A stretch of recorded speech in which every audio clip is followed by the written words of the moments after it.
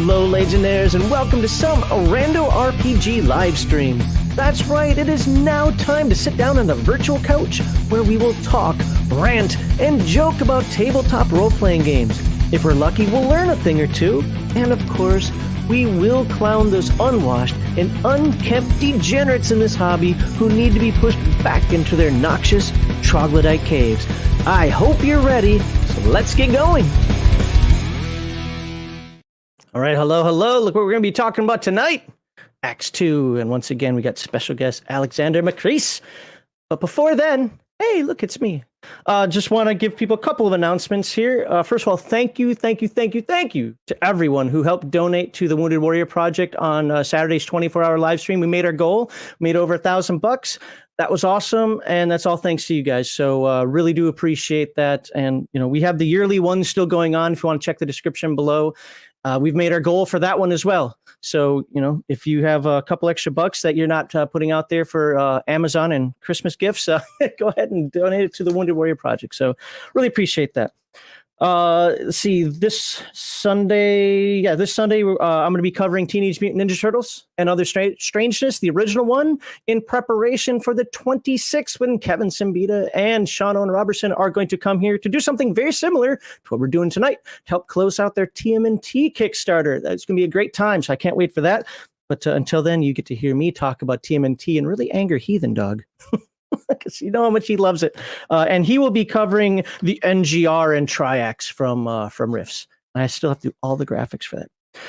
The other thing that you're going to note for tonight is you're going to realize that we have the B team on tonight. Apparently, I didn't fill out the appropriate Liber 777 forms in order to get the right guests on, and I didn't vet them properly, kind of like what Lucas did with Star Wars. So I didn't go through the YouTube Live Streamer Guilds Association of America membership, and yeah, I did everything wrong.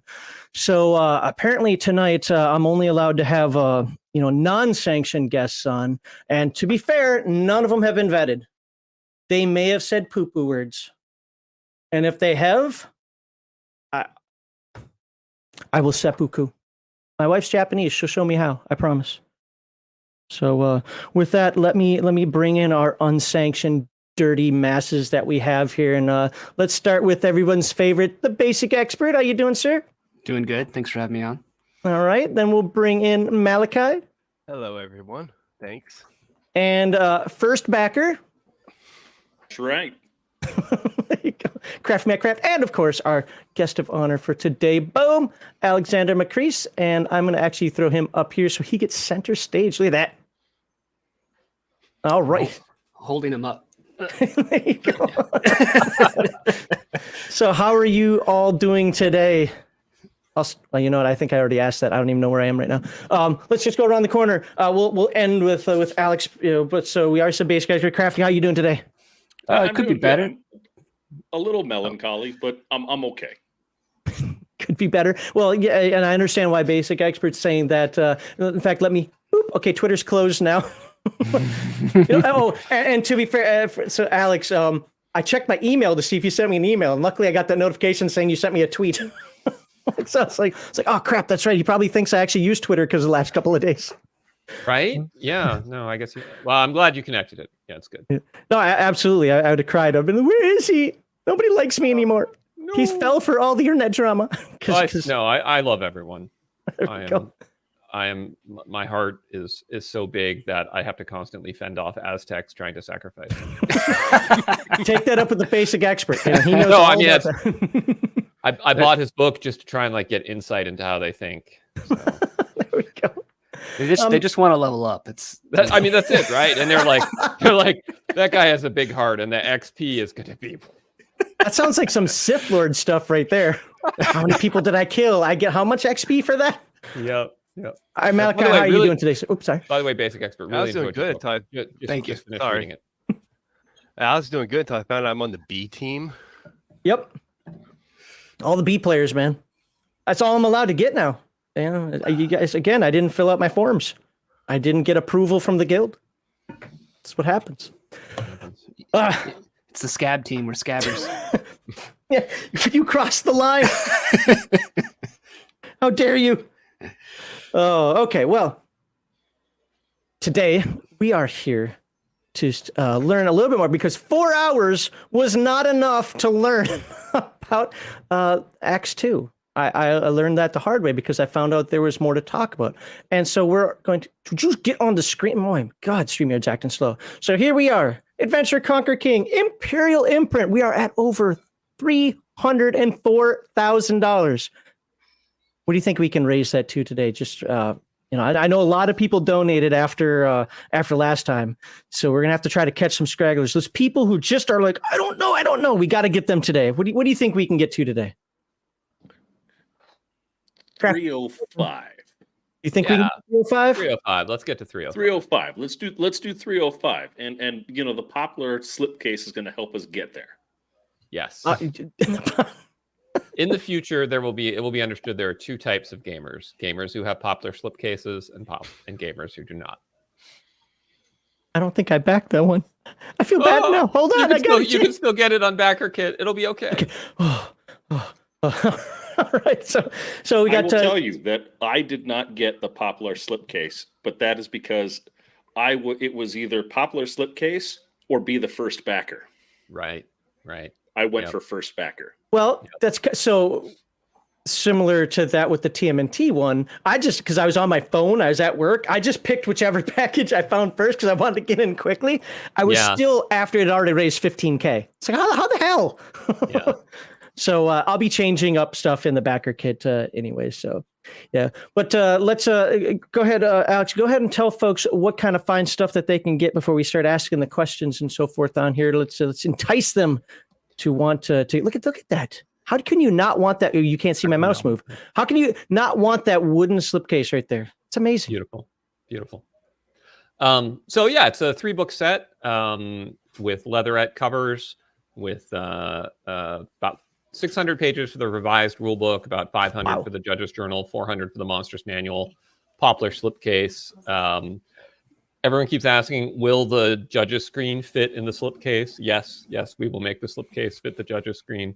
Nice. Full color books. Art will be by Michael Sirigos, possibly a couple other artists. I've actually had, because of the success of the Kickstarter, I've had a bunch of new folks reach out that are pretty experienced veterans of the space. So we'll see how it plays out. Michael's been my go-to guy for many years, so he's going to have first dibs on a lot of the art, but it's a lot of art, so wouldn't surprise me if we end up tapping some other folks. When I see this image right here, I don't know why, and people who pay attention to art might get mad at me for this because they always do when I compare one artist to another, but this really reminds me of a Michael Whalen painting. I can see that one. So that one's not by Michael. That's by a different artist. Who specifically does like historical landscapes. Okay. Yeah. That's a Michael. That's Michael Sirigos. Yeah. Okay. Michael's like kind of a Frank Frazetta type, very lush use of color and atmospheric action scenes. Everyone is jacked up, heavily muscled. Like if I appeared in a Michael Sirigos painting, I would have strength 18, even though I actually have strength 7. So I think that you would be more like the Stygian sorcerer. Yeah, but even his Stygian sorcerers are like ripped. They're muscle ripped, Yeah, but yeah, I 6-pack. Certainly, if you asked Reddit, I'd be a Stygian sorcerer. Now, I really like this layout, and I mean that it's simple, yet it still pops. The pages aren't just bland white. The art fits in the right spot. I love. And Basic Expert's done this recently too with his red, black, and white. And TMNT is going to even have a red, black, and white. So obviously, there's a thing to that, and we know that those kind of colors. Anybody who's been in art at all knows that those colors, have a dynamic. But the little pop-out box here, literally, figuratively, but literally looking popped out. Yeah. It's the simplicity.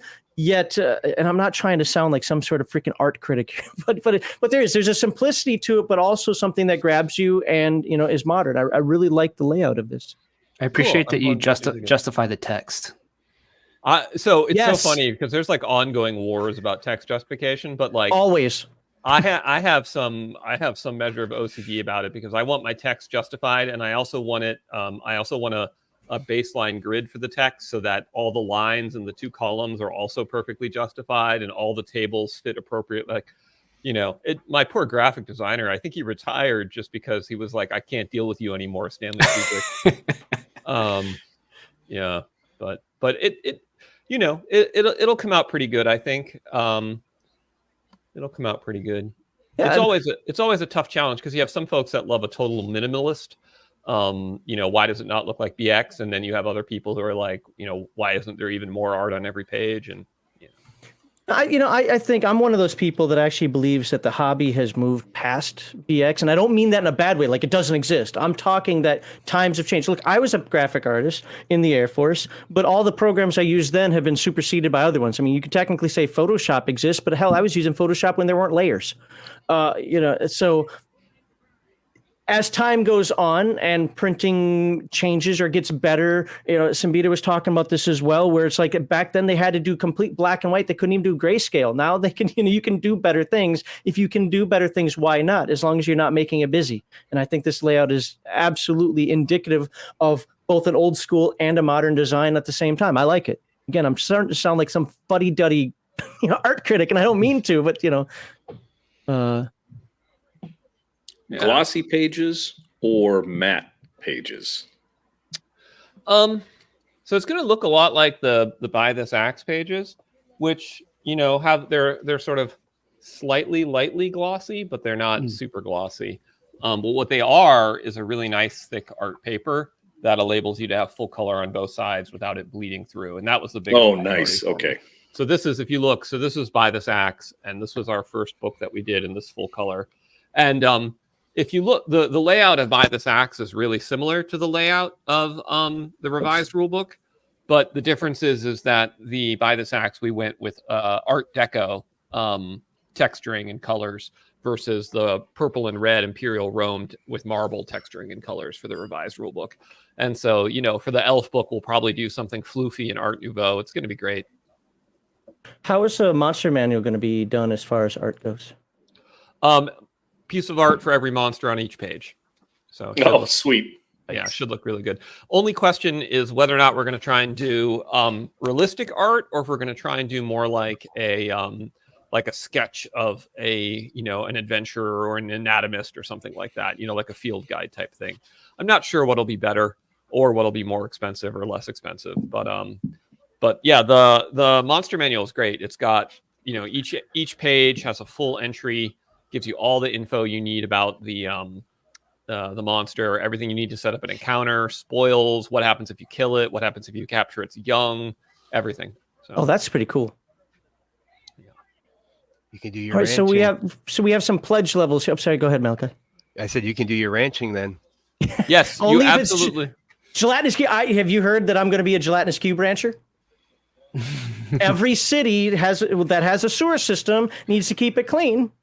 And so they need gelatinous cubes to be down there and keep it clean. So I'm going to be the rancher. I'm going to sell gelatinous cubes to people. I can see Max like standing in his ranch. He goes to slap the gelatinous cube. You could fit so many adventures in this baby, and then he loses his hand. It's going to be like pigs back in the Old West, right? Like you need to get rid of something. So let's look at our pledge levels. Oh my God, I cannot talk. So demigod status. Can I zoom in on this? There we go. I can zoom in on that. Let's see what we get here. We get the revised rulebook hardcover, Judge's Journal hardcover, and Monsters Manual hardcover. Also, each one of those in PDF and the Judge's Screen. By the way, if you're like, oh my God, it's $175. Dude, it's 1,500 pages in a leatherette cover. It's crazy. It's true. Get a DM screen too.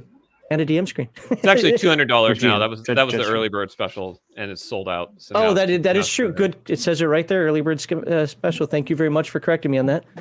Tragic. Yeah. So now it's $200, which is still a really good deal. It's just not quite as good a deal. I actually listed what the discount was over retail for all of them. So you can see it's like 17.5% off for Adventurer, 25% off for Conqueror, 26% off for King. So it took a little bit of work to make sure that at every level I was offering value, and also that the percentage of discount was increasing, etc. So I didn't want anybody to feel butthurt that they spent $150 but got a smaller discount than the guy who spent $50 or something. Who's got stuff going on in the background? Oh, it might be me. Hold on a second. So let's go. So here's the actual demigod status. Same thing there. Patron deity is what? Ooh, commission illustration chapter intro. Now, what is that about? What's the commission illustration? So at the start of every chapter, there's about a 2/3 of a page image. And so the people who back will get to help commission those illustrations. Like, I'd like to do the chapter intro for combat, and this is what I want. Oh, Okay. wow. It says chapter inro. Oh, all right. Forget it. The whole thing's off. Terrible errors. And this Kickstarter, we're out. How about this? Maybe if people back, he can get an editor to edit his Patreon. Or not Patreon. Oh, my God. See, I need an editor. His Kickstarter. There we go. Oh, man. So, and then for $400, what is for Arbiter of Worlds, which is a great book, by the way. Crafty's been asking me to cover that book for a while. This gets you stuff for your whole group. Four revised books. And then it's one of everything. Yeah, one judges, one monsters, and revised. Oh, an extra revised rule book? Oh, it's PDF. I can't read. What is wrong with me today? Alex is going to be like, get me off the stream. He can't talk. Jeez. Anywho, so you get 4 rule books there. So RPG Grandma, once you get your video working and make sure your audio is good in the background, I'll get you in here. $600. Oh my God, Cosmarch. Did I say that right, or is it Cosmark? Are we German? Cosmark. Okay, we're German. Got it. So what else do we get on that? Deluxe pop. Oh, this is where the slipcase comes in. I have to pay $600 for the slipcase. You can get the slipcase as an add-on for $50 on BackerKit. Okay, that's fair. All right. So commission illustration and commission adventurer. Ooh, commission adventurer. I get an actual person. Yeah. So what happens is that you tell me the sort of adventure you want, and then I work with adventure traffickers worldwide to find the right sort of candidate for you. They're like headhunters, kind of, and then I ship them to your house, and they work for you for 12 gold pieces a month. That's awesome. Yeah, it's a really popular perk, but it's only available at the $600 level and above because the commission on the adventures is expensive. I'm sure trapping them gets difficult. I know. Particularly if you want a high level adventure or somebody, you always got the one guy who's like, well, I spent $1,200, so I want a 14th level paladin. You're just like, dude, you can have a refund. I'm not finding you a 14th. There you go. It's too much work for that. No. So I want to clip that out, by the way. I'm so going to do that. So what is it really? Oh, what it actually is in the back of the judge's journal, there's an appendix with pre-built adventuring parties. And so there'll be one low-level party, one medium-level party, one high-level party. And so you can contribute a character to the party. So, okay. A lot of times, like, people do a self-insert or an insert from one of their favorite characters from a campaign or whatnot. And then other times people just do it to troll me. You can pay $600 to troll Alexander Macris. I'd do it. Oh man, when I was doing Buy This Axe, someone tried, and it was like there was like a custom class there was a custom class perk, and someone tried to do like the Dwarven Moneylender, and I was like, bro, you just and like and he had powers like impose usury and stuff, and I'm just like, bro, are you trying to destroy me? Like, no. So did you refund his money, or did you just say thanks, but we're gonna go a different direction? It turned out so he wrote up the whole class, and I initially thought it was serious, and the more I read it, like sweat's dripping from my brow, and the house is on fire around me. And then finally I got to the end, and he's like, if this is too controversial, I could do a Dwarven Paladin. I was like, see, I would just name like the Thief Chalupa Batman or something. Right. Yeah. Someone's going to do that. We'll get Macho Mandoff or something. Hello, RPG Grandma. Oh, we got an echo there. Got an echo coming through you. There's echo coming through me. Oh, maybe not anymore. It was at first. Yeah, that It better? looks like you're good now. Yep, this sounds good. Good to meet you. So I don't normally do this. I'm just saying for the record, I don't normally do this. I normally am I going to say the word?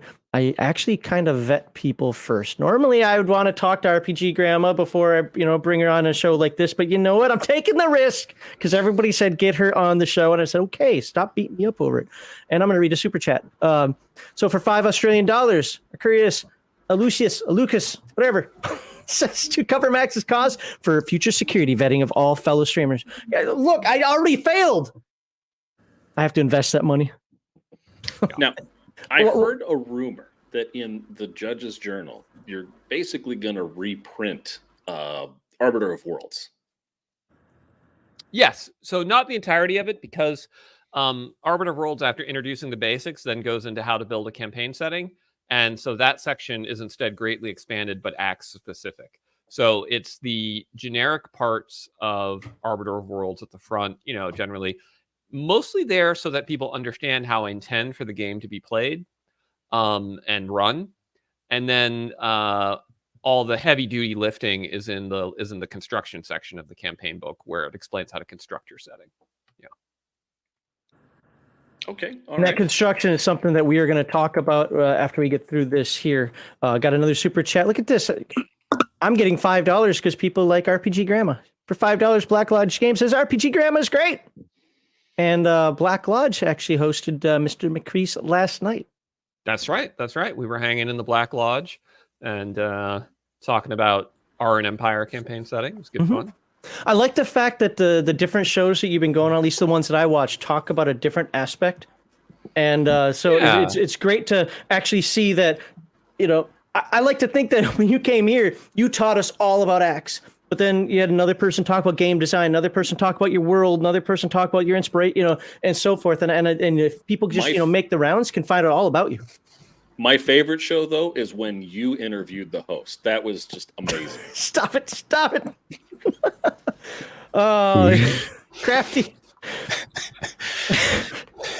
Moving on. By the way, one of the things I wanted to mention for a moment is I also, I know I seem like I'm pandering. I'm not, because I actually mean this. I really like these covers. Oh, thank you. Yeah. So I have a very talented kind of logo and layout artist that I've worked with since the days of The Escapist. And she doesn't generally do like the interior layouts of my books or anything. But since I wanted to have like really high-end, ultra-premium feel for these books, I reached out to her and I was basically like, make me the coolest possible gold emboss logo covers you can make for me. And we went back and forth on a bunch of different ideas. And so we finally settled on the Winged Sun, the Orrery, and then the Medusa as, kind of like you get what it's about. And at the same time, it's like really striking. So. Yeah, it's something about the two. We'll call it the two-color print. I've been liking that a lot of books do that. I've been gathering more and more books that actually use that kind of format. It's simplistic, but there's a lot of detail in there as well. And again, I'm sounding like an art critic that doesn't know what the hell he's talking about. I'm just trying to say I like the covers. Dang it! Now, are these covers Kickstarter exclusive? You're going to print a number of them, and once they're done, they're done. Yes. I mean, I might do another Kickstarter for a reprint the way Crawford did with Worlds Without Number, but you won't be able to get these covers on Drive-Thru RPG now. Right, the Drive-Thru RPG will be more interior covers. So after the Kickstarter, are people going to be able to get hardcover books at all, or is it just going to print on demand? Okay. No, they'll be able to get them from my website, the Autark Emporium. It's just what happens is, so let's say I get 2,000 backers, I'll order 2,500 books. And then once those 500 extra books are sold out, that's that. Okay. Yeah. Because something I've always thought would be foolish is to make a big deal about doing a Kickstarter, but then afterwards, everybody who didn't participate in the Kickstarter gets as good a price or better rewards. And I've seen people do that. And it's always really frustrating to me as a backer. Like, well, why did I take the risk of backing you if you were just going to, put it on sale on Amazon 6 months later? So I always try and make sure that the people who back my games, really get a reward for doing so. No, to be fair, that's a common trend, and I think it's a meaningful trend as well, because there are those folks that don't like Kickstarter at all. We fight with this on the Palladium book side. I don't hear it so much from the OSR side. I think because a lot of us or you guys are indie creators and they kind of expect that more. But man, I don't do Kickstarter. I will never touch a Kickstarter crowdfunding. That's just stealing money, blah, blah, blah, blah, blah. And then they hear something like, well, it's going to be cheaper if you get it from the Kickstarter. Well, screw them. They're just thieves then. They're just grifting. It's like, No, it's one, it's called marketing, not grifting. But two, it's to reward the people who jump in because you have to know how many you're going to sell, right? Like, for example, what are your backers at right now? Let me scroll up here. 1,600 something, 1,700 something. What was it? Oh my God, this thing's forever long. We'll get there. All right, here we go. 1,743 backers. So like you said, if you do that, you get 2,500 books. I mean, the people who took the time, the risk, so you say right now, yeah, we get it a little bit cheaper. Or we get an extra goodie with it that somebody else doesn't. I think that makes sense. I mean, people have been doing that since the dawn of time. Just it so happens to be on a crowdfunding site now instead of, Blue Light Special, for back in the day. Mm-hmm. Now, didn't mean to end the conversation there. What I'd like to do is I'd like to go down the list here. Before we come back to the Kickstarter in a little bit, we already got the number to bump up a little bit. We want to hit 305,000 today. That's our goal today. So I would like, we're just going to go down here. We're going to start with Malachi, then we'll go to Crafty, then Basic Expert, and then RPG Grandma. And what we'll do is we'll get one burning question you guys have, as long as it's about ACKS II. Get that out there, and then we'll jump into the Judges Guild stuff. Or not Judges Guild. Oh my God, the Judges book. There we go. I'm the worst host ever today. I quit. So, all right, Malachi, what you got? Okay, the Crusader, which is based on the Cleric, gets a spell at level 1. Why did you change that? Oh, that's a great question. So, two things. One, it was a constant point of upset when players from 5th edition or 4th edition or 3rd edition played ACKS and they really wanted to be a cleric and they had no spell. And, you can try and explain, well, that's how it was in BX, et cetera, but that was always a point of contention for them. Second reason was that I think people have focused too much on making OSR low-level play into like this fantasy Vietnam mudcore where you're just supposed to die. And I felt like, actually, I want you to be able to level up to be able to enjoy my amazing 14 levels of content. So I think it's a smart move to make healing spells available at first level. And then the third reason was that the traditional BX spell progression for clerics started them with no spell at first level, but gave them 5th level spells by 7th level. And since 5th level spells was Restore Life and Limb, it meant 7th level characters could raise people from the dead. And demographically, there's about 10 times more 7th level characters than there are 9th level characters. And when I actually sat down and did the math, it meant that too many people could be brought back from the dead per year. And so, it kind of like exceeded the death rate. And I thought, well, that's probably not good for a setting where just nobody ever dies. So by changing it to the same as the mage progression, now restoring people from the dead requires 9th level, which is much more rare. Okay. Any follow up to that, Malachi? Nope. Okay. That's a good one. All right, Crafty, what's your burning question?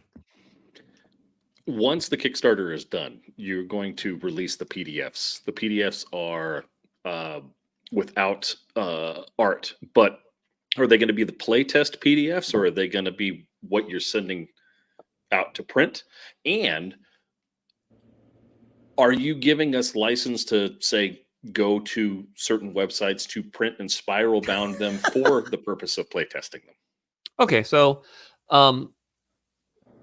they will be what I would call completed beta PDFs. So I think I would be a fool to go straight from, okay, I finished the Kickstarter, now I'm going to send these to the printer, doing a 1,500 page project by myself. I mean, I have one person who helps me with editing part-time, and then I open up some of my competitors' books, Paizo, how many editors they have, and, I can't really compete with that. So what I've always done is I've sent out the early drafts in a playable, complete, ready-to-use format, but then I evaluate the feedback I get from that. And people be like, this language was ambiguous, or you hilariously put sheep onto the housing list, or, whatever the case might be.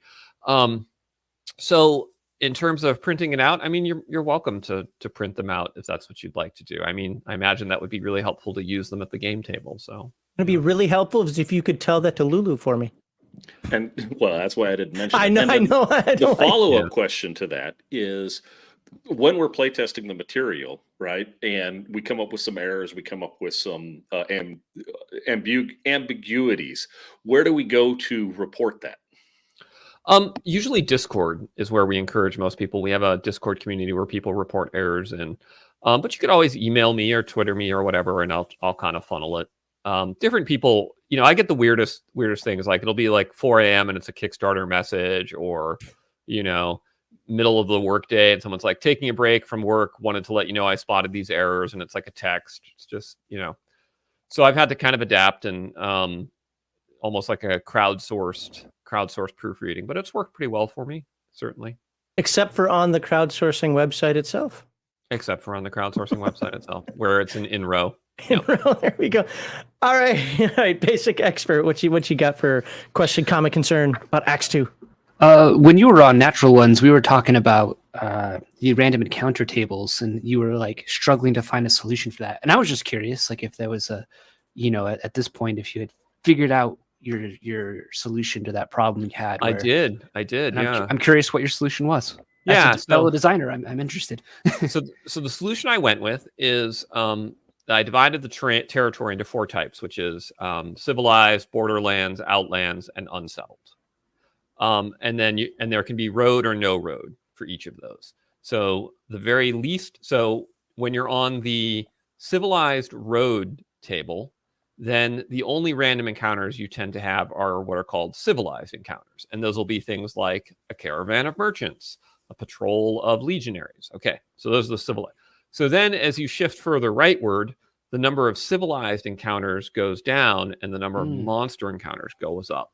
And this has been a really hard problem for me, because before, when they were all blended together, it meant that either you had monsters on the civilized roads or the civilized roads were totally empty and you never saw anybody, and both were kind of weird outcomes.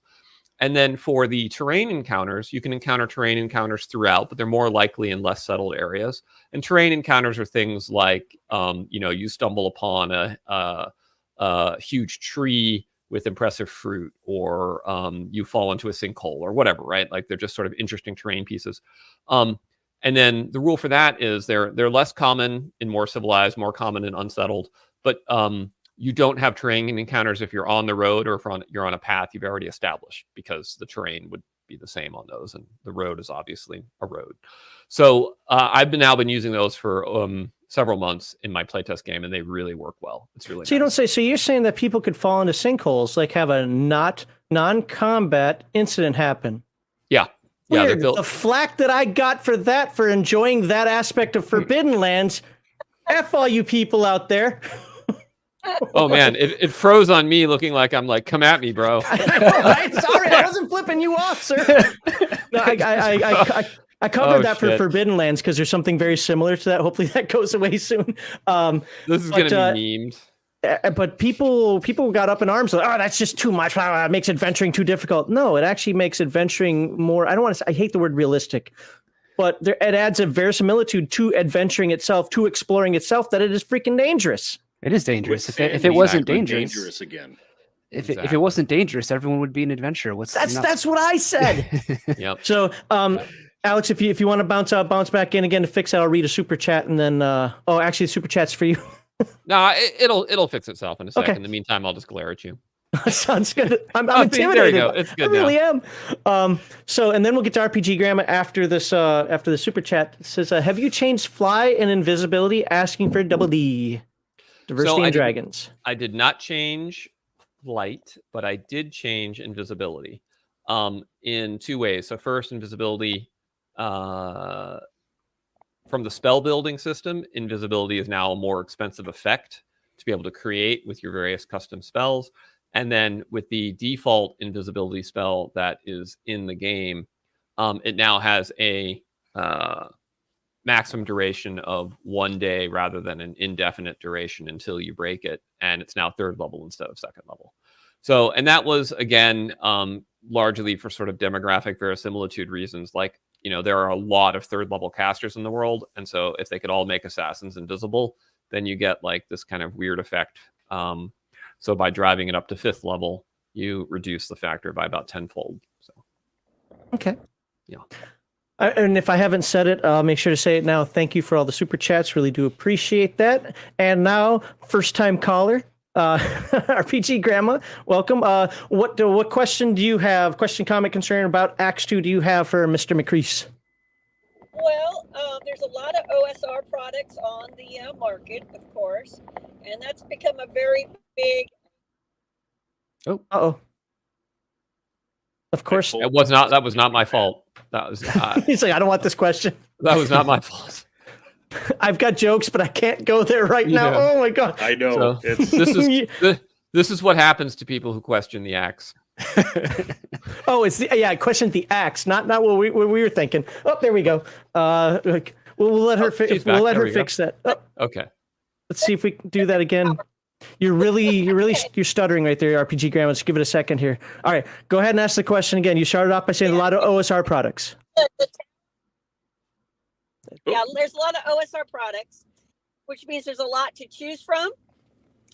And so how would you describe your product as where it kind of fits in the OSR big giant box that it is now?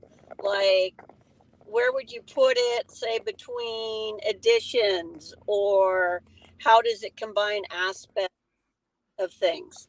Yeah, so I think I would quote Subutai from the movie Conan the Barbarian, and I would say, "Your games live beneath him." So,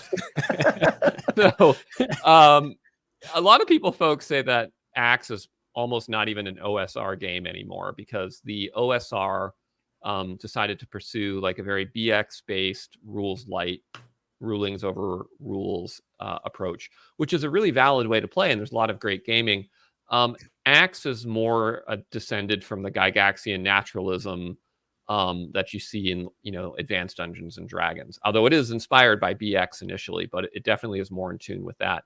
So I would say probably it's the closest addition to it is somewhere, but is probably like late first edition when you had Wilderness Survival's Guide and Dungeoneer's Survival Guide and et cetera, with some aspects from second edition, Yes. which had a lot of those historical elements that it added in. It's quite distinct from third, fourth, and fifth, and quite distinct for BX. Can I say, and take this as a compliment, but ACKS is closer to Hyperborea than it is to like old school Essentials. Yeah, I think that's right. That's right. Yeah. It's closer to Hyperborea. Yeah, which is a fantastic game. Like he's just one of the best world builders, and just there's so much. It's so almost much. like you guys are trying to sell this game to me. First, he mentioned second edition D&D, which is my core game for D&D, and then you compare it to Hyperborea, which is literally my favorite OSR game out there. This might take it. This might become the new king, but right now you have to level up and dethrone him. But for me, Hyperborea is where it's at. Listen, I love Jeffrey. I would never want to overthrow him. In fact, I think what would be cool, and I hope someone from the community does, is they'll do a mashup of Hyperborea and ACKS to like use the economics and mass combat, but then bring it into his world, and like we'll have battles on the edge of the the edge of the floating world and shit. Like there you go. So, yeah, like I tend to see all of us who are working in this space as very complementary in our efforts, rather than like, for instance, if my players in ACKS were like, hey, we want to get a really big ship and go sail east to see what we encounter, I would literally just pick up the basic experts book and be like, okay, this is what they found, like it's an evil Aztec empire. Let's go, guys. And yeah, so I'm an avid collector of everybody's games, and I just think they all are really complementary to each other. So cool. RPG Grandma, did you have a follow up to that? Very different attitude than Wizards of the Coast, I think. Well, that's helpful because I have a lot of older stuff, and I only have really a small amount of newer stuff, and I don't know how many people fall in that category, but when I bring stuff in, I have to think about that because I'm not the only DM. And the current game is actually a hybrid between 1E and 2E. Yeah, nice. Yeah, which is a sweet spot. I mean, there was I sometimes think that when the Gygax Moldvay team up, like we see in Oriental Adventures, for instance, is one of my favorite books, right?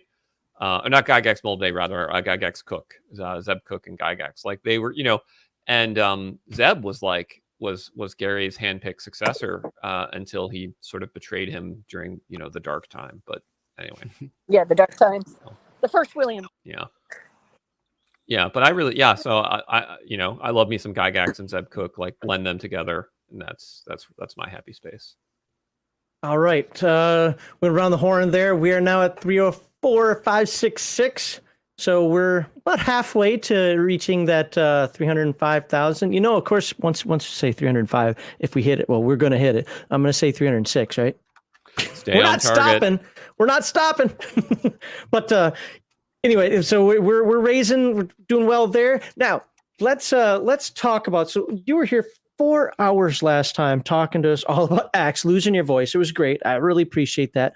But there's a couple of things that you said that I would like to know more about, because to me, this gives a game not just longevity, but it kind of makes it, without being a general universal game, it still makes it where I can tailor a world to be mine and still have it fit. I don't have to change rules. I don't have to try to ham fist something in there. And that's that you have all these different creation mechanics. And I to be honest with you, I don't remember what they all were, but I remember we talked about you can create your own character class. Now, second edition AD&D tried that, but if you actually use those rules, you'd find out that the character you made needed like 4 times the amount of experience points than the ones in the book for the same power level. Spell creation rules, which I love Earth Dawn's spell creation rule system, except for the fact that it's so chaotic. You could create a 1st level spell that ends up being 9th level, or a 9th level spell that becomes 1st level spell. So there's like kind of no rhyme or reason to that. So I would love to hear what you've got in your book, and not just there, monster creation, world building, whatever you've got in that judge's toolkit there that we can do. Let's start small and end up big, if so to speak. So what do you got in there for us? Yeah, so there's several different construction mechanics available. So the one that most people know of is the custom class creation system, which enables you to create, to replicate any of the classes in the book because they were created with that system, as well as to build out all sorts of new custom classes. And some people have built entire campaign worlds with their own entirely custom classes. The way the system works is you have a series of values, basically build points that you assign out, and then those build points unlock certain capabilities. So if you spend 2 of your 4 build points on hit dice, you get a D8 hit die. If you spend none of your build points on hit die, you get a D4 hit die, etc. Okay. And then you can make trade-offs. So for instance, let's say your build gives you a special ability at 1st level. You can trade that special ability in for a special ability at 3rd level and 11th level, or at 6th level and 8th level, or 2 special abilities at 7th level. And there's multiple variants of that. And so it allows some people really enjoy front-loaded classes where they get what they get and they just, they start doing it.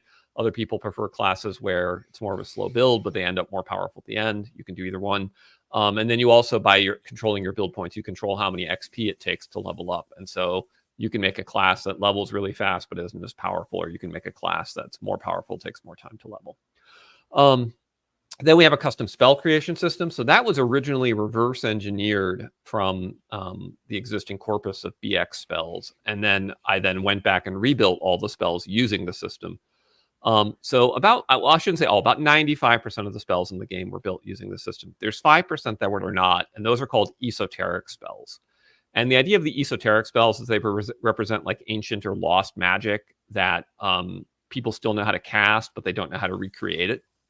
And it was largely because there were certain effects you just don't want to put into a custom build system. Because can you give a couple of examples, or at least one example? Yeah, like summoning weather, for instance, okay. Right? Like you just want summoning weather to be a really high level spell.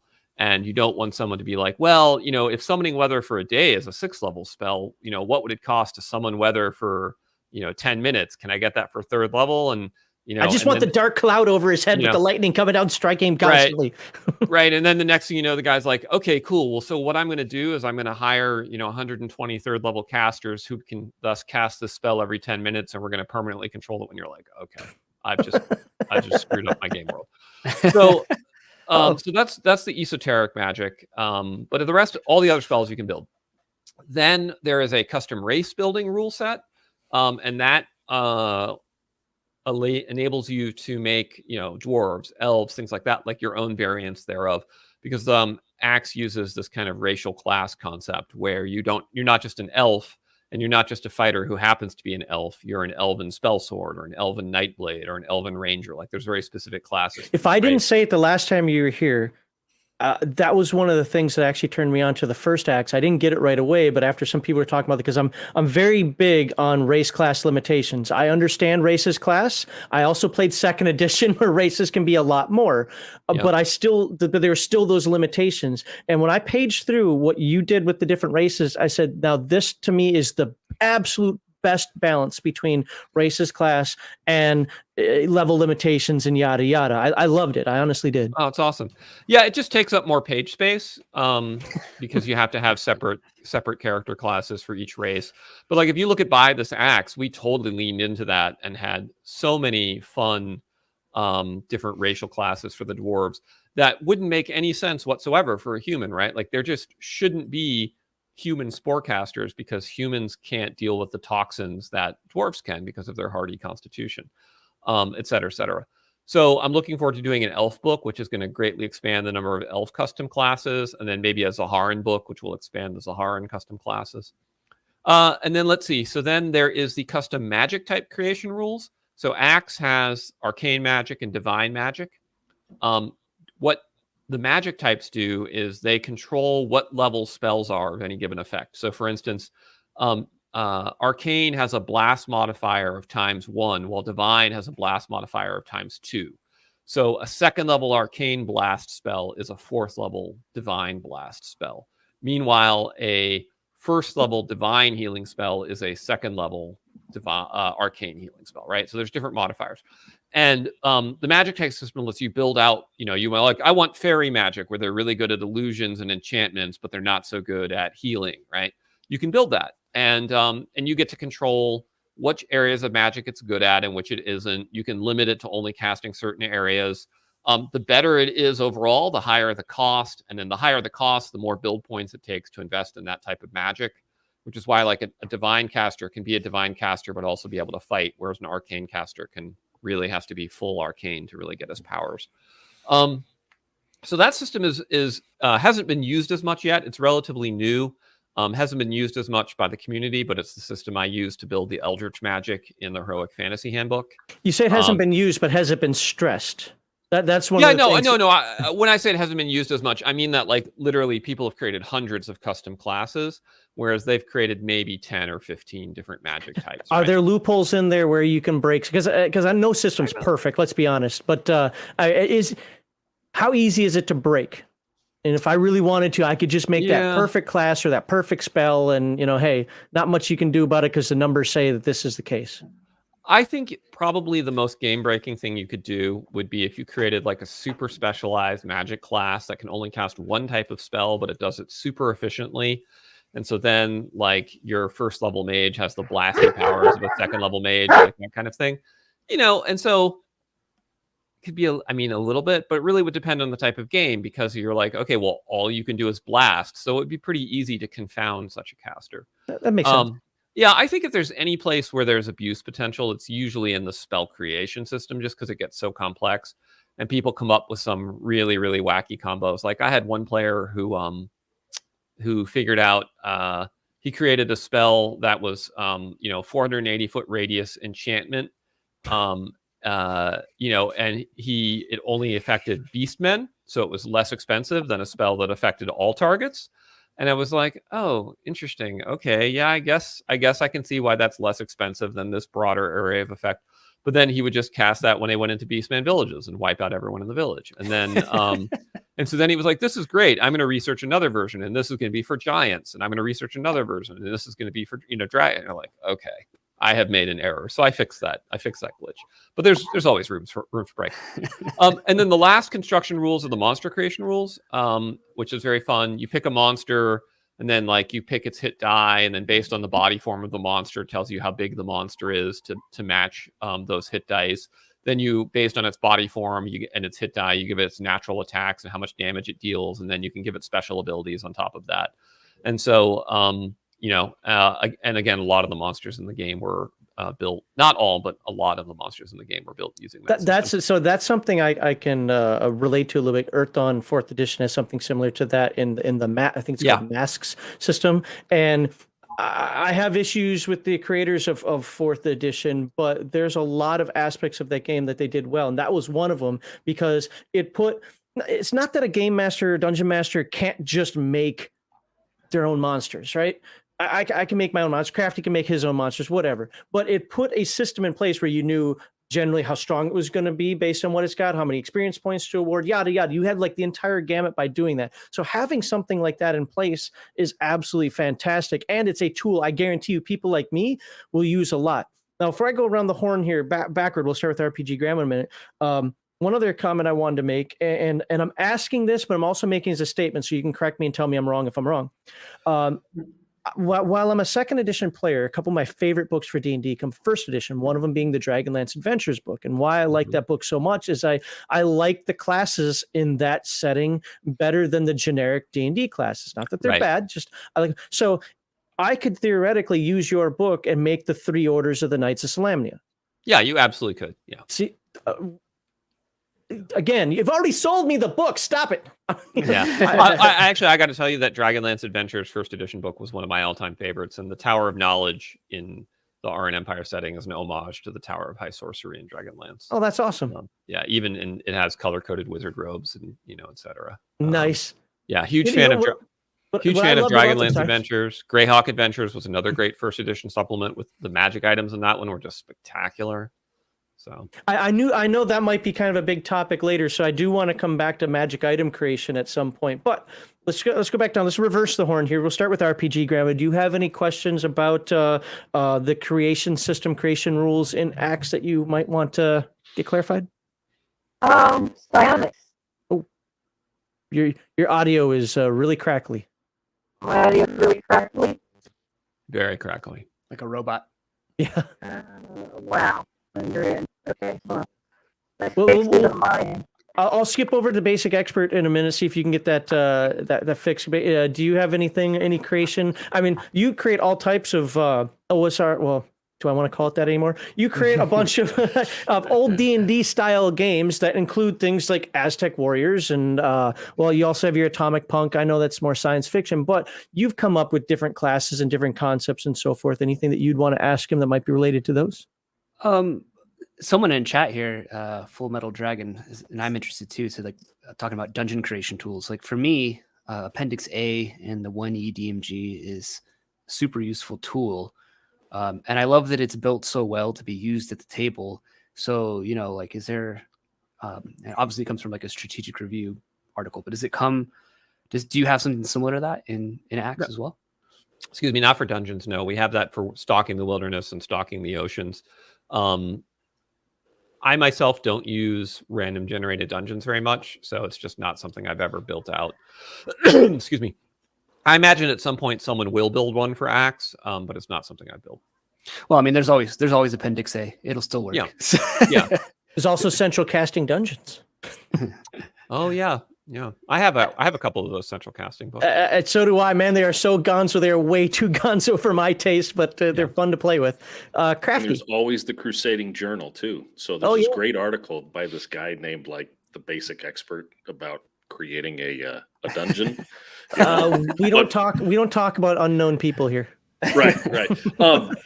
So one thing that I like to do, because I play a lot of sword and sorcery style games, and in sword and sorcery style games, like the monsters are completely gonzo, and oftentimes the monsters aren't like the same thing over and over again. It'll be one big monster, and then so how easy is it to use the monster creation rules to create a monster on the fly and make it unique and different, almost like what Dungeon Crawl Classics does.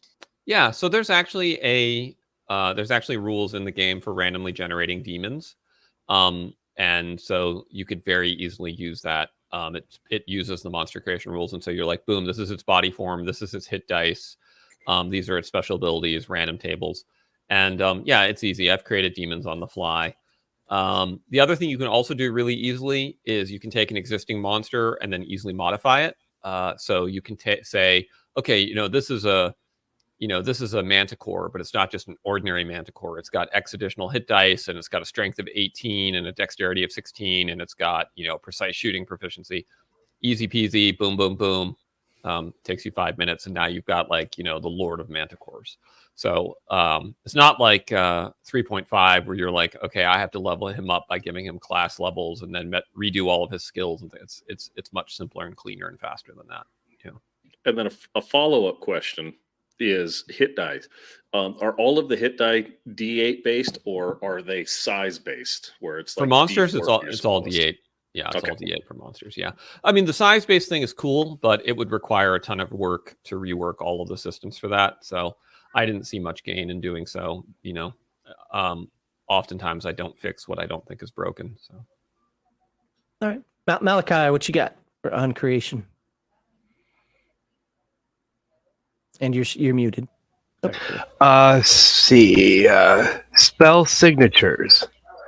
Kind of sounds like trappings from Savage Worlds.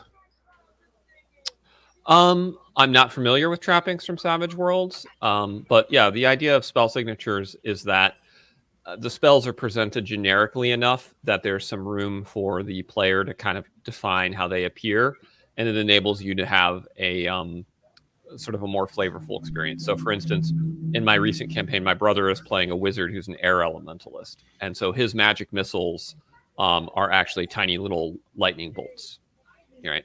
When his slumber spell is cast, it's like a soporific mist forms, that makes people pass out, like that kind of thing. So no immediate game effect, but it's flavorful. It lets you kind of lean into your specific choice of repertoire. And then the other thing is it taps into some other powers, of detecting magic and whatnot, where you can be like, I've detected this spell signature before, which was straight up inspired by like Star Wars, a presence I've not felt since, same concept, right? Everybody's nice. All the mages have spell signatures, which is super fun. All right. That's pretty much how the trappings work in Savage Worlds. Okay. You have a basic spell like bolt power, and then Yep. you determine how it looks and everything. Okay, cool. Yeah, same concept. Yep. Okay. And we do provide default explanations for all the spells. So for people that don't want to bother with that, like some people just do not give a crap about their wizard spell signature. They're, other people will actually give every single spell a specific special name, and they're like, I am casting, Ledger Domain's legendary laser or whatever. You're like, okay, it's magic missile. Yeah. Mage missile. Yeah, mage missile now. By the way, the new mage missile is awesome. I know. Where you get it lasts for as long as you can concentrate. That's right. Yeah. So like the last session of the Grey Brotherhood, they formed like a phalanx of fighters with shields up, and then they had the mage with mage missile, and he's just like pinging people, and the enemy is crashing in waves on the shield wall trying to get through to him. It was so good. That sounds awesome. Yeah. All right, let's see if RPG Grandma got that audio fixed so she can ask her question. Testing 1, 2, 3. How's that sound, guys? A little bit. You're still crackly, but if you talk slowly, I think you'll get through. All right. Feats, proficiencies, and do you have psionics? All right. So 3 things I hate. Oh my god. All right. So what we do have a proficiency system, and it somewhat resembles, I would say the closest analog is the system from Warhammer Fantasy, in that they aren't like additive skills like they are in 3.5, where you track, I've got 8 points in stealth skill, right? So it doesn't work like that. Nor does it work like feats, where you have feat chains that you have to go down. Instead, they're like individual talents, each of which has some game mechanical effect. And sometimes the game mechanical effect is unrelated to adventuring, right? Like you can have a proficiency, which is craft blacksmithing, which just lets your character blacksmith. But then you can also have some that are unique exceptions-based mechanics, like precise shooting lets you shoot into melee combat at a penalty, or combat reflexes increases your initiative. And so the idea is to let people lightly customize their characters. It isn't like a 5th edition or 3rd edition build game. And I've tried to balance it so that there's really no way to totally screw up your character. Like all the proficiencies are pretty good. There's also retraining rules, so that if you don't like your choice, you can just spend 30 days of downtime and you retrain into a new proficiency, which is really good for people that are like, oh, I took this proficiency at 1st level and I kind of don't actually like it. So, now there's retraining rules. And the only other rule of note with regard to that is they're divided into general and class proficiencies, where the general proficiencies are the things that ordinary people do in the world, and the class proficiencies are more specialized. So like art, bargaining, knowledge, history are general proficiencies, whereas precise shooting is a class proficiency. In terms of psionics, we do not have psionics, although someone has already written a third-party supplement to offer psionics. It's by Matt Jarmack. It's available on Drive-Thru RPG. But, the Iron Empire itself doesn't really have psionics, so I haven't built them out. Okay, good to know. Dark Sun. So we had a question here for $5. Thank you for the super chat.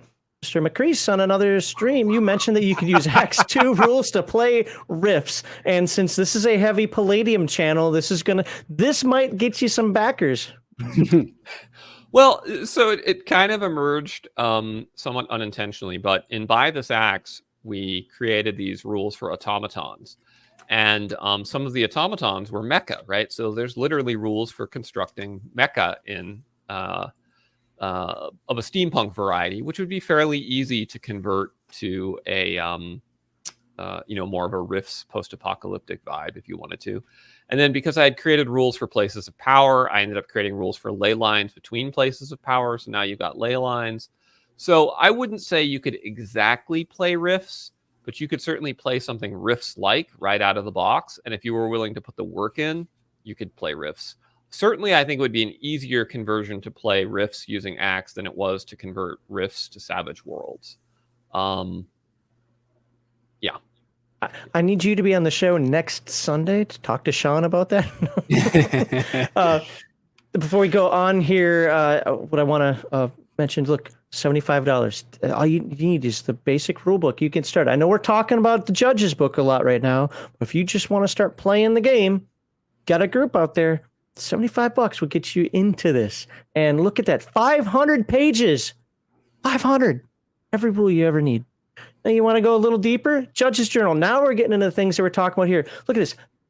Now, yeah, 2 of them are PDFs, but that's fine. You have the table book, and then you have the stuff you reference right there at your hands, at your fingertips. Now we're talking about, you know what? Maybe I want to read this while I'm in bed, and I don't want to use up my phone or my tablet. Hey, look at that. Judge's Journal right there. Rule book, hardcover. Monster Manual. What do you need a book for? You can just get that on PDF, start rolling the dice out there. But you know what? Sometimes you want all the books in a nice slipcase. This won't give you the slipcase, but I'll give you the books. And you can put the slipcase on the backer kit. 3, revised rule book, Judge's Journal, Monsters Manual. Look at those fantastic looking books right there. You know you want to back it now. And a Judge's screen. Back it now. Poplar slipcase. Poplar slipcase. And we'll get back to the slipcase in a little bit. So there we go. Check that. Seriously, I complain about the prices of a lot of things right now, but this is a really good deal. Compared to some of the other Kickstarters that are out there, this is a really good deal. Quality, page count versus money. You can't go wrong. And the game's giving you everything. And I'm not pandering here. I've been saying this to people behind the scenes. Like, dude, this game might clear off my OSR shelf. Because I won't need it anymore. Because if it gives me every rule I need to play a game where let me reference from this book and let me reference from that book. I'll always keep my monsters manuals. But boom, right here. So be sure to back. And all right, let's. Well, I just want to say I think it's cool that there are so many creation rules, because while it's really neat how the OSR has lots of like cross pollination and compatibility, there's always going to be that sort of like it works for that game and you can sort of make it work for this game, but there's going to be unforeseen consequences down the line that you might not know. I've experienced this myself at my own games as I've tried to like draw from other editions or whatever, you know, and then you sort of get into this hole and you're like, I don't really like where the game's at, and I've sort of homebrewed my game into oblivion. But having rules within the rule set itself that allow you to make custom stuff like that means that you are light years more likely to have everything actually work, and it's not going to break your game down the line. You know? Yeah, that's right. I think that's a super important thing that like a lot of people don't understand, and so, you know, being able to scratch that desire to create but have it not break your game and you walk away from a sad campaign is I think that's useful. That's important. Yeah. It's interesting because it actually, as a designer, it takes a lot of discipline, because sometimes I'll come up with a wacky idea that I just think would be so super cool. But it you know, it can be built using the class design system, or it can't be built using the spell design system. And then I really have to think about this, be like, okay, you know, why can't this be built? And then usually when I think about it further, I realize, oh, it's because it would have this bad effect X that I hadn't thought of. You know, which isn't to say that some of the classes that I've designed in the past haven't had some balance problems. They certainly have. Like, it took me 3 tries to get the Venturer right. You know, a lot of people have been dissatisfied with the Thracian Gladiator. Like, there's definitely, you can still screw things up, and I've certainly done that. But, you know, at least you're screwing them up. You know, you're not screwing them up like 3E wizards can do everything and don't even show up if you're not a spellcaster screw up. So yeah. For sure. Anybody else got anything you want to add? Otherwise, I want to start talking about magic item creation. Oh. All right, nobody jumped in. So, this has been a facet of RPG games. I mean, whether it's just, I got this cool idea, let me make my, my Staff of the Magi competitor, or, one of the things that I like to do in old school D&D games, and what I mean, I don't mean OSR, I'm just talking when I'm playing TSR version D&D, is I like weapons with charges, because I'm very stingy about magic items in my games. You have to earn those things. One, again, mentioning the game again, but another reason why I love Earthdawn so much is because you treasure that item, because you literally bind it to you. So what I'll do is like, oh, I want to use some shadows, and they're going to need a magic item to beat up on a shadow. I'll give them a +1 sword that has 20 charges on it, so they get to determine when they want the +1. Right. So my point being is that we've all had the capability of doing this, but talk about your magic item creation system. How in depth does it go? Does it compare to 3E? Is it more like 1E, et cetera, et cetera? Oh, it's in depth. So you pick the functions that the magic item does. You then assign frequency of use for each one, with differentiation between permanent effects, versus charged effects versus once per turn effects, etc. So here's an example, right? So like a permanent effect can't be dispelled. Then you could imagine, well, here's an effect that has a duration of 10 minutes, but it can be used once every 10 minutes. And you think, aha, I found a cheesy way to short circuit around the rules because I'm paying much less for this temporary effect. But because it's a temporary effect, it can be dispelled. And so it's all the difference between, does the wizard's anti-magic shell ruin my magic item or does it not? Then you can add drawbacks to the items. If you are wanting to save cost or just make it more intriguing, you can add little curses and problems to them. There's a table of minor magical effects, so that, if you want your sword of lightning to, sort of put a static electricity charge into someone's hand when they grab it, like there's rules for how you instill those little mini enchantments. And then everything then, after you add it all up, you get a base cost. And then the base cost translates into a research cost, a material cost, and a component cost. The research cost is how much labor you have to put into actually making the item. The material cost is like the non-magical mundane components. And then the component cost, you have to source from either monster parts or divine power or other arcane energies that you've extracted for use. And it's that latter which really provides the ceiling of how many magic items get created, because the priests of the setting are sort of extracting divine power from the congregants, and so they can use those to make some holy magic items. The wizards are trying to gather monster parts and spider eggs and things like that. So there's like an entire almost secondary economy in the whole game that keeps. I had a bad visual in there. It's like this black orgy kind of thing as they're sucking the souls out of the congregants to form, we shall now inherit the item of doom. You could do that. Yeah, you could absolutely do that. So you could you can sacrifice your congregants and extract a lot more power from them that way. You really did play Palladium. I had the exact opposite. So what I imagine is that it's like, oh, look, there's that monster over there. If I kill it, it's going to make an awesome pair of pants.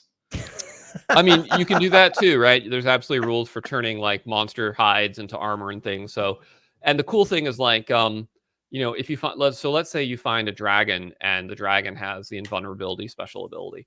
So you can use the dragon hide as armor, and then the value of the hide counts as the material component for your armor. And then you can use the special component that you extract from the monster can then also be the special component for the magic item.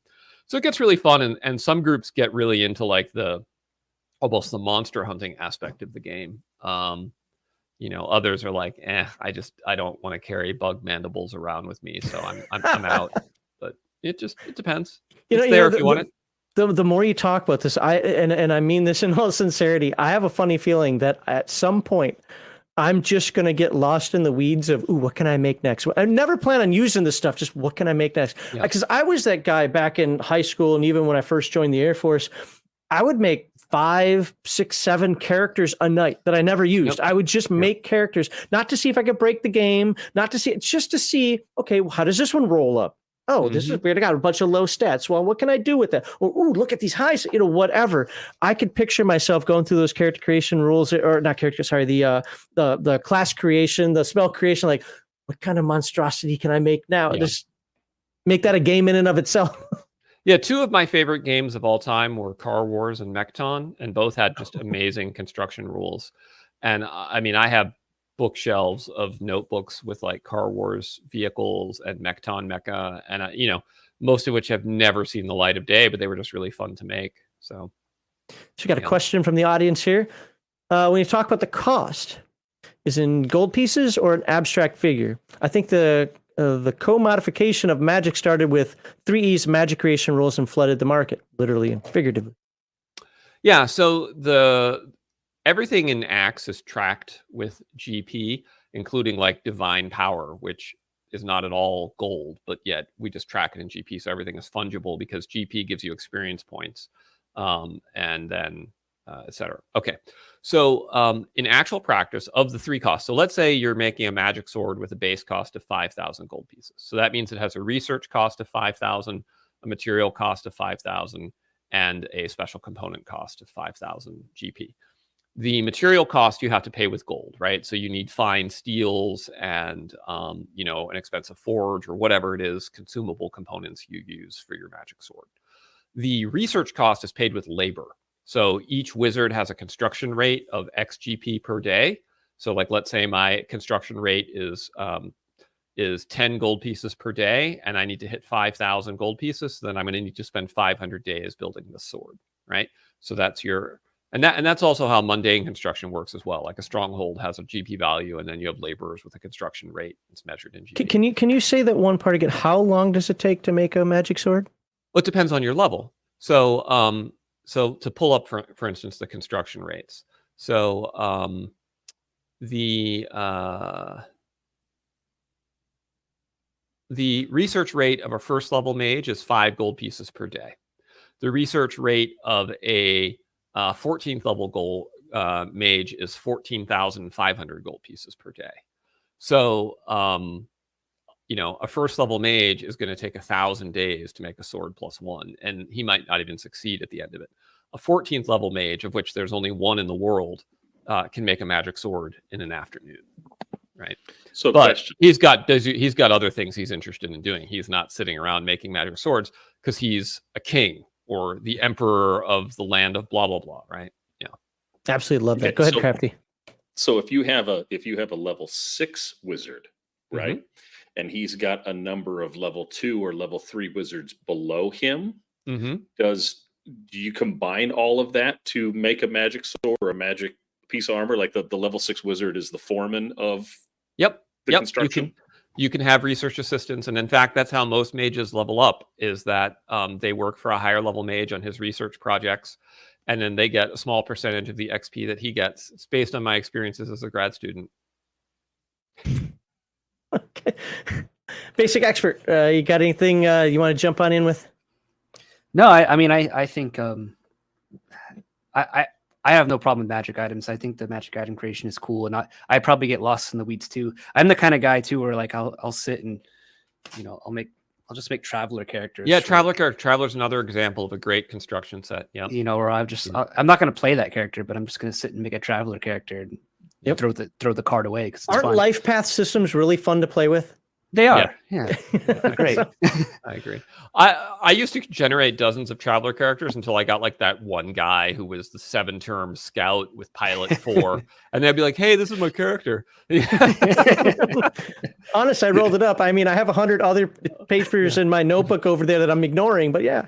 And these guys died. Dude. I used to do the same thing for the old Twilight 2000 game. See how many more service durations can I take before it's like I lose a limb or something? With the way the world is, something I'm just going to randomly mention this, like Twilight 2000. With the way the world is, I keep wanting to do like a version of a Twilight 2000 type game, or Fortress America or Red Dawn or something like that. Fortress America, wow. Because I just feel like every day I wake up and I'm like, whatever the headlines are, I'm ready for it. Like, oh, really? Cuban paratroopers have descended on Durham? Okay, makes sense.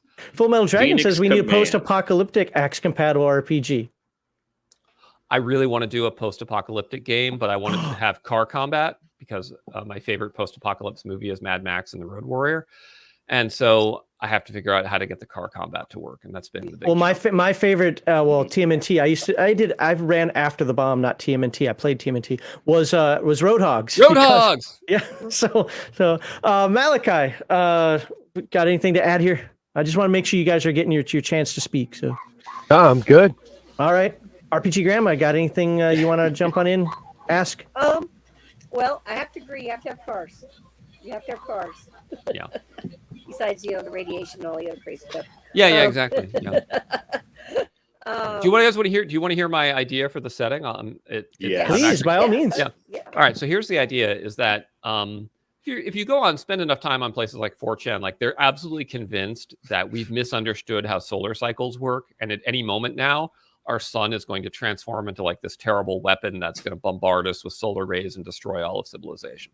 So I thought to myself, what if they're right? And at some point in the next 10 years, the sun just starts emitting massive coronas onto us that causes essentially Carrington event after Carrington event after Carrington event, where all electrical technology gets shut down.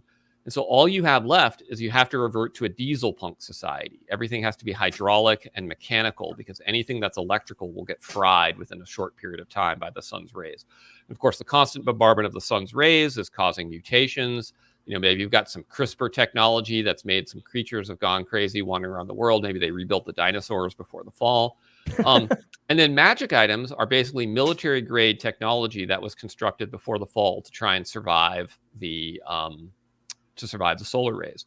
So like your magic item this is a laser rifle that's EMP shielded. No one could make this. So it's kind of weird tech.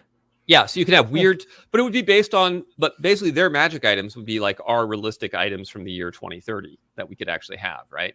Like a cell phone that's EMP shielded would be a magic item. The rest of it is Mad Max style cars with V8s and, turbochargers and things like that. Yeah. I try to do vehicle rules no in problem. I try to do vehicle rules in Atomic Punk, and it's very hard. It's very hard. I'm working on a new version of it, and I'm gonna rework. I'm in the same boat. Like I got to rework the car rules because it's just like, how do you do this? So, well, without turning it into a miniatures game, say it like Car Wars or like a BattleTech, whatever, Heavy Gear, whatever. It is difficult. I mean, I've gone through the Palladium rules quite a bit in the vehicle combat, and I hear people complain about the vehicle combat rules are just god awful. No, they're not god awful. They're simplistic. That's the problem. Is they don't cover every little facet of something that you can do. I want to hang out the window with my double, double action pistols here. Well, I'm hanging out, go across the street. It's like, it's not meant to cover that. I want to play Spy Hunter, where I got oil coming out of the back of my car. It's like you can do all of that, but the game master is the one that's going to say, okay, you need to make a driving roll to -10 or some nonsense like that. But for whatever reason, people want that stuff written up explicitly, not not implicitly, and that's crazy to me. But do you remember in Roadhogs they had the rule for the rules for playing chicken, where each round you would bid a percentage penalty until one guy flinched, and then both of you had to check, and if you failed to check, then you crashed. And that rule led to a party wipe in my high school Palladium campaign because they were playing Roadhogs and they were in a bus, and the driver was like, "I got this. I have 98% driving," and then he just killed nice. Oh, good times. My group was always too afraid to do anything like that. They actually avoided the vehicle combat. They armored their cars up like crazy, but still stayed at. They treated them like tanks. Yeah, like tanks. Oh wow, yeah. No, mine were absolutely reckless and paid the price for it. Yeah, so as it should be. Well, because I know you're not working on anything right now. When's that game going to be done? Which one? Your post-apocalyptic game. I have no idea. I mean, as I said, it's like I haven't figured out the car combat. It's really freaking hard. Well, it's not like you're working on anything now. Come on. Right? Yeah, in my spare time. I have a cyberpunk ACKS I've made too, but I have some areas there I haven't figured out either. So, nice.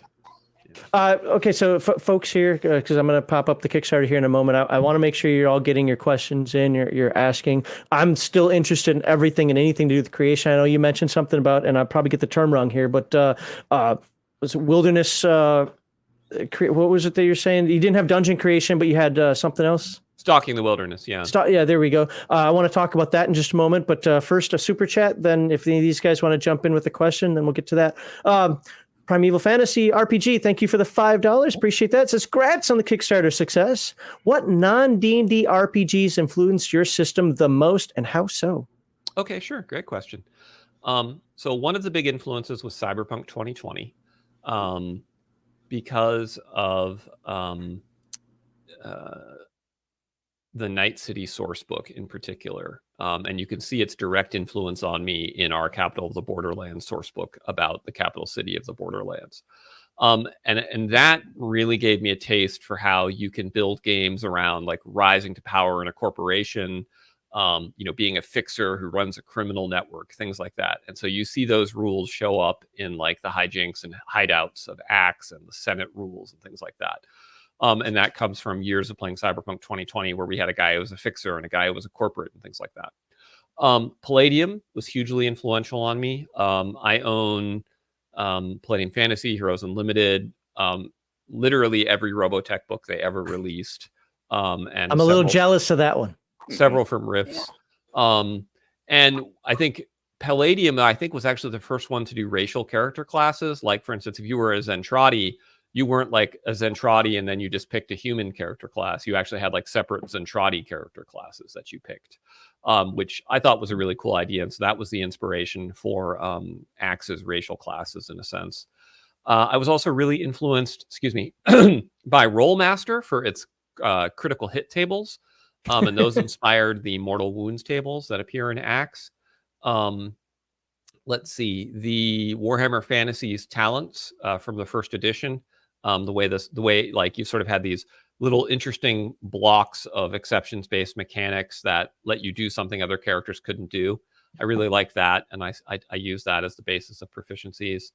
And then Ars Magica was another huge influence because of its rules for long-term play, where essentially you start off with a stronghold and you do magic research and you make magic items, et cetera, and how they gave so much thought to making sure that you could have that while also still fitting into this mythical Europe where it still felt like real medieval Europe, and that was a big inspiration. And I guess the last one is RuneQuest / Elric.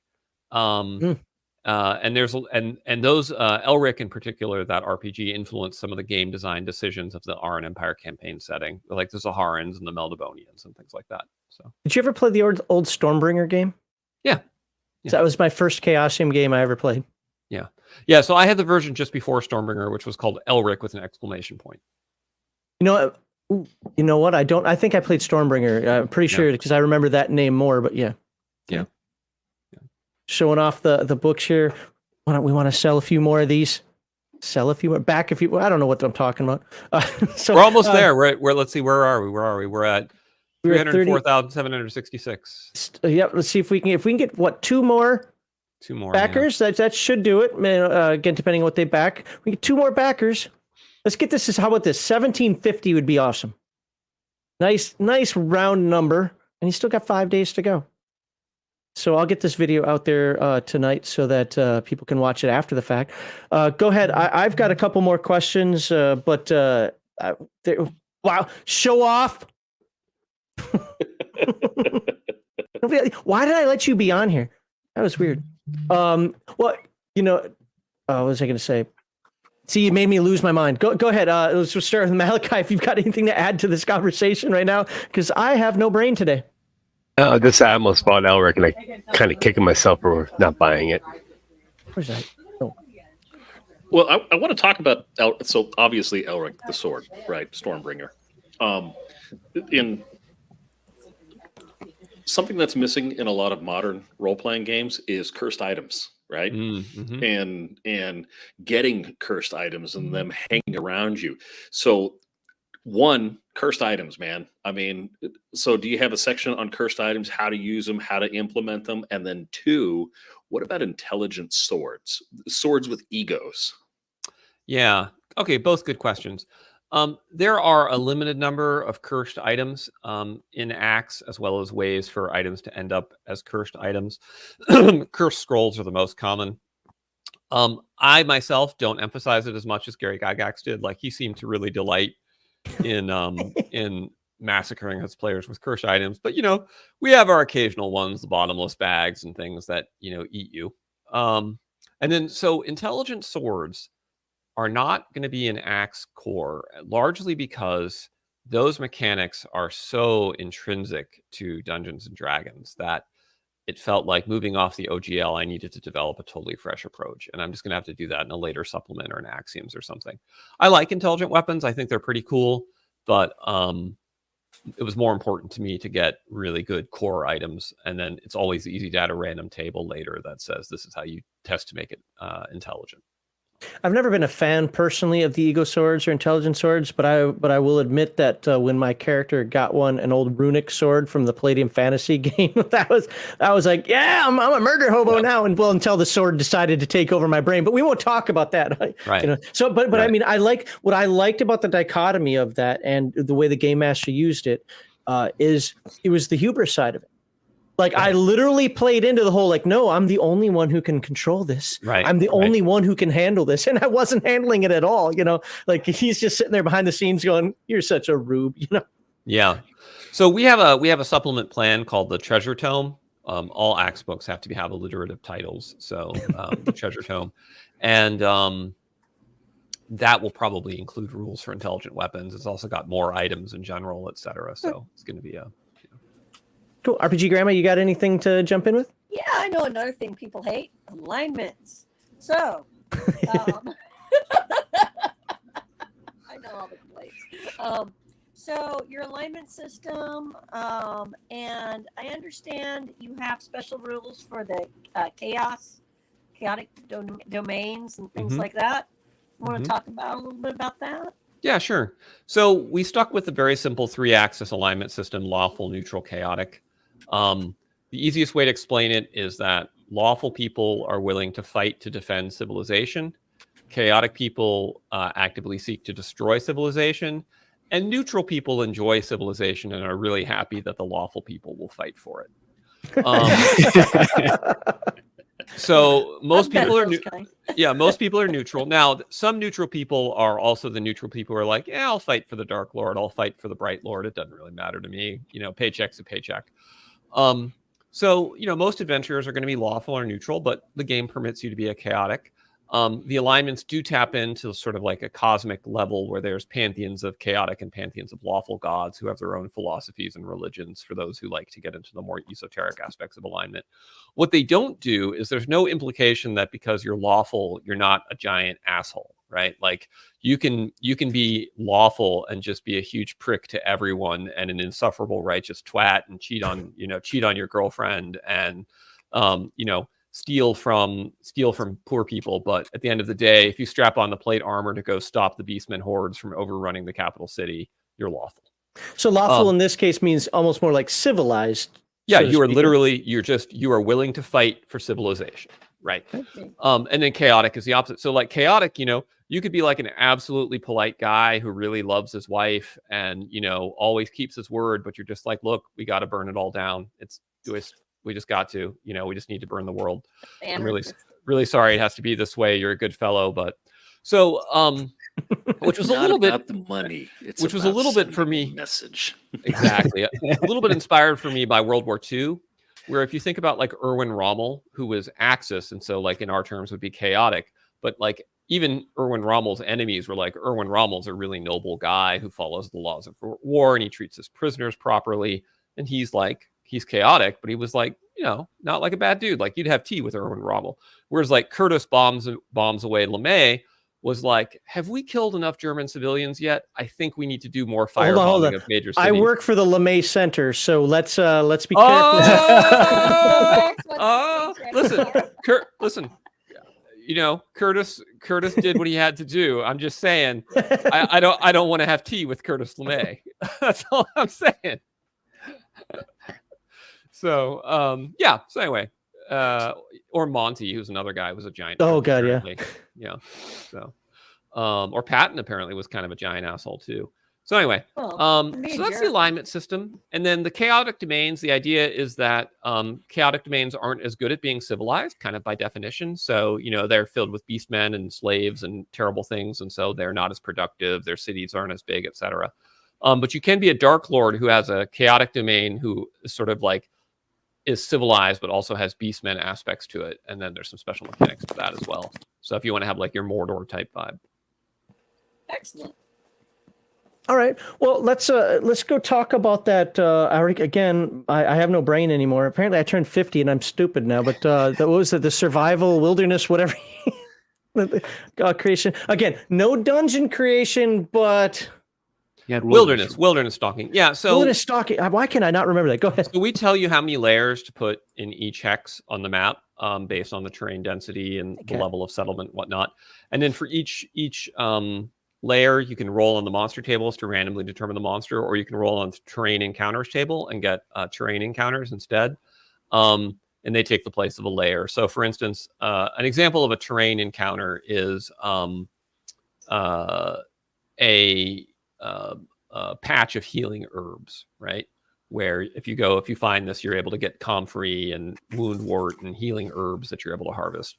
Or another terrain encounter would be, sometimes they're really cool. Like we had one terrain encounter, which was an elven, a great elven tree. And at the top of it, there was a throne. And if you scaled the tree and you got to the throne, then you were able to use scrying anywhere in the forest, right? That's like pretty cool. And that was a randomly generated, unique terrain encounter.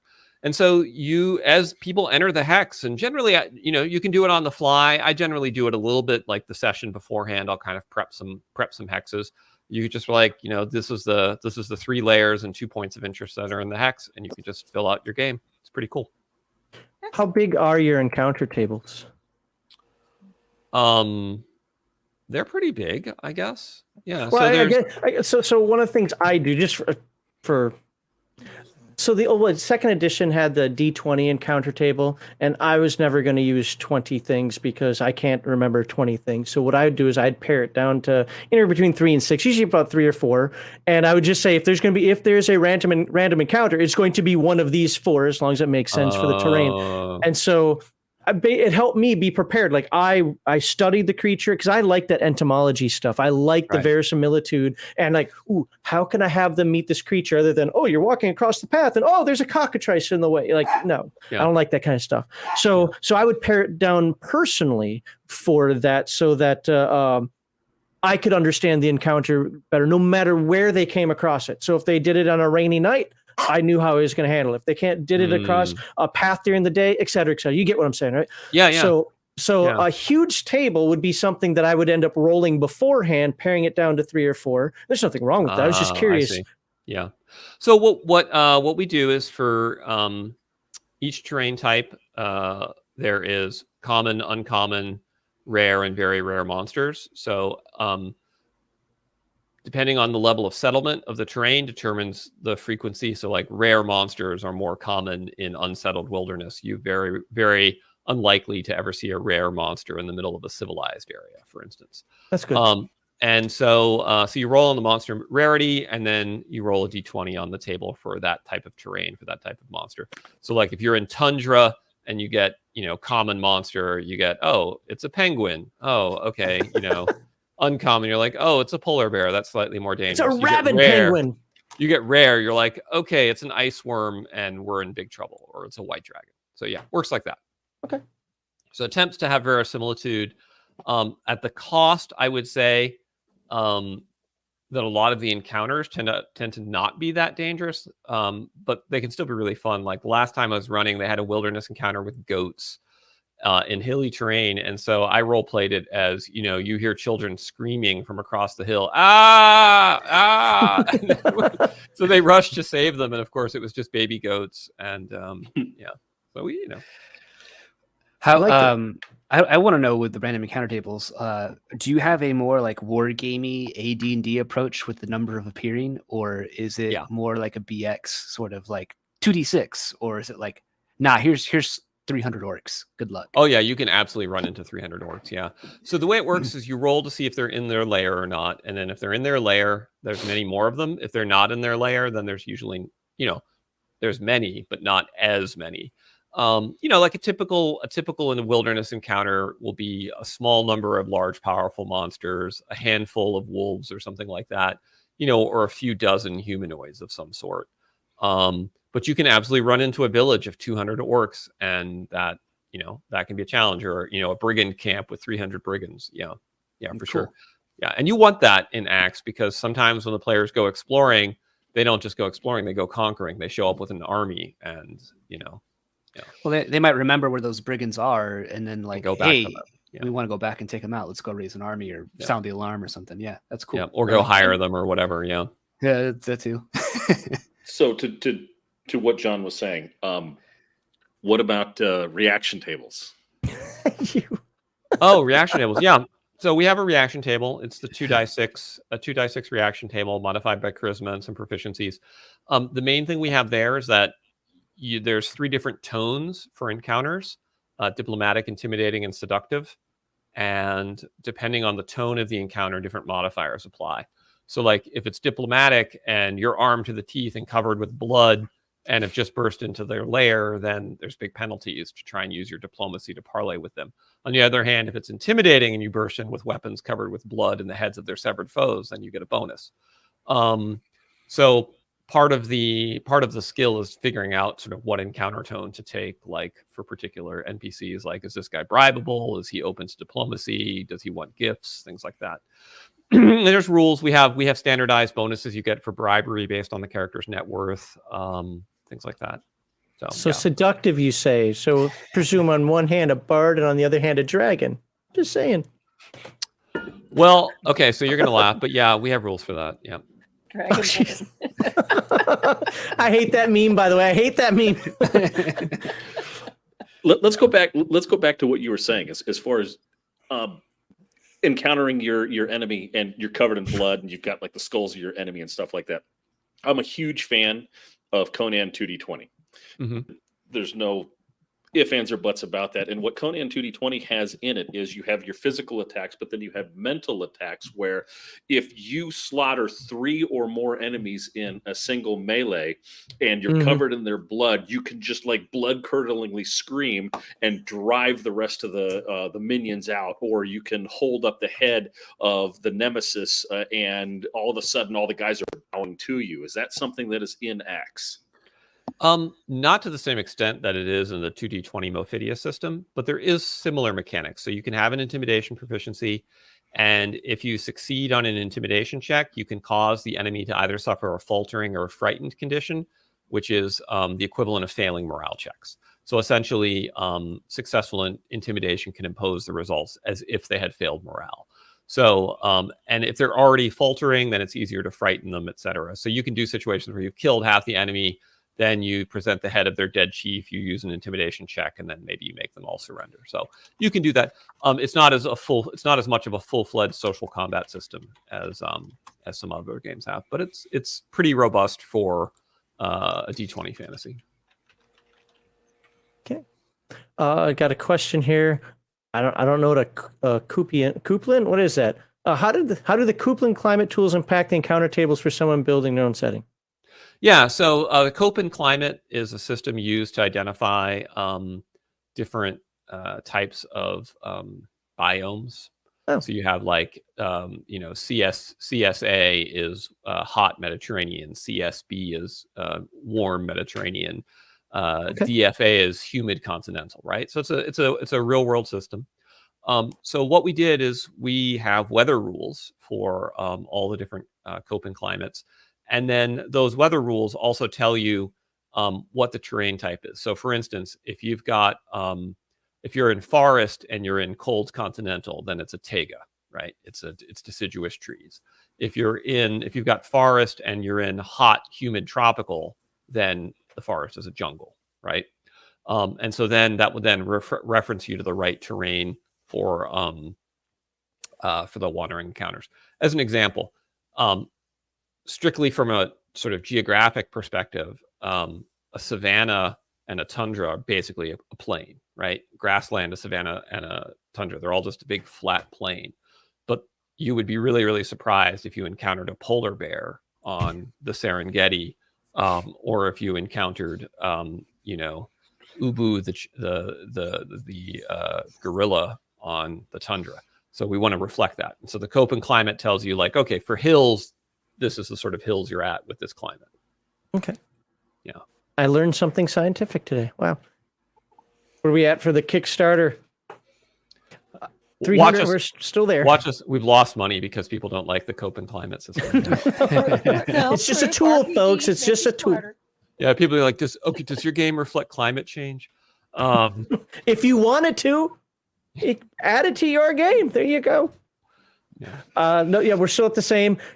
All we need is $244, and you can save a child from the tundra or the Serengeti with a polar bear in it. You can do that right now. I wish I could do a Sally Struthers. When he says save a child, he means it. Malachi will release him from the van. Oh God! Just 10 easy payments of $19.99. Right. Oh my God. I need to have like a fly come and land on my face as we're talking, right? Like those old ads. There you go. Really Look all sad, sad. sad music plays in the background. Well, I think what helped my Kickstarter reach its goals, we said, we need to have the rain come. So like we need each pledge was like a sacrifice victim. So it's like we need more. Oh, we need more. Awesome. We need more for the rain to happen because we need it to rain. So there you go. You could do something like that. Did you? Alexander needs a new 747. People, come on. I don't even have an old 747. I forgot what I was going to ask now. I know someone who has a G5, but he doesn't let me fly on it. Well, then how well do you really know him? Yeah. Right. He just lets you fly the G4. Yeah, right. Is there anything? Because you got 500 pages in the first book, 400 in the second. Did you say 300 in the third? No, it's 600, 500, 400. Oh, my bad. See, I've been quoting it wrong the entire time. Okay, 600. I'm sorry, it's 100 pages off there. When you type them, that matters. What haven't we talked about yet? What is something that we can impress people with, knowledge that's within any three of those books? I don't care which one, in terms of something that is expanded upon, that's interesting, that you see that you're not asked about enough, that it just seems that nobody quite picks up on. One thing I think is pretty fun is in the Judge's Journal, we have rules for constructing your sort of starting city for your settlement for the judge, and with like kind of a pre-generated Tower of Knowledge, pre-generated Merchant's Guild, etc., that you can just plug right in, and so you don't have to sit around and think about like what should be in this town of this given size, like how many wizards should be. It's like, we've just done it for you. Here you go. And we also have a dynamic building generation system so that you can just kind of if they just want to randomly roll the city streets, you can randomly roll what buildings they come in, what they look like, who lives there. There's random encounters for the cities, which are pretty fun. So the zero prep crowd will kind of like that. I personally use it to build out the cities before people play, but zero prep guys also like to use those. See, I'm in the middle of the zero prep and the we'll just say the pre prep. Like, if I expect you to go there or I want you to go there, I'll have it somewhat planned out. But then they'll be like, we want to go to the second most seedy bar, not the one that's at the docks, but the one that's, dude, right. So Right, exactly. And then let's see, we got rules for transformations, which is pretty neat. So like a lot of times, hey, my character got turned into a werewolf. What does that mean? Or my character has been permanently transformed into a Tyrannosaurus Rex. Can I still level up? we have rules for that, which is pretty fun. Look at that, folks. It's a trans-friendly game. Oh my God, we went Dinosaur there. Okay. Can't go wrong with that. Dinosaur Listen, my game is friendly to everyone who desires to crush their enemies and see them driven before them. All right. Exactly. Lamentations are optional, but but it's friendly. Well, Crafty, how do you feel about that? Optional lamentations. No, they can't be optional. I mean, but again, lamentations. I mean, as long as there's lamentations, it could be men, it could be women. Yeah. I mean, exactly. It's 2023. The lamentations of the birthing persons. Yes. I mean, there's lamentations of the Redditors is probably oh yeah, you were banned from there. Yeah. I don't use Reddit, so all that kind of goes over my head. Go ahead, RPG Grandma. What was that?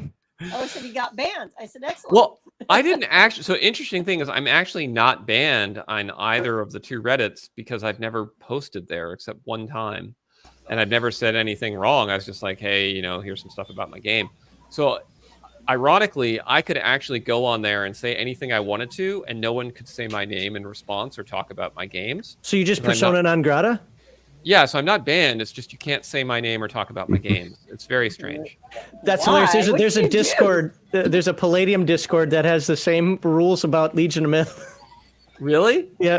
Oh no. Oh my But you love Palladium. Why would they do that to you?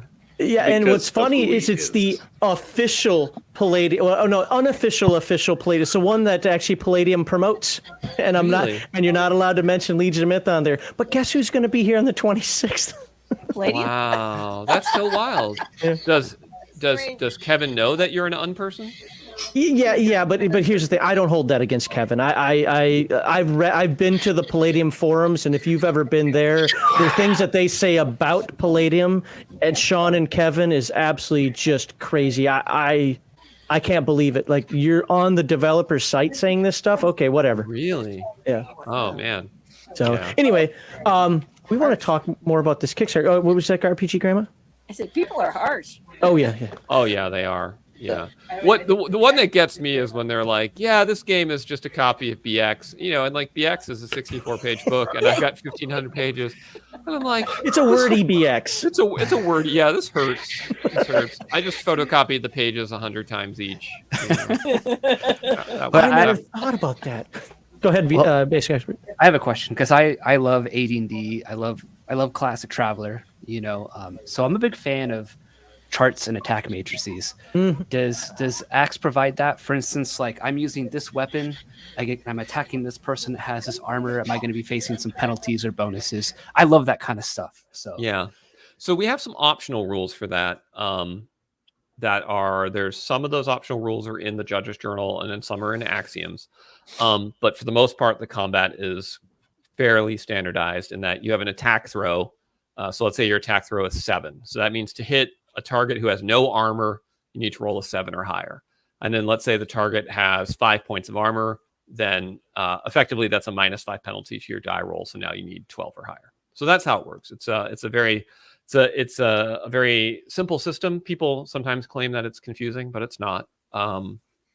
It's just they're used to thinking about things differently. Oh, well, what's my attack bonus? Like, well, you don't have an attack bonus. You have a target value that you need to hit with your weapons. But that's what, Traveler had target value to hit with your weapons. Car Wars had a target value to hit with your weapons. Like, it's a very... So you're just using a different term for the same thing. Yeah. How are those target values determined? Like, if the Jaguar warrior of the Aztec Empire was trying to strike the pizza wizard with his macuhito, how does that work? By class and level. So like depending on your class and your level will give you your base attack throw. Then it can be modified by your strength. It can be modified by proficiency. So like it can be modified by your fighting style. Like if you're fighting with 2 weapons, you get a bonus. You know, if you, for instance, if you really like pizza and the guy is a pizza wizard, you might get a bonus to hit him. Depends if you have that proficiency. Yeah. Don't! Oh, for the love of God, It all don't do depends that. on whether or not. It all depends on if he's in his pizza house lair, right? Yeah. Yeah, so for instance, like there's the goblin slaying proficiency, which gives you a bonus to kill beastmen. So presumably there's the pizza eating proficiency, which gives you a bonus to kill pizza wizards. You know. It's in the downtown Abbey of Thelema. Yeah. I haven't fleshed that part of the game out as fully yet, but there's still a few weeks, you know. All right. Oh my God. I hate Crafty. I'm just saying that for the record. I hate Crafty. Terrible. Listen, I'm like agree and amplify. I'm in. There you go. I broke character. You finally did it. You finally got me to break character. So I can totally mesh skate wizards with this thing. Awesome. Skate wizards, absolutely. Yeah. Yeah, we have rules for wheeled vehicles and whether they function in mud or not and the type of road. So yeah, you could absolutely do a skate wizard. So the last question I had actually goes back to something else, something we talked about last week, and I've had this on my mind, partially because a couple of people asked me what the difference was. Now, I can get it on a general level, but I'd like to go in a little bit of specificity here. You mentioned that almost every system in the game has, we'll call it a crunch and then an abstract. Mm-hmm. Can you give us a couple of different examples of how of completely different systems of where there's crunch and then there's abstract, and so how people can kind of mix and match and pick and choose what they want to do in their games? Yeah, so there's four places where it's really visible. So first, the economic side, the mercantile transactions. If you want to, you can literally build your caravan out with the number of wagons, the wagon drivers, the mercenaries.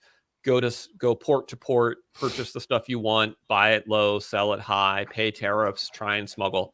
You do all of that. Or you can just say, I'm investing 10,000 gold pieces into a caravan from A to B, and you use the abstract investment rules.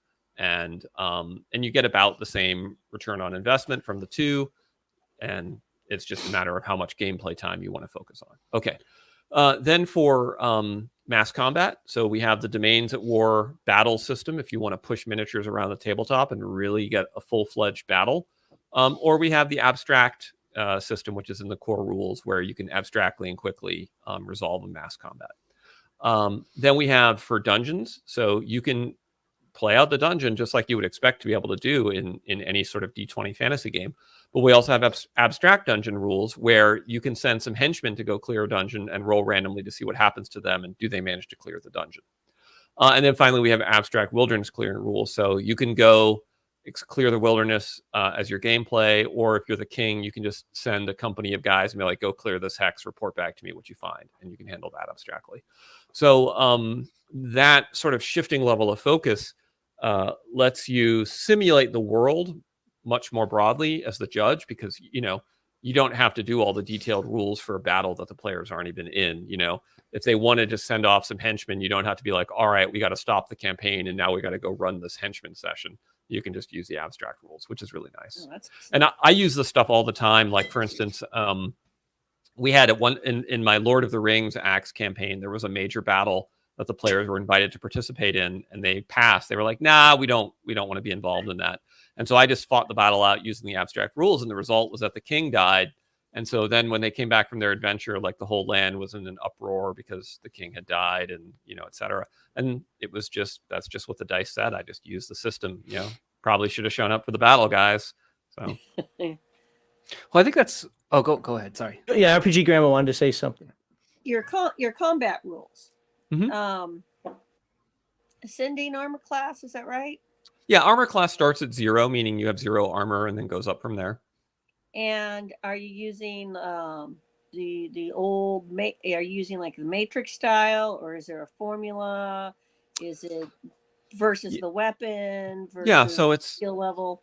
At first level, your target is 10 plus to hit a person without any armor, and then the armor is basically a penalty on the die roll. So if I'm first level, I need a 10 or higher, but you're in chainmail with armor class 4, so now I need a 14 or higher, right? So it's very, and then there's lots of ways you can modify that. You get flanking bonuses. You can get bonuses for being on elevated above them. You can have penalties for cover. People with shields can go on full defense to increase their armor class. Certain attacks allow you to ignore armor class. Like if you try to wrestle someone, you can ignore their plate armor, things like that. But it won't be unrecognizable to anybody who's familiar with 1980s RPGs. The main difference from other games of its ilk is the cleaving mechanic and the sweep attack mechanic. The cleaving mechanic says that when you kill a target, you get to attack again, up to a number of times equal to your level. So if you're a 14th level fighter, you could wipe out 15 characters per round and just massacre them. So that lets you be Achilles in book 30 of the Iliad, where he's just massacring the Trojans from his chariot. And then sweep attacks. So like, let's say you're a giant and you do 4d8 damage, right? So 4 to 32 points of damage. And you're up against ordinary humans that have 4 hit points each, right? So it's huge overkill. You can do a sweep attack and you pick a number of targets in front of you. And then what happens is the damage that you rolled in to hit them, and then the damage is divided by the number of targets you tried to hit. So like, let's say, so instead of doing 4d8 to one guy, I do 1d8 to 4 targets, for instance. So those are sweep attacks.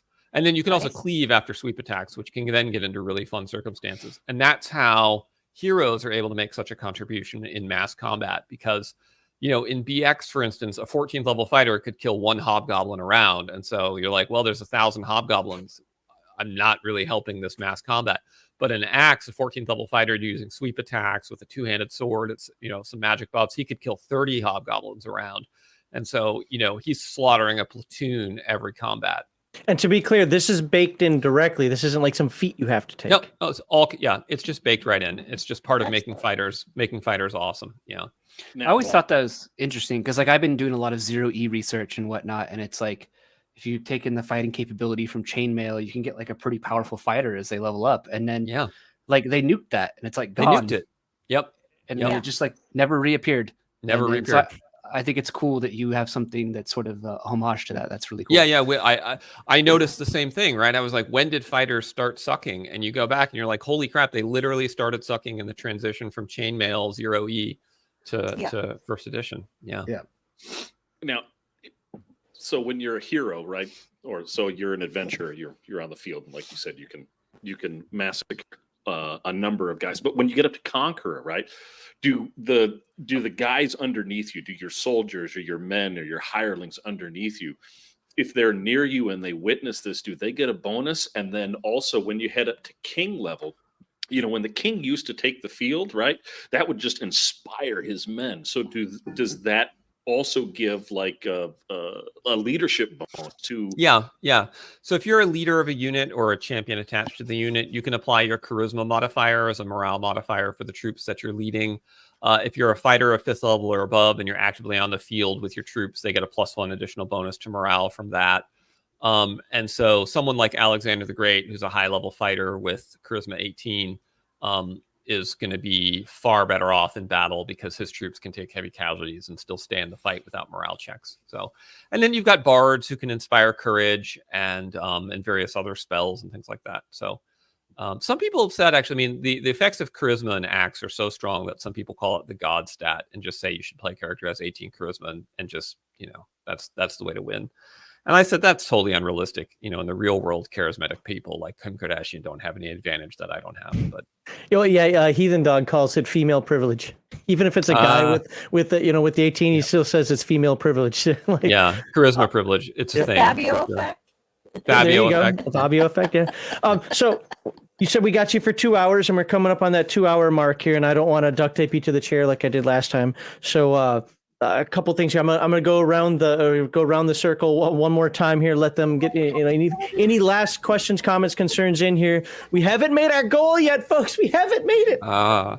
We can do this. It's okay. But I want to thank you for 2 things. First of all, for being here the first time and the second time. I really do appreciate that. I also want to thank you for putting the Basic Experts and my video up there on your on your Kickstarter, to promote this. That's absolutely, I hate using this word because it feels weird, but it was an honor. I absolutely appreciated that. So thank you for that.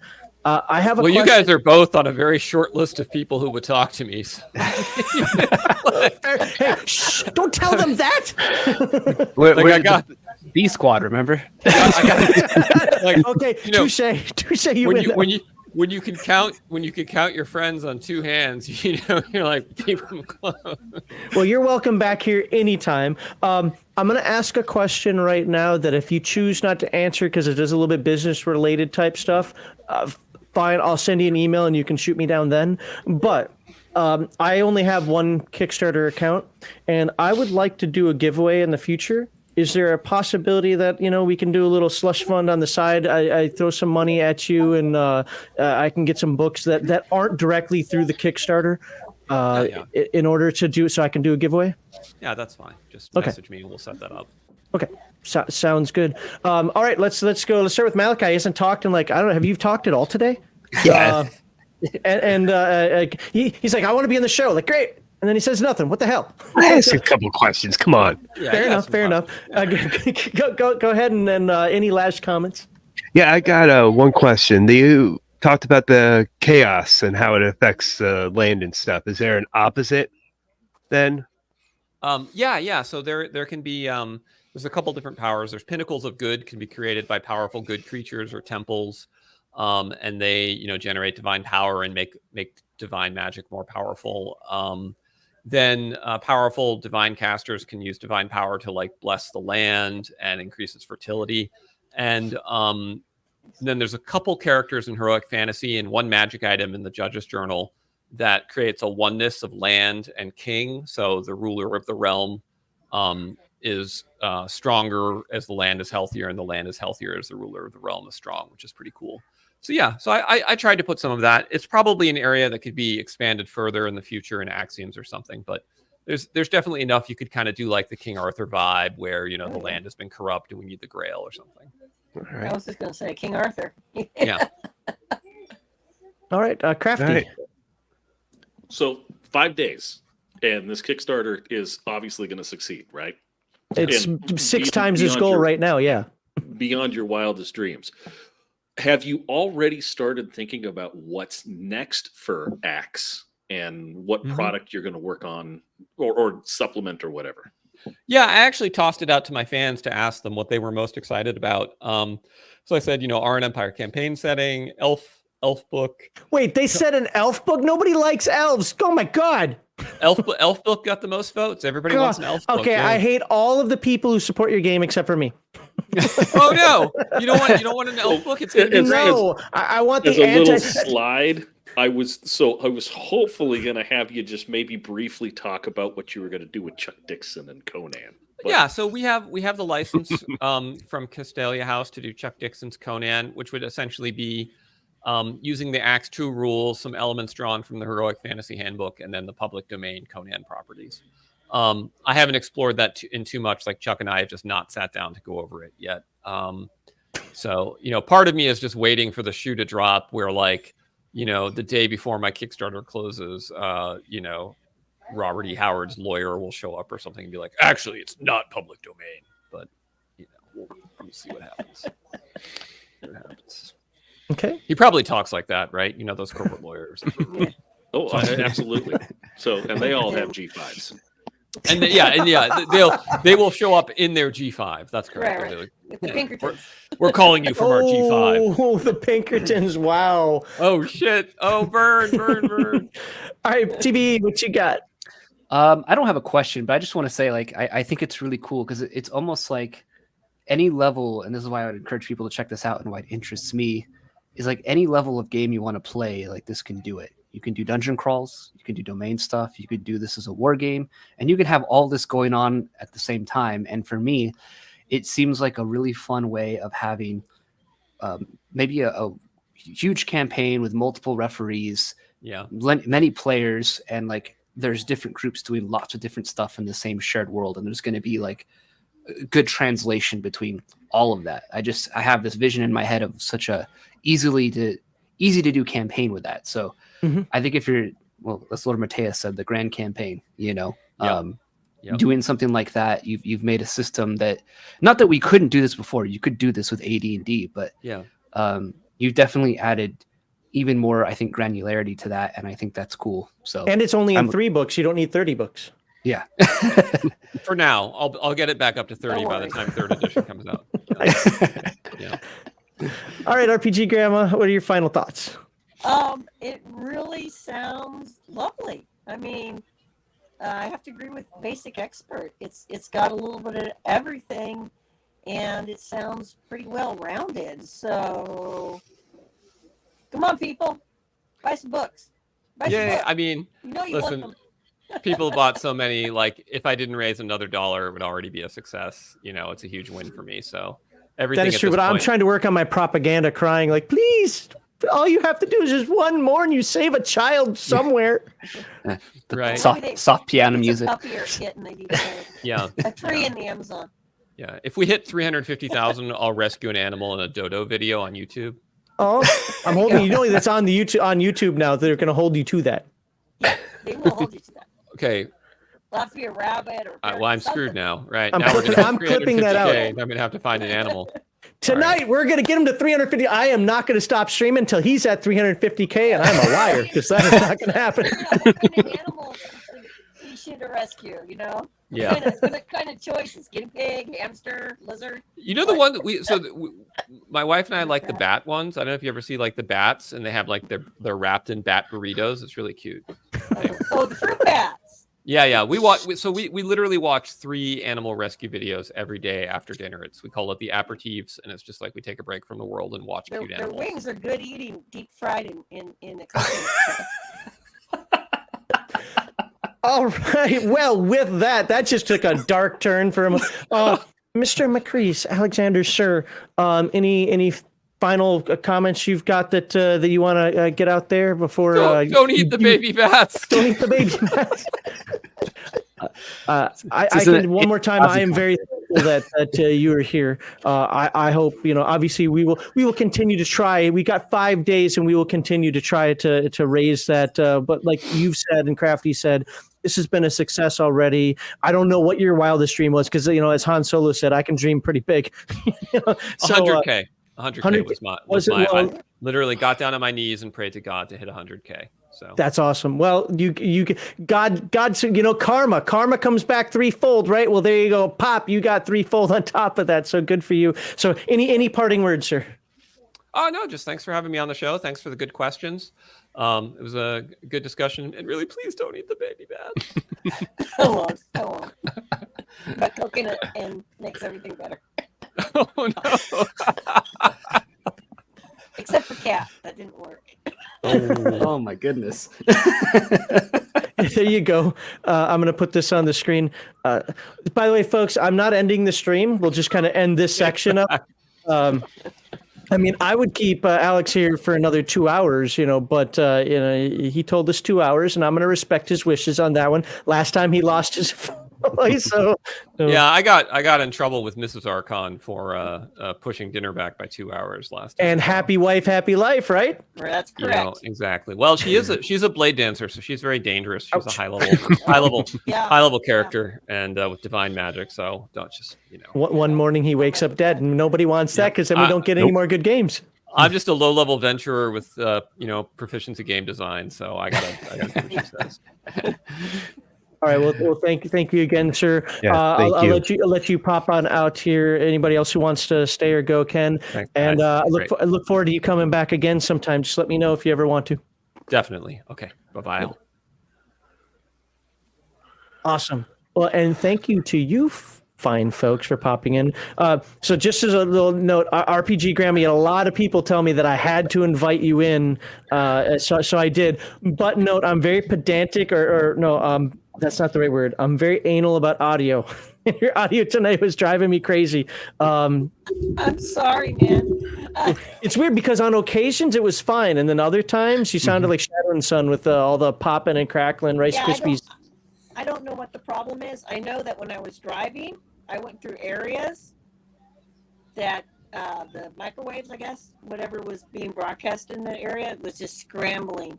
You guys sounded like chipmunks on cocaine or something. I mean, That's just how it sounds. Yeah, I was gonna say that's have you not Chipmunks watched on my Cocaine, a new source book for TMNT coming next year from Max Liao. Cocaine Owlbear. new cornfield. So, but I mean, and I was just like, and I would look around. I go, oh, the police station's down there, the fire department's things over there. So, there were some zones, but at the house, I don't know what's going on. It's, everything's contained in one unit here, unfortunately. My computer universe is an iPad. That's it. Everything's done through this iPad. That sounds like the Shadow and Son issue, because he did. Yeah. Well, he used to do everything through his tablet, and he would sound the same. What is it about iPads? My wife has an iPad. Why can't hers? I don't know. I don't use my tablet for anything. I'm an old school. Everything's cabled up, mega computer. I still use a full size tower case. I would be cool with that, but my laptop died, and I'm not slated for a new computer for a while.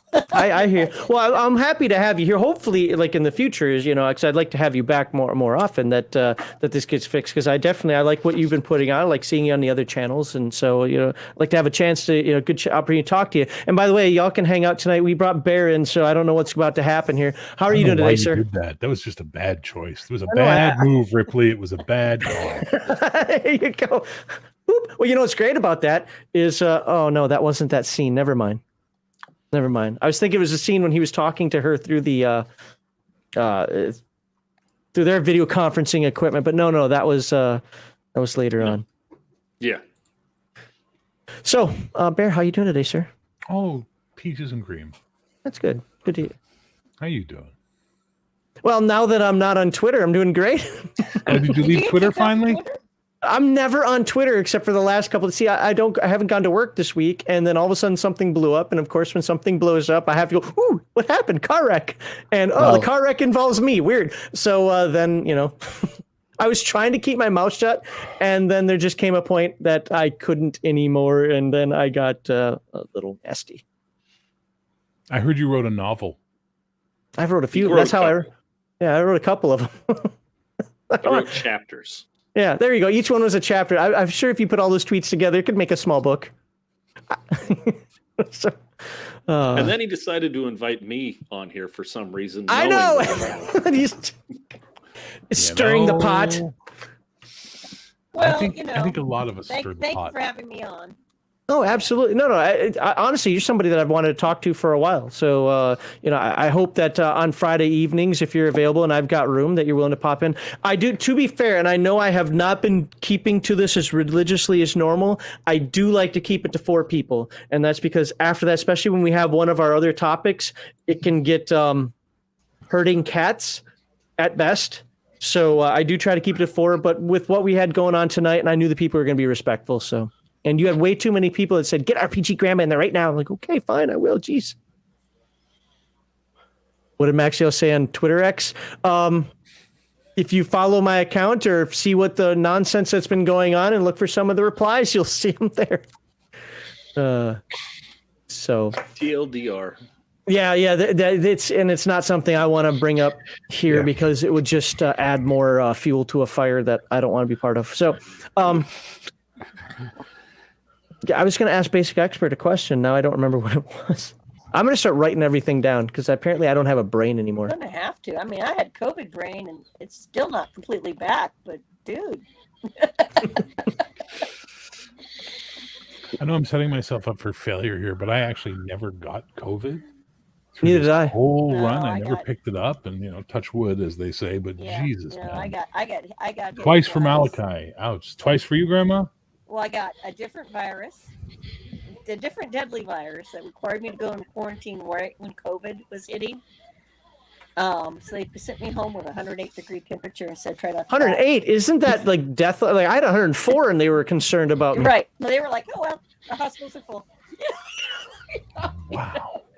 And I caught pneumonia with that, and that one did all kinds of bad things to my body. And then I got over that, and then I came back to work. And then as soon as they had us around other people who all had COVID, despite the shots. I did this. I did all the things that work required. Okay, guys, required. Still caught anyway. Straight into pneumonia again. So, yeah. If I had 108 temperature and I got pushed away, I would grab my firearm that is right here and shoot myself in the foot. So they had to do something. I probably lived because the other person, my husband in the house, is medical training, and some other people noticed that I disappeared from other, like they couldn't contact me when normally they could, and so they found out that I wasn't breathing well and stuff, and so they kind of, from South Korea, people from South Korea, they came and made suggestions on how to get my muscles working in my chest. So I'm probably alive today because of South Koreans. Well, as somebody who lived in South Korea for a year, good people. Yeah. So Lord Mateus wants Basic Expert to talk about his macaroni game. Makuhito. That one. Bless you. I'm not even gonna try to pronounce it because I will screw it up every time. Yeah, I need a Hooked on Phonics version of that one. Yeah, so that was successfully funded on Kickstarter. It wasn't as good as Mr. Macris's, but for me, doing a first timer on Kickstarter, it did well enough. I got 150% funded. It's an Aztec role-playing game, uses 0E rules, so white box D&D under the hood, but I do change a lot of stuff in it. So things like your character's zodiac sign, which is relevant. Like I use the Aztec zodiac affects your character. And like I said earlier, like you level up by capturing sacrifice victims and bringing them back. So it's a happy, positive game. Yes. Mesoamerican. Yeah, I didn't shy away from any of the uncomfortableness of that culture. I didn't feel like that would do the setting justice, the book justice. So I just leaned hard into it. So. Excellent. So Aztecs, is XP that? for hearts. Is it Aztecs? It's Aztecs, yes. Okay. Do you have an end game where everybody else sides with the Spanish to kill them? Is that like the end of a campaign where everybody else goes, "Fuck these guys, we're with you"? Yeah. I'm working on it. I'm working on a supplement for it called Espada de Conquista, which would be the Spanish arrival. Yeah. And I'm going to add extra classes like the Tlaxcala and the Zapotec and all that kind of stuff. The ones that did side the Spanish.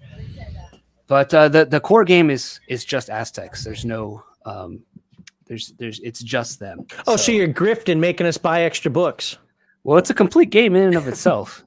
Look, here's my thinking about it, because I know some people were like, I want the conquistadors. It's like, that was 2 years. It took 2 years to conquer them. That's like not a lot of time.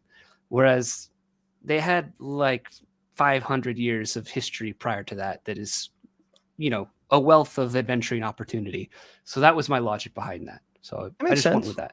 The surrounding cultures, the prehistory. I mean, there's so much going on there. And, everybody was doing blood and human sacrifice for like ever. So, yeah. Well, I'm inspired. I'm going to write the Olmec role-playing game, and I can just make up whatever the fuck I want because we know nothing about the Olmecs. I do reference the Olmec in it, and they're they're like the precursor people. You can find their ruins and stuff all over the place and try and find artifacts and stuff. So nice. Did you ever apparently? So Victor Gibson here, is that just Victor's sock puppet account? Yes. No, it's someone else. Victor Gorchov and Victor Gibson are two different people. I don't know. That seems a little too close there. But did you ever read the Cortez book about conquest? I have a couple of different books. I don't think I have that book, but I'm slowly collecting. Like I'm in the research phase for that right now, because I want to make sure that I do it justice. Because this Makuhito took 2 years, to put together. I've been working on it for 2 years, so I don't know how long it's going to take, but it's going to be probably as long. But I want to make sure I do it right, like I hopefully did Makuhito right. Sounds good. Does ACKS have goblins, and does it support goblin rights? Well, it probably has goblins, my guess, because it's a D&D clone. Does it support goblin rights? The right to kill them. Mm-hmm. I have a shirt on my Redbubble page that says the only good goblin is a dead goblin. You should go buy that. Look up Legion of Myth on Redbubble. It's a shirt you can get. I don't watch much anime, but Goblin Slayer was absolutely right. Just wipe them all out. So, and female, children, that anime, I don't get into anime, but that anime had the absolute right buildup. It didn't need to be grotesque every single episode. It was grotesque right up front, and it was grotesque enough for you to go, oh, they're the bad guys. Yeah. Wipe them out, all of them. There. So when people are like, you shouldn't get graphic like that. No, there are absolutely times when you can get graphic like that. You just don't need to do it every single session. Exactly. You're right. I guess unless it's a Makuhito game. But Well, yeah, that's because the nature of the game, man. Well, you know what you're getting. You know what you're getting there. Depth pyramids and, people wearing skins and pulling hearts out of people's chests and whatnot. Victor says, oh, I'm not going to be on the Friday stream anymore. People get poo-poo about me when I'm on the Friday stream. But then he sits in the freaking peanut gallery and shouts shit out. he's usually on the receiving end, so he wants to be on the other side. Fair I enough. just want to know why when I get up to take a bio break, then you guys start talking about Goblin Slayer. What the hell, man? What did I do to you? Wait, is that a good thing or a bad thing to talk about Goblin Slayer? I'm obsessed with Goblin Slayer. Oh, okay. Like, I- obsessed. In full disclosure, I've never watched it. You Really? should. It's really You good. should. Yeah. Okay. And the manga is actually it's the only manga I've read. If you keep saying that, I'm going to have to kick you off the stream because my wife will beat me for you Right. saying that. Right. It's the only manga. No, she's Forgive me the fuck Japanese for and she speaking gets really English. angry every time Heathen Dog can't say anything right, and I get beat up for it. Oh, really? You get beat up? Yes. Manga, manga, manga, manga, manga, manga, manga. Hey, Max, have you learned to say welcome in Japanese? Well, like as in irashimase or welcome. you're so- welcome? Yeah, Doitashimashite? Yes. Yeah. Well, so I took 3 semesters of Japanese and I remember like 5 words. Well, that's, yeah. It's Trick to weird. saying It's weird. that. I speak more French and Russian than I do Japanese, and I'm married to a Japanese woman. It took 3 semesters of Japanese in school. So, anyway. I ended up there in months with, French to speak no there, word. son. That was fun. Oh, somebody. Okay. Oh, really? Shall I get my copy off the shelf, sir? Yeah. Mm. Fine, So- I will. This is a chunky boy, man. It's a chunky Wow. boy. Hey, look at that. That is a big book. Let me respond to this. So, Paul, thank you very much for the super chat. I don't know if you're watching on delay or what, but Alex is unfortunately gone at this point.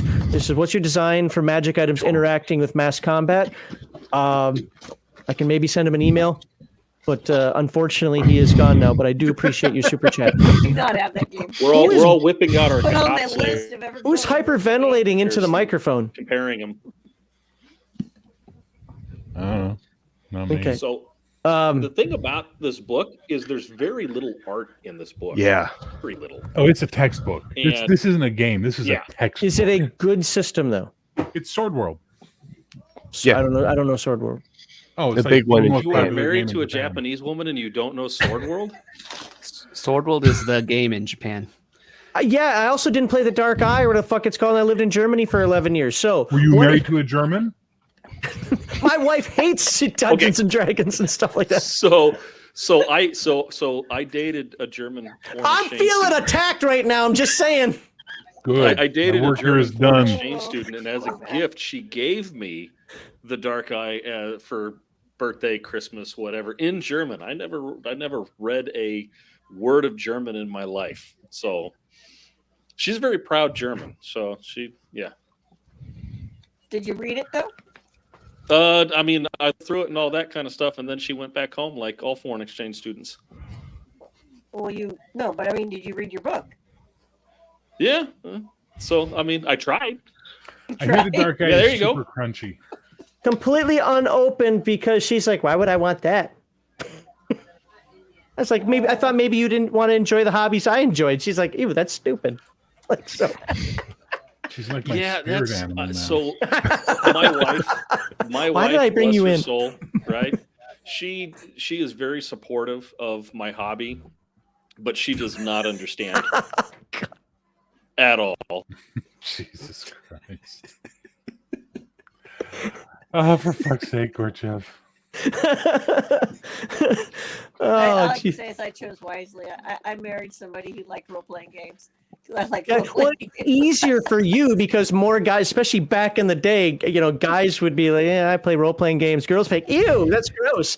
It's a little different now, but I tell you what, though, the one thing that it's my not wife as easy as knows, you though, think, man. is my wife knows, like, she almost to a T, the lineage of kings and queens and princes and dukes, like back from like Charlemagne's time all the way up until the present. So she's like an encyclopedia with that stuff, and that actually meshes up, obviously, with tabletop role playing and stuff like that. But yeah, so I don't play at the house, because if I play at the house, she's in the background just like laughing and snickering. that's not true. That didn't really happen.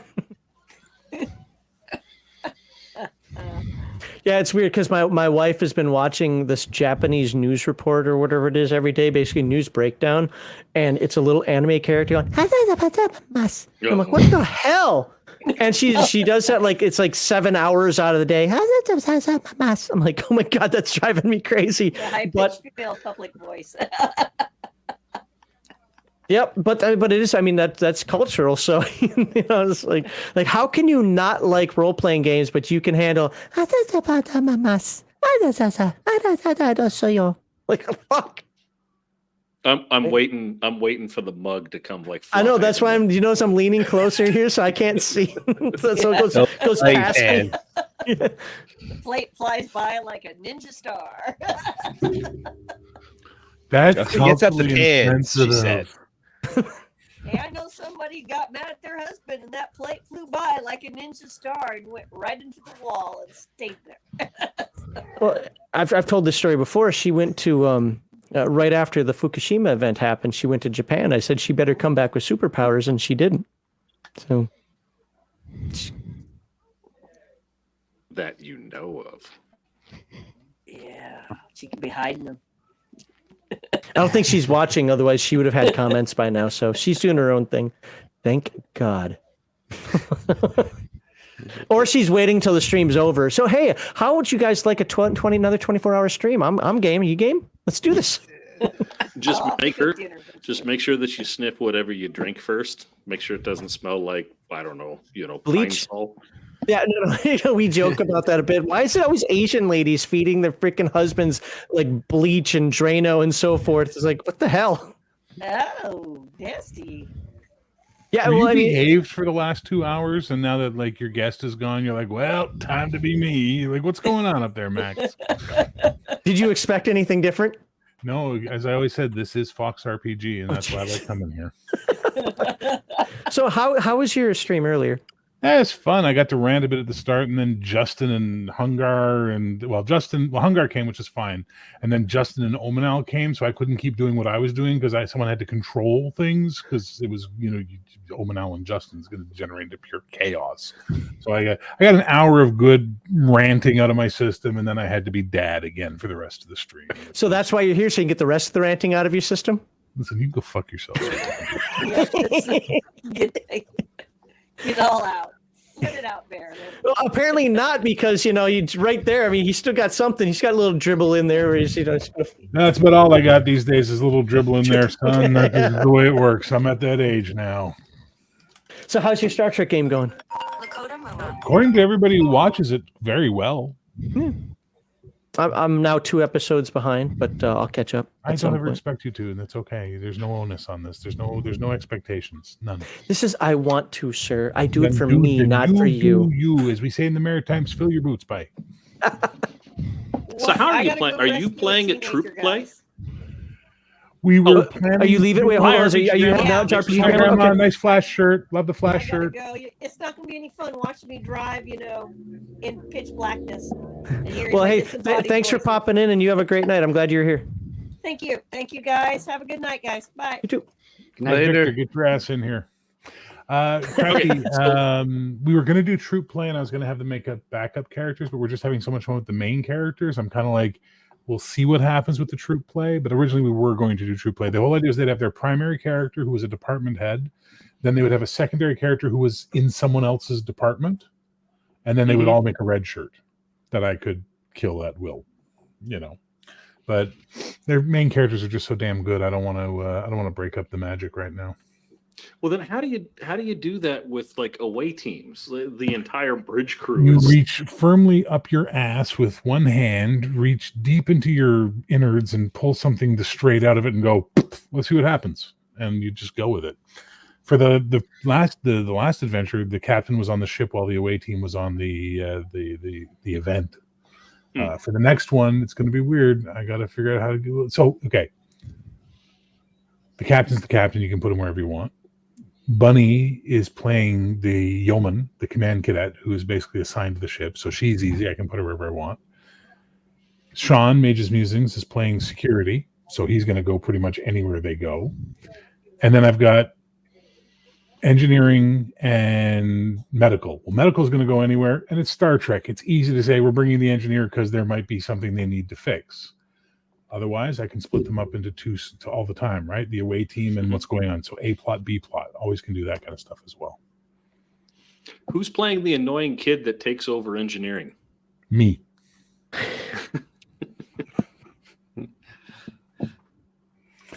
Ensign Red Shirtington. I love that guy.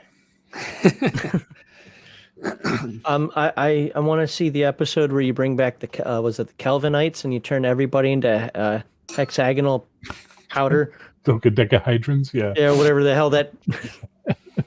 That when I was a kid, that episode was one of the ones that creeped me out. I had nightmares over that episode as a kid because. I don't know what it was. That one, and there was this Wonder Woman episode where I think they're robots. I don't even remember. They robots with her, and they put this little knob on your head, and I think they like sucked your brain out or some shit. I don't remember what it was, but I remember I had fucking nightmares on that for like a week, and I don't know why.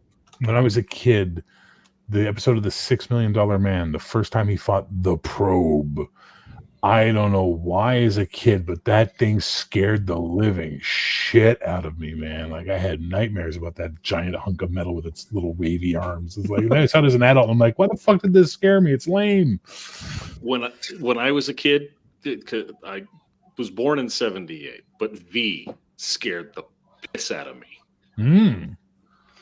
For me, the end of the Superman movie with Richard Pryor. Yeah, where they're when she gets turned into the robot. Oh, yeah. Okay. That freaked me out. All right, man who wrote a game about slaveries and decapitations. What was the scariest thing for you as a kid, sir? Well, I'm younger than all of you. But so when I was a kid, rub it in, Dick. When I was a kid, for some reason, this is 1993 when it came out. I somehow saw Fire in the Sky. Oh, dude. Oh, yeah. And I was I was very little. I was born in 87. So, I don't know. For some reason, that just like I have vivid memories of like alien dreams and stuff like that. Yeah. So for me, the thing in Fire in the Sky is always when they find him in the gas station and he's like staring out the window, freaking out, and you just see the 3 grease dots of like the fingerprint of an alien on the wall, on the glass. I'm like, yeah, that made my skin crawl when I saw it in the theater. I was like, no. Good. Well, thank you, no. And then just when he's on the ship and you see his experience on it, I was just like that like traumatized me as a kid. So have you ever seen any of the Travis Walton interviews? No. You should, because he hates that movie, because all the stuff that happened on the ship, he's like, that's not what happened. They totally Hollywooded it to make it scary and stuff. He goes, because what actually happened is like fucking gonzo weird. Like I can see why they didn't do it in the movie, because the audience have been like, yeah, please, check, please. I just had the soup. Like, There was a show called Paranormal Witness, I think. I remember that. Yeah, there was an episode about his, and it is really weird, especially the end of it, where he's like talking to a guy in like an astronaut suit, like a human. Yeah. Oh no, read the book. If you ever get a chance, read his book. It's really good. You know, and one of the things that makes him very believable is that his story has really not changed over the years. Yeah. Like a lot of these guys, their story changes as they go on. Phil Schneider was like that. Phil Schneider was the guy that did the deep underground military bases, the Dulce War and all that. His story would change. Yeah, his story would change and expand as time went on. And you can almost trace where he picked up bits of his story from other people and add them to his story. But Travis Walton's story has been pretty straightforward all the way through. Do you remember in the 80s when everybody believed Frank Dukes? Believe what? Sport? Oh yeah. Everybody Kumite. believed that. but Everybody, that oh was my the God, era there's this of fighting the, tournament, the Kumite. He ran away from the military and to go fight. Yeah, he was on special forces. Wait, like as in he was a real person? You know, Frank Yeah. Dukes, the story of Bloodsport Frank Dukes supposed is to a be real Frank person. Dukes' story, but it's bullshit. He made it all up. Mhm. But all the there's karate and another kung fu one. magazines were acting like it was gospel truth at the time, you know. But those were the same He places was where in you could order Soldier books of on how to be a ninja. Fortune and That is true, yeah. It's a cool girl. And there was the Black Dragon martial arts school with the guy with the epic 70s beard who's going to teach you Dimak, the touch of death. Count Yes. Count Dante. Count Dante, that was the dude, man. Come and on. then Well, how hey. his master's son died, and so he was going to take over, and like in the span of just a couple of years, he learned all of this martial arts stuff. And taught him like Well, the 5 finger. The good death news punch or is something today like we have Master Ken and Ameridote. So Dude, Ameridote is the shit, dude. I love that. yes. Though he's getting a little And- weird lately. He's been getting a lot of like just weird Instagram models on there and stuff. And it's just been kind of like, can you go back to when you were just doing shit to the guy and then kicking him in the nuts after? That was awesome. Right? What's up? Why are you staring at me? It's creepy. I can feel it when you stare at me, you weird cat. Well, And Mr. Max Count Dante. Boivin, it degenerated into talking about 70s martial arts bullshit. So how do you like them apples? Touch of death. Well, Mr. Max, we actually talked about Star Trek, and now we're talking about movies. So there you go. We've hit the double. I was going to say the trifecta, the bifecta. I'm sure there's other movies that scared me, but for some reason, Fire in the Sky is always stuck with me up until even adulthood. So Hey! I just want to let everybody know, thanks to some awesome people here, and I'm going to show this before boom, we made it, 305,000. So thank you very much. And like I said, I'm not going to lie. Now we need 306,000. But no, I appreciate that. I'm sure Alexander Macris appreciate that. We have 5 days to go. I would absolutely, because they say the last 48 hours is when first 48 and last 48 is really when Kickstarters do their best. I would love to see this hit 350K. I don't even know if he's got a stretch goal there. I don't even care if he has a stretch goal there. And I absolutely am impressed. It's funny, the 2 Kickstarters that I'm promoting right now, because, well, 1, I'm getting them, and 2, the people are on the show. I really am enthralled with. These books look absolutely amazing, and I mean that. Like, I will be happy to have these things as long as they're not made like Modifius books or Free League color books that fall apart in your hand. So it's good, some good stuff. I really like this, and I'm happy. The game seems to have everything you could ever want. Well, did you think of this one thing? Yes, he did think of that one thing. It's in there. You'll have it. And if you don't want to use it, that's why I asked him about the question today about tell us about your abstract and then tell us about your granular. And he gave us 4 different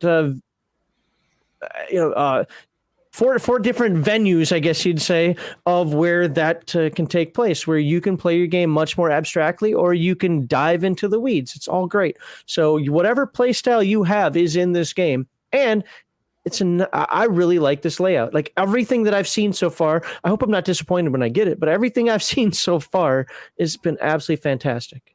I love the layout of the current edition. It's fantastic. Yeah, I mean, it's funny. I have them, but I've only paged through them a little bit. I haven't even read them because I was supposed to be at the GM's Alcove, which is a channel I think everybody should subscribe to, even if I haven't been watching him recently. He was going to run an ACKS game. And because I was really impressed that he actually got me to play in his Pathfinder 2 game and only hate the system and not everything to do with being in that game, I was like looking forward to the ACKS game. So I got the ACKS books. is also written in technical style, so you're going to absolutely love that. So if you like how Jeffrey Talanian wrote, you're going to love. Well, Talanian wrote it and with a little bit more stylistic, with his trebles and his betwixts and so forth. But I absolutely felt that gave it some stylistic flair. That kind of it's in a way like an immersion into the setting itself. So I absolutely like the way he wrote, and I think that Hyperborea has the absolute best layout in terms of beginning to end design of any game. It literally starts with the beginning and walks you through. And by the time you're halfway through the book, you have a character made, you're ready to play the game. And now there are the game rules. I know some people like character creation should never be before the rules of setting. I don't care. I'm not one of those people that I don't care either way. Put the rules first, put the setting first, put the character creation first. I don't fucking care, as I don't treat a book like as in I'm going to read it from page 1 to page 500. I treat it as a reference book. But the way Hyperborea is laid out is just, to me, it's the absolute best layout of any book I've ever seen. There we go. Not Morkborg? Probably not. No, I actually I haven't read Morkborg because I looked at it. And read Morkborg, Max. One experience is Morkborg. Oh, I mean, there's a way to read it. It's not very fun. Text. wait, what was that? There is a text-only version that's free of Morkborg. Oh, okay. Yeah, I mean, I like Free League, but I like the Year Zero Engine games. I really don't focus on the other ones, although we might cover the One Ring. We'll see. But yeah, like Symbaroum it's Stockholm Cartel by way, or it's Free League by way of Stockholm Cartel. Yeah, and when I went to that website, because I was thinking about, it seems semi-popular, and the first thing I saw on the web page was Black Lives Matter stuff. I said, I'm out. I don't want to go buy a book that promotes it. Like, I don't want any of your politics. I wouldn't want to buy a book from a MAGA supporter either. It's like, I don't care about that stuff. If you're putting your politics at the top of the screen, you're telling me that you're not a game designer, you're an activist, and I don't want to buy a book from an activist. I'll immediately take down my free Mandela stuff on Zenith. Sorry. Thank you. I mean, I actually believe you're going to do that just for me. I'm shamed. Yeah, there you go. I mean, technically, the One Ring isn't Free Leagues either. Well, that's true. That is true. Well, which incorrect dice? Did you get the correct? You got the correct ones after the fact, right? No, I still have the 11s. Oh, well, I got the correct Your ones dice too. go to So 11. Yep. That is funny. Is I actually looked like I didn't see any problems with the dice, and then I'm like, oh yes, I are. What was wrong with the dice? They go to 11, so it's a D12. They don't have like. Oh, that's fucked up. So that's supposed to be the Eye of Sauron, and then 12 is the Gandalf rune. So it's supposed to be 1 through 10, and then you have the symbols. And then they said, but I didn't back the Kickstarter. I ordered these after the fact because I got the game after the fact, and they still sent me these crappy ones. I don't really care otherwise. So do you know? So there was I forget what the company's name is. They're no longer in business, but it was the distribution warehouse, like Sunshine or Surprise Distribution or something like that. And they actually went out of business because they screwed up a ton of Free League and Modiafist orders. So Omen Owl and we waited 1.5 years to get our pre-order for the Alien box set. Oh yeah, I remember you guys talking about that. Oh man, and we saw the orders go on Amazon. We saw people who just purchased it get it before the people who pre-ordered it, and it was ridiculous. Fun again. That's it. Yeah, fun again. Omen's got it. Yeah. Yeah, because go ahead. When I bought Forbidden Lands, a good screw up that they had was they sent me one box, but it had 2 sets of books in it and 3 sets of dice because somebody just went, fuck it, just throw it all in there.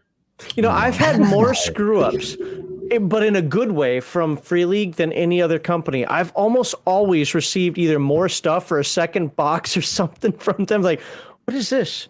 Oh yeah, I backed this. And then like a day later, be like, oh, what is this? Oh, this is the same thing I backed, but it has more stuff in it. Oh wait, this is actually what I ordered. This other thing was a mistake. And so I'll send them a message. And Jenny out there is really awesome. I'll be like, hey, you guys send me too much again. So can I use this for a giveaway? And they'll be like, yeah, go ahead. So I just recently gave away the Blood March and the Book of Beasts to I forget his name, Kelwell, I think that's his name on my Discord, but yeah, I mailed it off on Wednesday. So yeah, Free League customer service is awesome. It's the best one I've ever worked with. Yeah, because I haven't.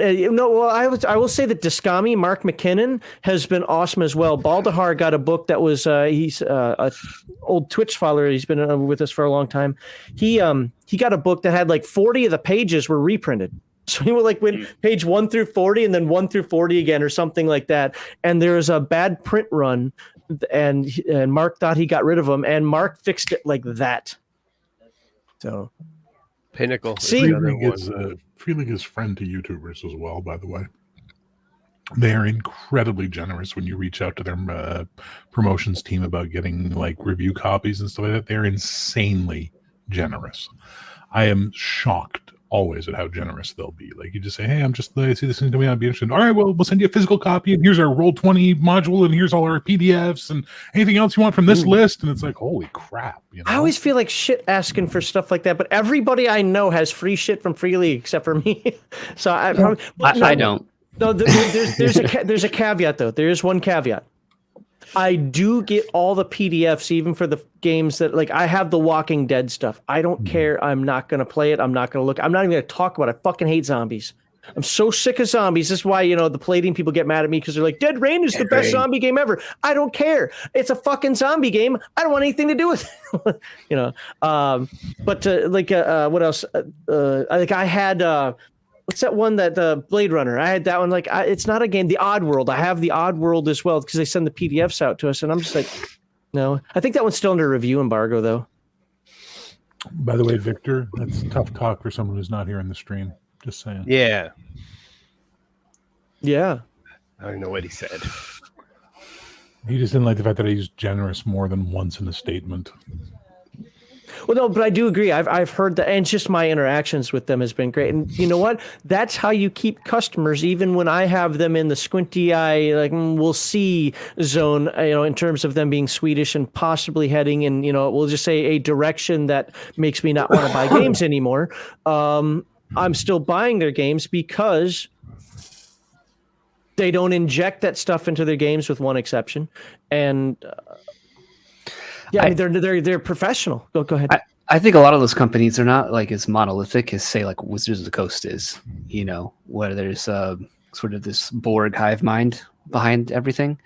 Like, like people complain about Chaosium, but like you have the Call of Cthulhu pronouns on the character sheet thing, but then also like in RuneQuest, like, oh, you want prices for slaves? Here you go. Like. Yeah, but I don't think that's a fine balance. I think the pronoun nonsense just needs to go away. It does.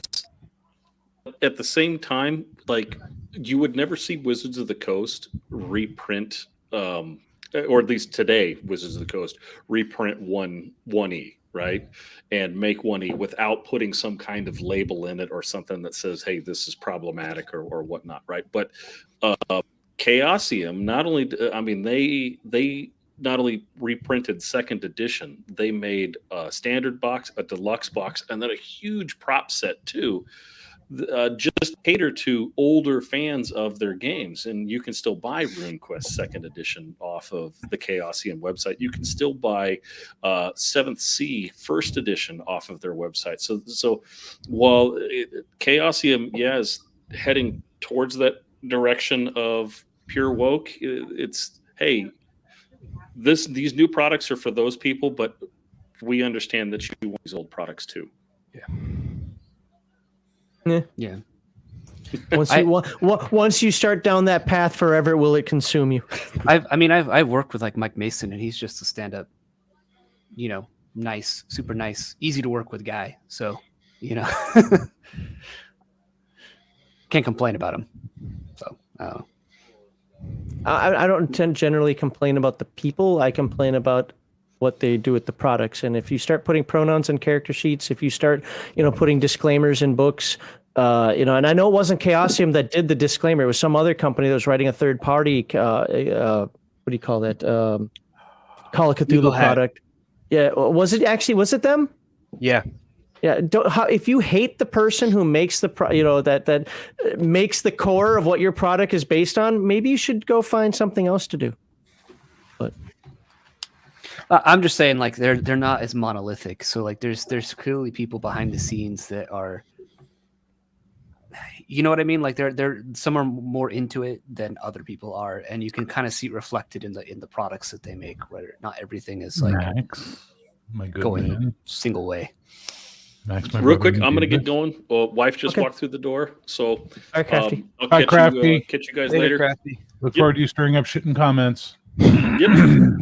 Have a good night. Max. Thanks for being here. Yes, sir. Max, Yes, my Bear. brother in Jesus, do not ever pick up this then.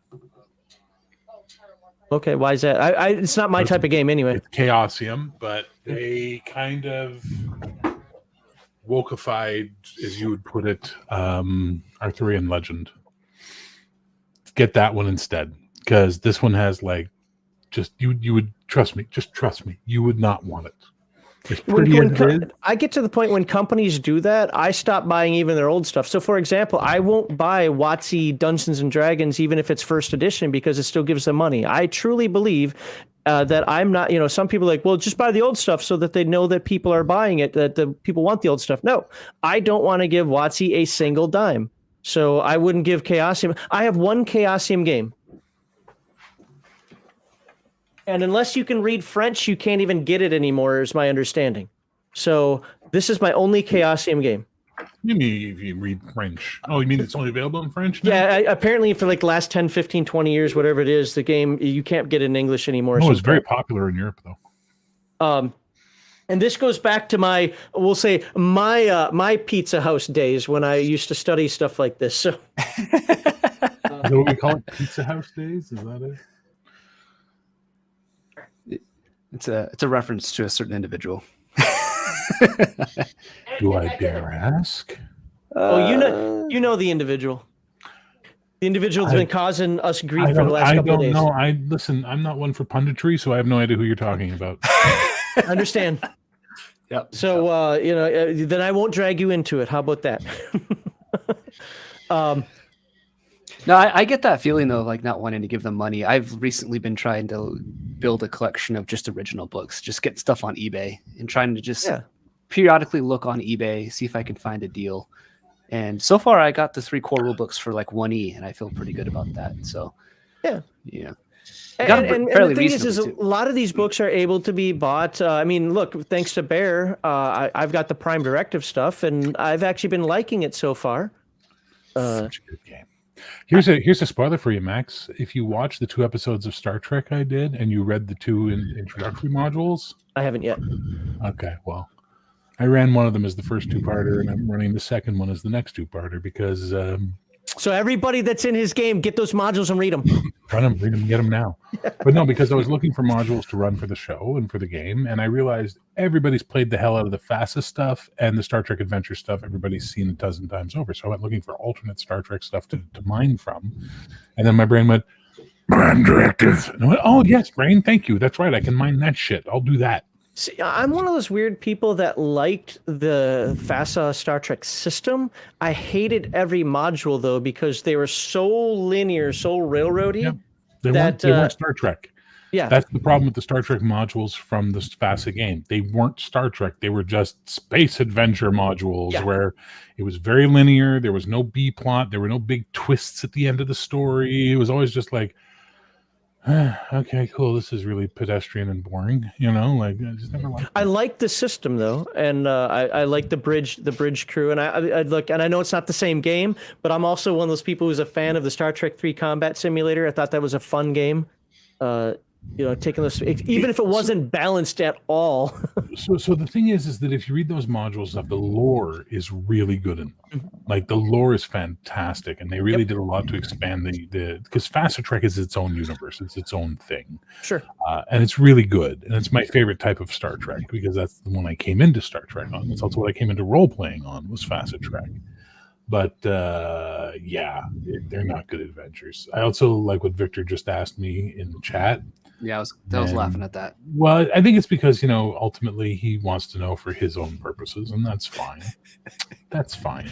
Just go buy the Playmates data figure. They're pretty cheap on the secondary market. Bag it and stick it up your ass. You'll feel great. Victor, I thought you said you were going to stop drinking. Jesus Christ. Oh, yeah. I have that box set somewhere. Yeah, I finally replaced mine. You know, it had some great. Nobody ever wanted to play on Taladis though, and I love Taladis. I couldn't, and I ended up forgetting anything about it other than it had Dragon Riders. But yeah, nobody wanted to play. Everybody wanted to play on Kryn, and I was good at running Kryn. We just didn't do actual Dragonlance Kryn. It was homebrewed Kryn. Yeah, I do But- it the same way. And I love the fact that in ACKS II, I will be able to basically recreate like the Knights of Solamnia, make my own thing out of it. I'm not trying to recreate Dragonlance, but through the game system. Yeah, I don't know enough about it, Lord Mateus. I really don't. I read it, and I read it back when I bought it, and like was it 1990-ish or whatever year it was, maybe 93, 94. I don't know. I think I was first in the Air Force when I got it. I just don't remember. But anyway, and I never got to use it. So there we go. We classed the place up again. Apparently, Let's not go that far. I was told the panel looked small. Oh, just swi- we just went Ryan's swimming. here. Swim Well, swimming. I gotta go. Take care, everybody. Bye, Bear. Bye, Bear. What'd you say, John? Oh, nice to meet you, by the way. for Oh real. yeah, in pseudo in person. I was Same saying here. it looks small. It looks small because we were just swimming. We just finished swimming, so it's fine. I'm actually blown away we got by the whiskey amount of stream going on talking here. Malachi's doing, because Malachi, when we were on for the Chaosium thing, he's like, "Okay, Malachi, you're a big fan. Why don't you ask a question?" He's like, he was starstruck or something. It was awesome, dude. He's done that twice to me now. He's like, "Hey, I'll come on and talk about Palladium." All right, what are your questions? I got nothing. More moral support. Like I don't need Everybody moral was asking support. all the questions I was thinking up. What am I By the way, supposed to okay, do? Malachi, work with me here. Why does everybody in the chat constantly ask if we're related? I don't think we look at all alike. I don't think Dude, so you're either. twins. Look at my nose. Look at his nose. Okay, one of you is a stunt double. Which one is it? Probably me. Which of us was a stuntman at some point in his life? Not me. But no, look at our noses. Our noses are completely different. Lean closer, Malachi. Come on. Come here. Don't be afraid of the camera. Oh, fuck. Wait. Hang on. Wait. Shit. Chat's My on to theory- something. Fell apart. Fuck. I'm adopted, by the way. Shit. Dad. How old are you? 45. Well, I have sad news about your mother, son.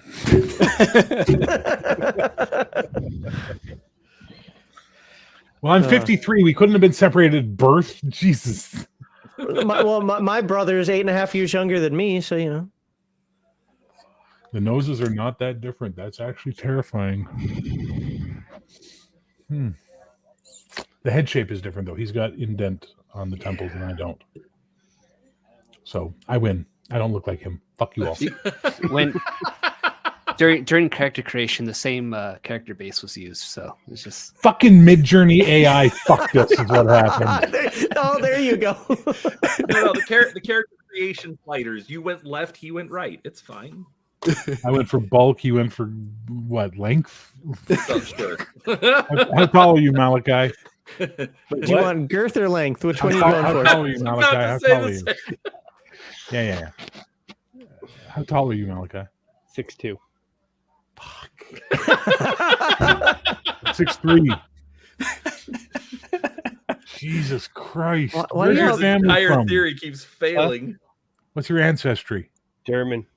Oh, phew, we're safe. I'm Scottish, Irish, Danish by birth, so fuck, we're safe. Denmark's kind of close. Shut the fuck up, Brian. No one likes you. That's what Pennsylvania Dutch is Hey, separate. wait, how would you know, Brian? Have you been there? Oh, he's been to Denmark is kind of close. Oh, He's I've been in England. the area. Did you know, by the way, Brian's been to England. I'm Malachi's Kuatu. Jesus, that's a deep cut. We were going to talk about something, and now I don't know what. It's turned into a Well, bear no, I was stream. going to ask you basic. So, basic, actually, what are you working on next? well, like I said, I'm working on Espada de Conquista for Conquistadors. I'm in the research phase for that, and I'm also working on a new Atomic Punk that will be full color. It's going to have like expanded setting information, because that was one complaint people had with the 2160 was, oh, there's like, we'd like a little more like of your setting and stuff like that. So I was like, okay. More monsters. I'm going to revamp the mutant generator, which is like kind of like Macris's monster creator. I had something similar in mind, but it wasn't very good. I'm going to rework vehicles, like I said, and I add some classes, add some new monsters. So, and then it's all full color, like interior. So, just going to try and make it like a nice, cleaned up, more systematically unified version. Well, of the then I game. will wait to buy Atomic Punk until you get the new one done. The new one will probably it'll probably give you less of an aneurysm, if I'm honest, Max. So. Fair enough. Well, I'm gonna wait to buy Espada de los Conquistadores because I just like saying it. So- Espada de Conquista. Espada meaning hopes or dreams. Is that what it is? Espada is sword. So no, Espada. Espada de Conquista, so sword of conquest. Yeah, you're kind of rolling your D there. Yeah, you're turning it into an R because I'm used to like Espada, but you're saying Espada? Oh, I don't know. I'm saying No. Espada. Listen, don't Yeah. worry about me. I was taught how to speak what Spanish I have by Colombians. So So fucking knows what let me I'm let me saying. tell you this from somebody who well, obviously we all know people that speak Spanish, it's a very common language, but a guy that I work with is very adamant about this, and he'll start screaming. Mexican is man Spanish, and Spanish Yep. Mm. rolls things sounds like they're fags. That's his exact words. My father-in-law he worked with a I think the guy was from Cuba or something like that, and his coworker was trying to teach him Spanish, and by the time he like learned some, he's like, okay, that's great, but like don't ever actually use it. And he's like, well, why? He's like, well, because you sound kind of homosexual. Hey, can I just address something really fast from the chat?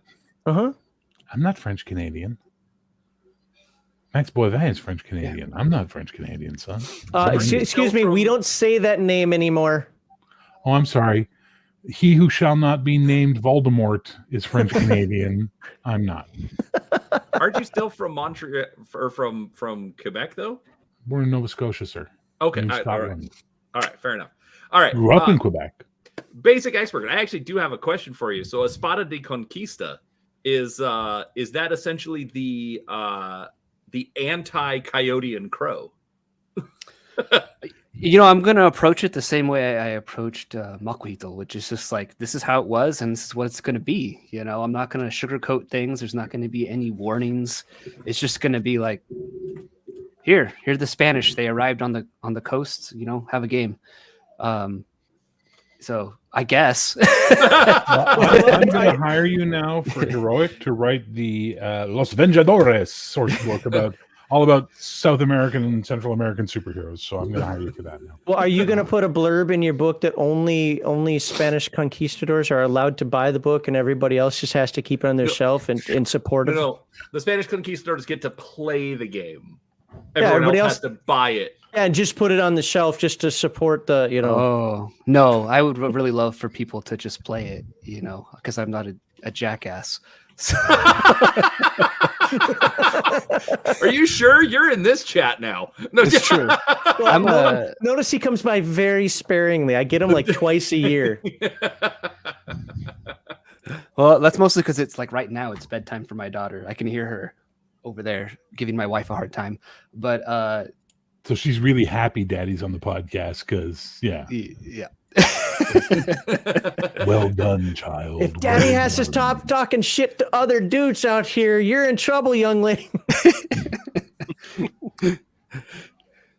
But no, yeah, I'm not putting any like warnings or anything in any of my stuff. I never have, never will. The only warning that was in Makuhito was like it wasn't really a warning. It was just a note on genders, and it was on women because I took a very historical approach to it. And I'm like, if you're gonna be a female jaguar warrior, that wasn't a thing. Just so you're aware that didn't happen, and the game isn't really catered towards having that happen because that didn't happen. Women can be merchants. There's a merchant class and stuff. There's a shaman class, the Nohali, but they can't be eagle warriors. They can't be jaguar warriors. They can't be Atomi mercenaries or shorn ones. So, and to be fair, not with me either. There's only one name that is persona non grata here, and I think he died, and I'm happy for it. I'm dead serious. I am dead serious. That some bitch I think died. I'm happy for it. If he ever fucking comes back, I will start cutting heads off of chickens and starting my own pizza magic because I hate that dude with an undying passion. And everybody thinks that it's L, and it's not L. I'm actually looking forward to your Tales from the Crypt episode where you get your comeuppance, to be honest. I'm just looking forward I get to my it. comeuppance? What did I do? Something's going to kill you in the night. I can't wait to see it. It's going to be awesome. Awesome. Only if you get to see it. I did say Tales from the Crypt episode, didn't I? Yeah, well, I'm sure So people... What's that? That's why Max is armed. Yeah, that is Have true. you ever watched Tales from the Crypt? It don't matter. Yeah, that Yeah. fair. I've been watching a lot of Outer Limits recently, so Which one, the original or the remake? no, not the original right now, just the remake stuff. Remake Because was I watched good, the man. original. I watched the original when I was younger, and I never really watched the remake stuff except for when somebody actor I knew was in there, like Mark Hamill or some shit. So I'm going back and watching from the beginning. Then they're not that great. Like the first season was pretty good, and then they're just kind of like eh.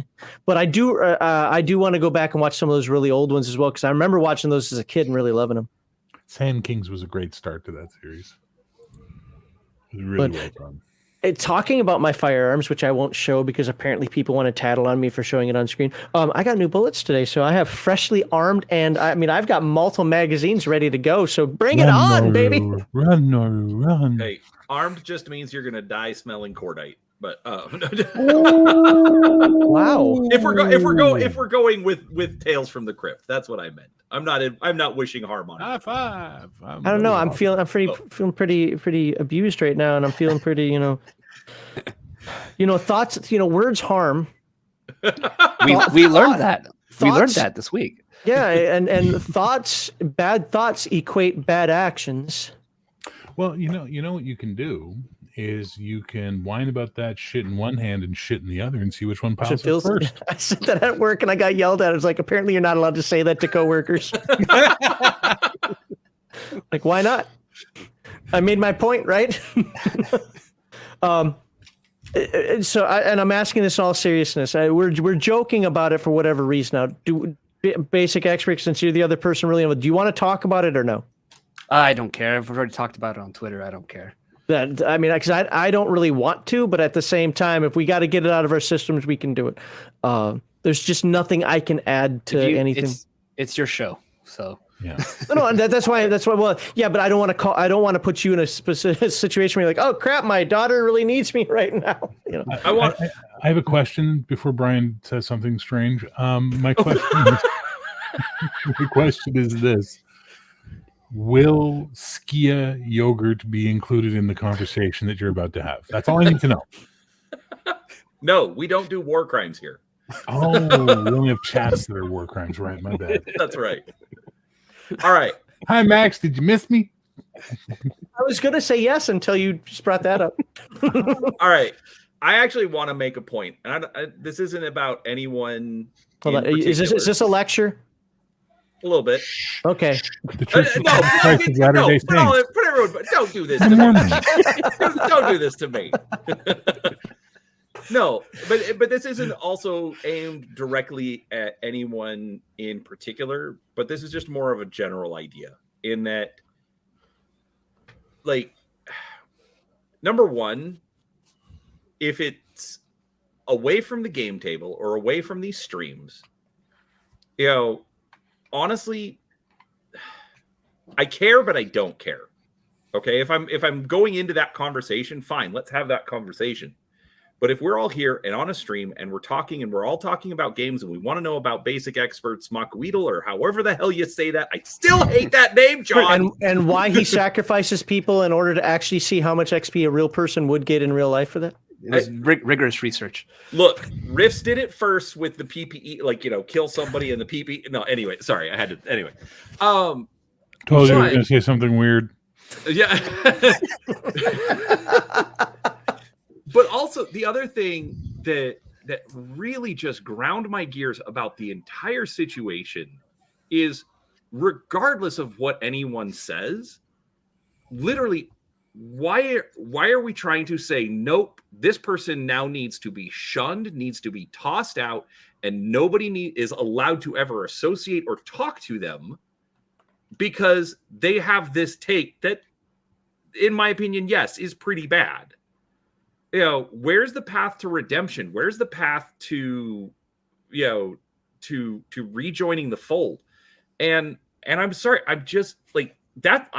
I avoided commenting on anything that's been blowing up the last couple of days, but that's the thing that just pissed me off the most is just they are ostracized, they're gone, and I'm sorry, I can't be part of that. That's just, it's gross and it disgusts me.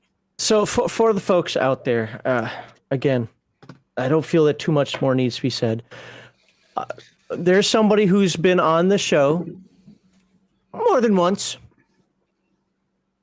and that has a take that's on some historical events that some people find repugnant. So repugnant that his beliefs, not the fact that he hasn't done anything, not the fact that he has done anything, his thoughts, his tweets deserved cancellation.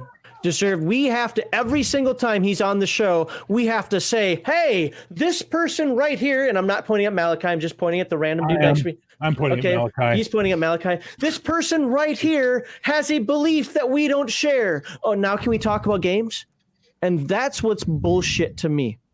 Yeah. We talk about games here. As I said at the beginning of the stream, I lived in Russia. I have friends from Ukraine. In fact, somebody that I taught Russian is Ukrainian.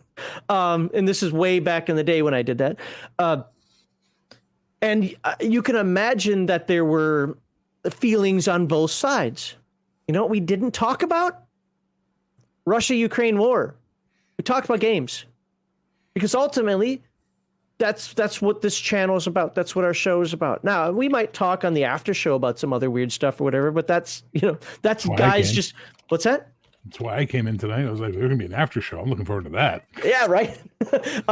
We'll talk about some nonsense or whatever. In fact, that's where I found out what I found out. But here's the thing: whether you're a communist, whether you're an atheist, whether you're a Mormon. That's right. I'm calling. Hey, no. I know, right? I know people that would absolutely say, "You have a Mormon? That he pretends to be Christian." I know some people that are absolutely that adamant about that, and that would be a line that can't be crossed. Jehovah's are another one. Oh my God, I know people right now that if I ever mention that anybody that on the show is a Jehovah's Witness, is there, Max, we can't be around you anymore. You're giving a platform to people who just aren't even. They don't believe in God at all. I don't care.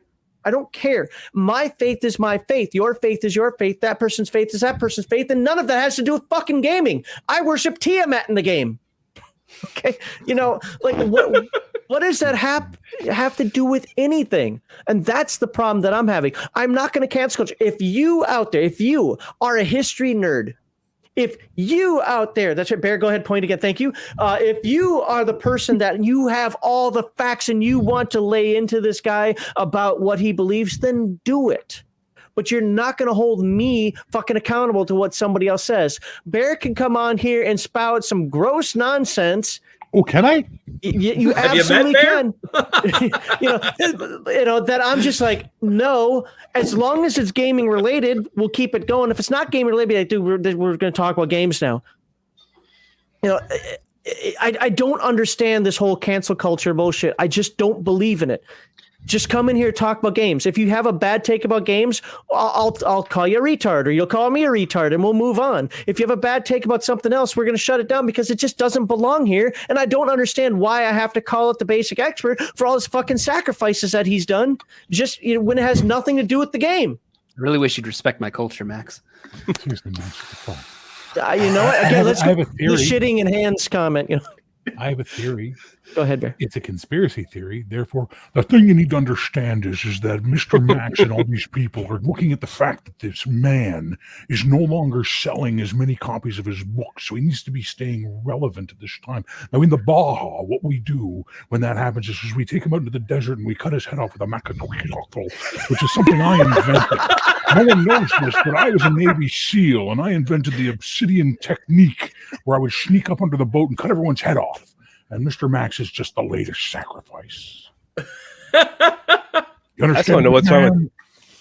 I just want to know what's wrong with Prince. I'm sorry, what? What's wrong with Prince knocking on Jehovah's Witness? What the fuck? How did the Johos get in this? Whoa! No! I'm not getting in that. You're a Joho? You're a Jehovah's Okay, Witness? how about this? Congratulations. I will say nothing. This cult, and I don't mean this cult here. This is a different cult. We do other things, but that cult that's trying to cancel people are very acting like Scientologists. Conform or we come after you. Yeah. So I want to ask you a question, Brian. As someone who may become a future Mormon, are you guys like the Scientologists, or can I know people who aren't Mormons and I don't get shunned for not converting them to Mormonism? I'm still here, aren't I? Yeah, but I kind of feel like you're insidiously trying to convert a bunch of us. Like you're just doing the slow march on that one. That's like fair. You're taking I'll your give you that one. time. Look how awesome my wife is. Look how great my kids are. Oh, you want this life? Like that's what I think. I've been to England. Have you been to England? Like, How many Mormons are in England? Well, at least one we know of. No, I already came back. Decent amount, but anyways. No, again, this isn't to make fun of anybody's religion or beliefs and so forth. But again, the point that, and I know you weren't doing that, Bear. I'm just saying in general, I don't want anybody to feel like that. I've had my friends, I grew up in Minnesota. Most of my friends are devout totalitarian communists. They think Mao and Stalin are some of the best people ever and get a bad rap. You betcha. Yeah, because, Minnesota up there, they got the people that want to just have, community farms and throw you in wood chippers. Why don't we go to the swap meet? We can talk about that later and then stop for some froyo. What? Oh, no. We do the lutefisk and then we have a bar and I'll get you some hot dish. Okay. I don't know any of you guys are talking about. those are words. I'm sorry. We were speaking Minnesotan. Minnesotans are like Southern Canadians. You understand? Minnesotan, Upper Peninsula, even a bit of Wisconsin, some parts of the Dakotas. They're just Southern Canadians. Yeah. They sound like us, but they don't say A all the time. Yeah, we don't say A. That is they say huh. Oh, yeah, huh? We say open UFTA. And UFTA is a word. I don't know if it still is, but growing up in Minnesota, UFTA was a thing. I got that quickly berated out of me when I joined the Air Force. Look, I in my life as a professional teacher, I taught over 3,000 people in 15 years. 90% of them were new Canadians, people that were coming from Africa, the Middle East, the Far East, all over the place, as I used to say, Eastern Europe, you name it, Russia, Ukraine, what have you. And I will say the same thing I said to them, to all of you. I do not care if your God is a rock. That is between you and your rock. The minute you and your rock start telling other people how to live their lives, that's when we will have a problem. Otherwise, you and your rock, go hard, have a good time. Please don't hurt anybody. And that's the end of the conversation. We don't need to go deeper than that. The fact that this has happened has nothing to do with the statements made. This was a petty person trying to attack the basic expert and finding a way to do it through a third party. As a result, the third party has become the aggrieved one in it by being just a weapon that a shitty, petty, and I'm embarrassed to say Canadian has used in this situation. The sooner we stop paying attention to it, the sooner we go back to what we used to do, which is just ignore this fuck, the happier we're all going to be. Thank you for attending my TED Talk. Well, I think that's true. Like, because when I saw the tweets, I was like, I was really confused by the first one because he said frequent co-host of the Basic Expert, and I was like, has Mr. Max been on my show before? Like, I don't, like, maybe once. I tried to think. I'm like, I don't think I've ever had him on. I've only been on his show one time, and so it was just super weird. So like this whole recent thing was just based on a lie, and he's not acknowledged that. He's not admitted to that he was wrong, and that's also what bothers me. And then secondly, I did see he posted some sort of retraction or something today. Well, that's because I legitimately am lawyering up because, I'm not going to play this game anymore. It's been, what a lot of people don't understand is this has been going on for almost 5 months, 6 months. Ever since I interviewed Jeffro Johnson back in end of June, July, he's been targeting me because he told me to do something and I said I wouldn't do it. And, I'm my own man. I'm going to do what I want. And it's like we don't have to get into the details, but like a lot of what Pundit says about, for instance, the Broasar is like factually not true. It's not like are some of them unpleasant to interact with? Sure, they're playing the heel, they're kayfabing, but I had to have somebody explain what that meant to me today. What it is, brother, is that you just need to shh and listen to the man talk. Yeah. But like most of it is just factually false. You know, he wants to paint them as this like a neo-Nazi group, and like I know of at least 3 that are Jewish that hang out with them, and 2 of them are actually Israeli. So, you know, it's just like this is all fundamentally based on a lie, and again, it's this, and it's sad. It's like this fundamental. To me, the motives are clear. I guess I'm rambling now, but no. What I would like. Go ahead.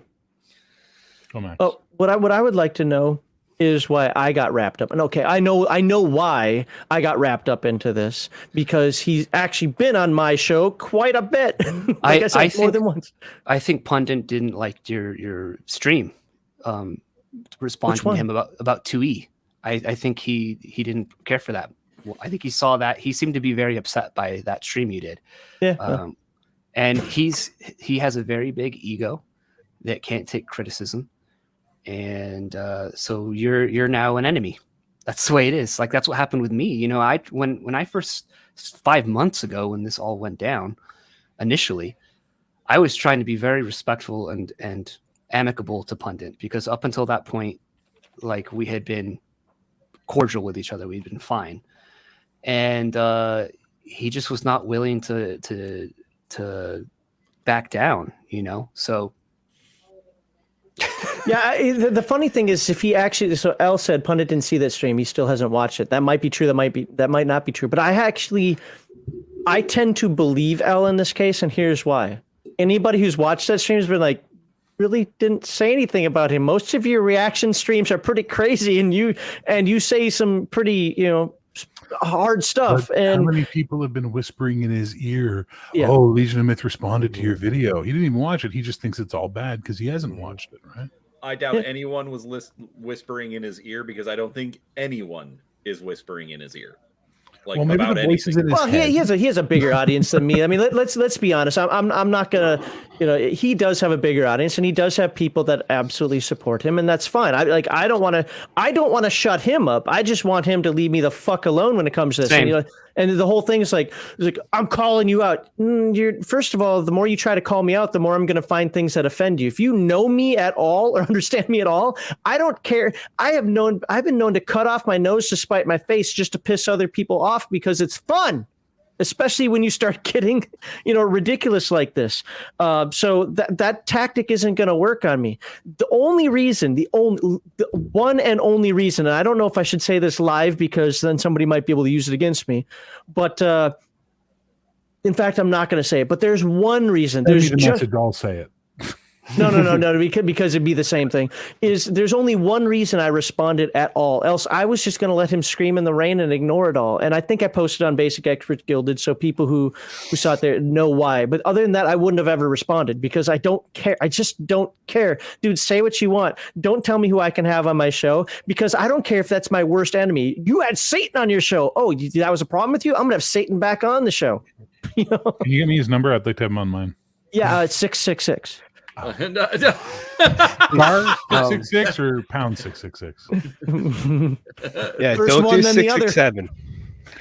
Oh God, no! I've talked to the neighbor of the beast. He sucks. Well, that's 665 is neighbor of the beast. Right, and, 667 is across the street from the beast. I always Yeah. get those two confused. That's right. Yeah.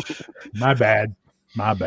You know, Thanks what's for really frustrating though too is like he came at me from for hosting Jeffro, and you can't host this guy. He's an anti-Semite, all this nonsense, and he comes at me for that. But yet, Inappropriate Characters hasn't taken down their Jeffro interview that they did, and it's like, why are you still platforming and profiting off of this video if you so firmly believe in these principles? If you so firmly believe that this is wrong, you still have this interview with this man on your on your channel and you're not taking it down, and you know why they don't take it down. It's because it's the best performing video on their entire channel. Of course they're not going to take it down.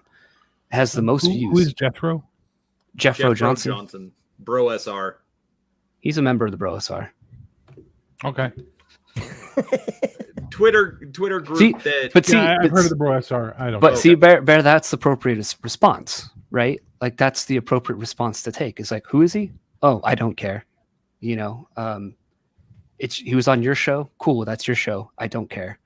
So it's like, and if Pundit really wanted to help me out, and this is why it's frustrating, he could have come to me privately. He could have DM'd me. He could have been like, hey, you shouldn't have him on. I think this is a bad idea for your sake. Because he keeps saying he was looking out for me.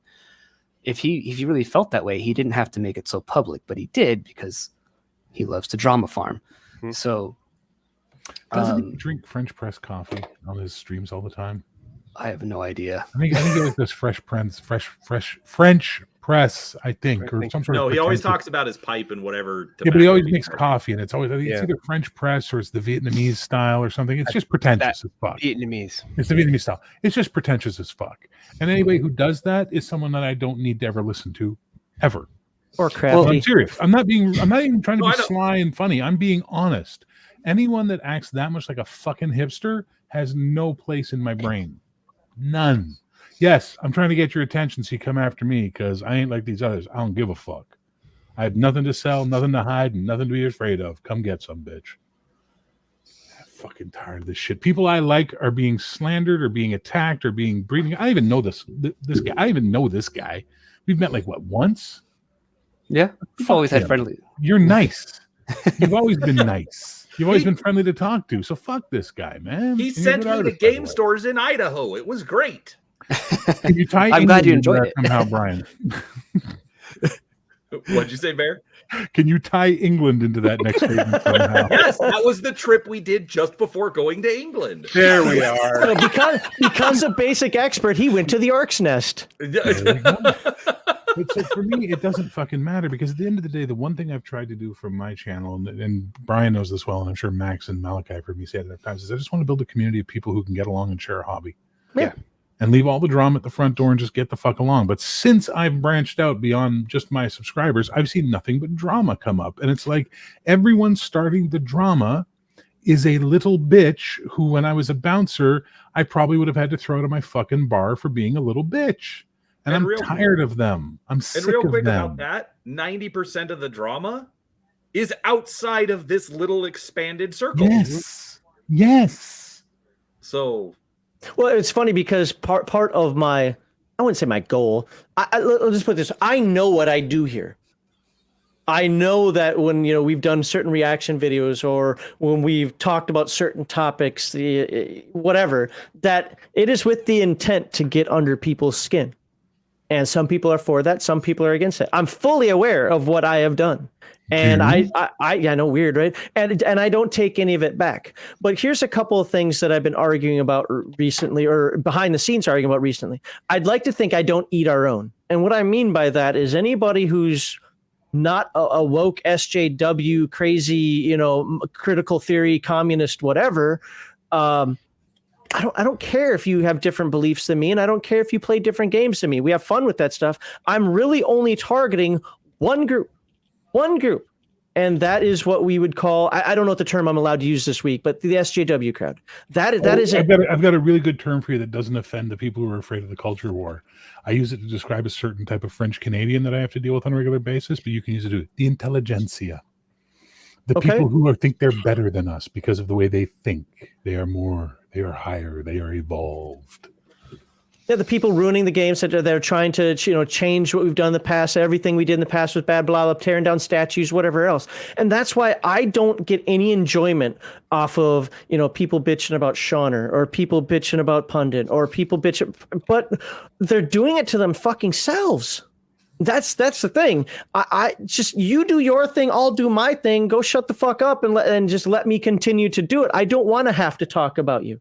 So, anyway, Yeah, I was content to just work on fulfilling Makuhito. I'm trying to get the hardcover and the print on demand set up and everything. Like I was content to just work on that, work on my games, continue making like deep dive videos into parts of the old school games that I like, and oh, look at this, I'm getting dragged into something new here, like by the same individual that's been doing it for 5 months. Like, this is great.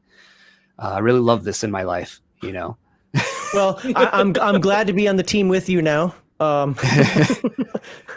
feel like I'm an alternate. I'm just waiting to get into the game at this point. Like, fuck, come on. What really makes me sad too is like it's this has actually damaged an in real life friendship for me. This whole situation. It has, and I respect. I saw what was going on there, and dude, I understand why you feel sad about that. But if you saw what he was typing to me, he is just as stupid as the other SOB. And I'm going to use my bully pulpit here for a second. People who don't understand that there's a difference between actions and thoughts, actions and beliefs, actions and words, you don't deserve any respect. You don't. And you're coming off on me. First of all, he took what was said and what was done out of context. And when I tried to explain the context to him, he's like, no, anti-Semite, hates the Jews. If you've actually talked with Mr. Max, you'd find out that that's not true, not by the actual definition of it. I wouldn't even call him a Holocaust denier. I'd call him a Holocaust skeptic, because he never said it didn't happen. He said he doesn't see the proof. Now, do I agree with him? Hell no, I don't agree with him. But that has nothing to do with gaming. And therefore, we're not on here to have academic debate. We're not on here to talk about historical context. I'll bring on somebody much more knowledgeable than me to do that, because he's read the books that show the conspiracies. I haven't. That isn't part of my life. I believe it. Maybe I am a sucker to the government, whatever it happens to be, but I believe it happened. I have grandparents that fought on both sides of the war, and I'm talking from Germany. Mm-hmm. So I believe it happened. With that said, I don't care that he's got those shitty beliefs, because when we talk about games, he's very interesting. He has a very good head on his shoulders when it comes to that, and it has nothing to do with anything else. Now, if he shows me a picture, or even if he were to say behind the scenes, after stream, when we have our after stream conversation, like, yeah, dude, it was great, I punched a fat nosed dude today, you know, or you know, whatever the fuck he wants to say, you know, I'd be like, no, we don't do that here. So thanks, but no thanks. Have a nice life. You need to get yourself squared away. But he doesn't. We don't even talk about that stuff. Go ahead. I think what I've realized is, like, you know, like on my channel, for instance, like, I don't really delve into culture war stuff. I touch on it when I feel like it's relevant, you know, when I feel like it's actually very important for the hobby, but I otherwise have tried to stay away from it a lot for like the last year and a half, you know. Oh, I'm fully in. Yeah.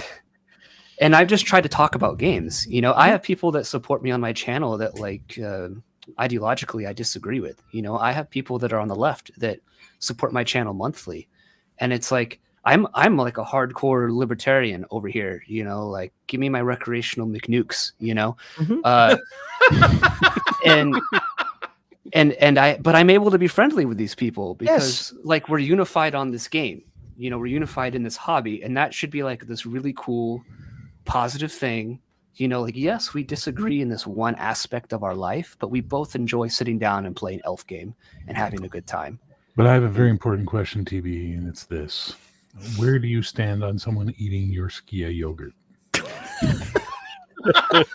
Well, and how many D4s are you willing to use to exact your retribution? How far must your hate crime go at that point? You know, I tried to smooth, just real quickly, I tried to smooth things over with him, but this shit keeps coming up. It's never going to happen. You got a fucking pass, and me and Boivin got called out as the devils ourselves. You go rewatch that fucking stream. I'm nothing but fucking pleasant. That is true. That, you know what? That was an unfair accusation. I do agree with you on that. Fuck that fuck. Anyway, sorry, Malachi had a comment. This is no D4s, Legos.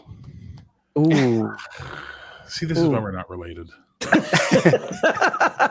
Legos, you want discomfort, I want blood. Legos are like, I was they're annoying, but Legos are like using like tear gas, whereas D4s are like using mustard gas. You know, no, you're getting into war crime territory with the D4s. They're designed to hurt. Fair. yeah. I think wasn't I the one that said that? Like, isn't that a war crime or something like that? And then you did your comment. That's a war crime. Brian sent me that message. I swear to God, this whole chat's a war crime. Fuck, I almost died. Anyway, no, look, I think personally for me, I think we spent enough air on all this bullshit. Well, I want to finish up one comment though when you're done. Please, go ahead. I just want to say one thing. No one here denies the Holocaust happened on this panel, I'm pretty sure. So we're all good on that. Well, even still, I'm not going to ask you. You don't have to sign a document to come here to say that you will conform to. Then what the fuck was that document you had me e-sign? What the fuck? You'll find out later. Well, joke's on you. I'm diabetic, so my kidneys are shit. Well, I got enough ice for the bathtub anyway. So no, because I want to finish up, so I'm not leaving basic expert. Like I understand that he's your friend, and I don't want to dwell on that, but just go look at the if he does talk to you, which I hope you two can smooth it over. Just get him to understand that thought crime is not something that I accept. And nobody should have to accept. If some real thing were to happen, that's a whole different story. But just because somebody believes in something nonsensical, or to me is nonsensical, doesn't mean that I have to ban him, even if it is something that is pretty heavy in the terms of the world. But he kept parroting talking points that after I refuted him, he just kept parroting them, and I was like, okay, F you.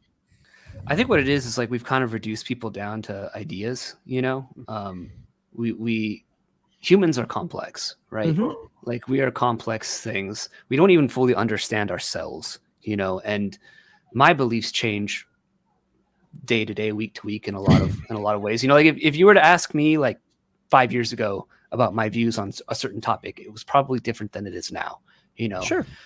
And so, there's more to a human than like this one thing, that they believe. Because I believe things that would be considered, heinous to some people and depending on the circle that you're in. But like, it's not everything about me. And I don't know. It's just like we've kind of dehumanized people, even people we don't like. And I don't want to be dehumanized. And I'm guilty of dehumanizing people as well. Like when you look at someone and, they think that, you're subhuman. You kind of have that mentality in your head. Like we all have done that. But like, I think just as of late, it's just gotten worse and worse and worse. And so, well, what's hilarious is that only people. What was that? Can I dehumanize Brian? He lives in Arizona. He did it to himself. Arizona.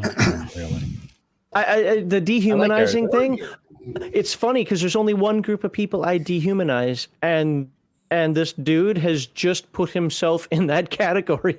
He became Dutch? Wow. No, it's the cancel culture crowd. It's the woke crowd. It's the people that want to remove history and so forth. It's the people who blow up statues in, was it Syria or Levant, where the fuck that was. It's the people that want to say my way is the only right way. Look, I do that here a lot in terms of gaming, but in terms of life, yeah, I will mock you and I will denigrate you, but I won't stop you. I've said it a million times. I don't have to like your lifestyle, and I will mock it, and I do want it pushed back into the closet, so to speak, using a bad analogy there. But if that's who you are, if that's what you do, if that's what you believe, whether it's blue-haired nonsense, whether it's you're a furry, whether it's, you want to have your dick cut off, whatever the fuck it is, I support your right to do it. I just also support my right to make fun of you for doing it. I don't support Mr. Boivin stance, but I do envy his biceps. And I think a lot of the problem is we can't sit down and have a meaningful conversation when we're on the opposite sides. Fuck no. It's a weird era that everybody has to be right. Like when I was growing up and I had to be right, I was punished for it.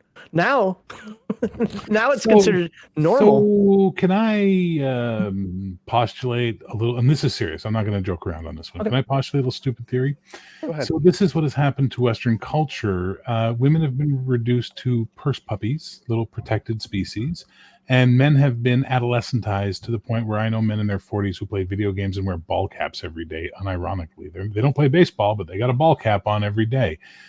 When my father was, in his 20s, he wore a 3-piece suit to work every day. Yes. He was suit and a tie. That's what he did. He was a man. He had his hobbies on the weekend for sure, but he walked in the world as a man We don't do any of that anymore. Now I'm wearing a fucking Star Wars t-shirt, and we're acting like children and we're talking about our favorite make-believe hobby. But around us, the world has been reduced to mommy, daddy, please take care of us. And now mommy, daddy are the state, and they are the media, and they are this weird society we're part of. And as a result of all of this shit, people don't know how to act like adults anymore. Decorum is gone.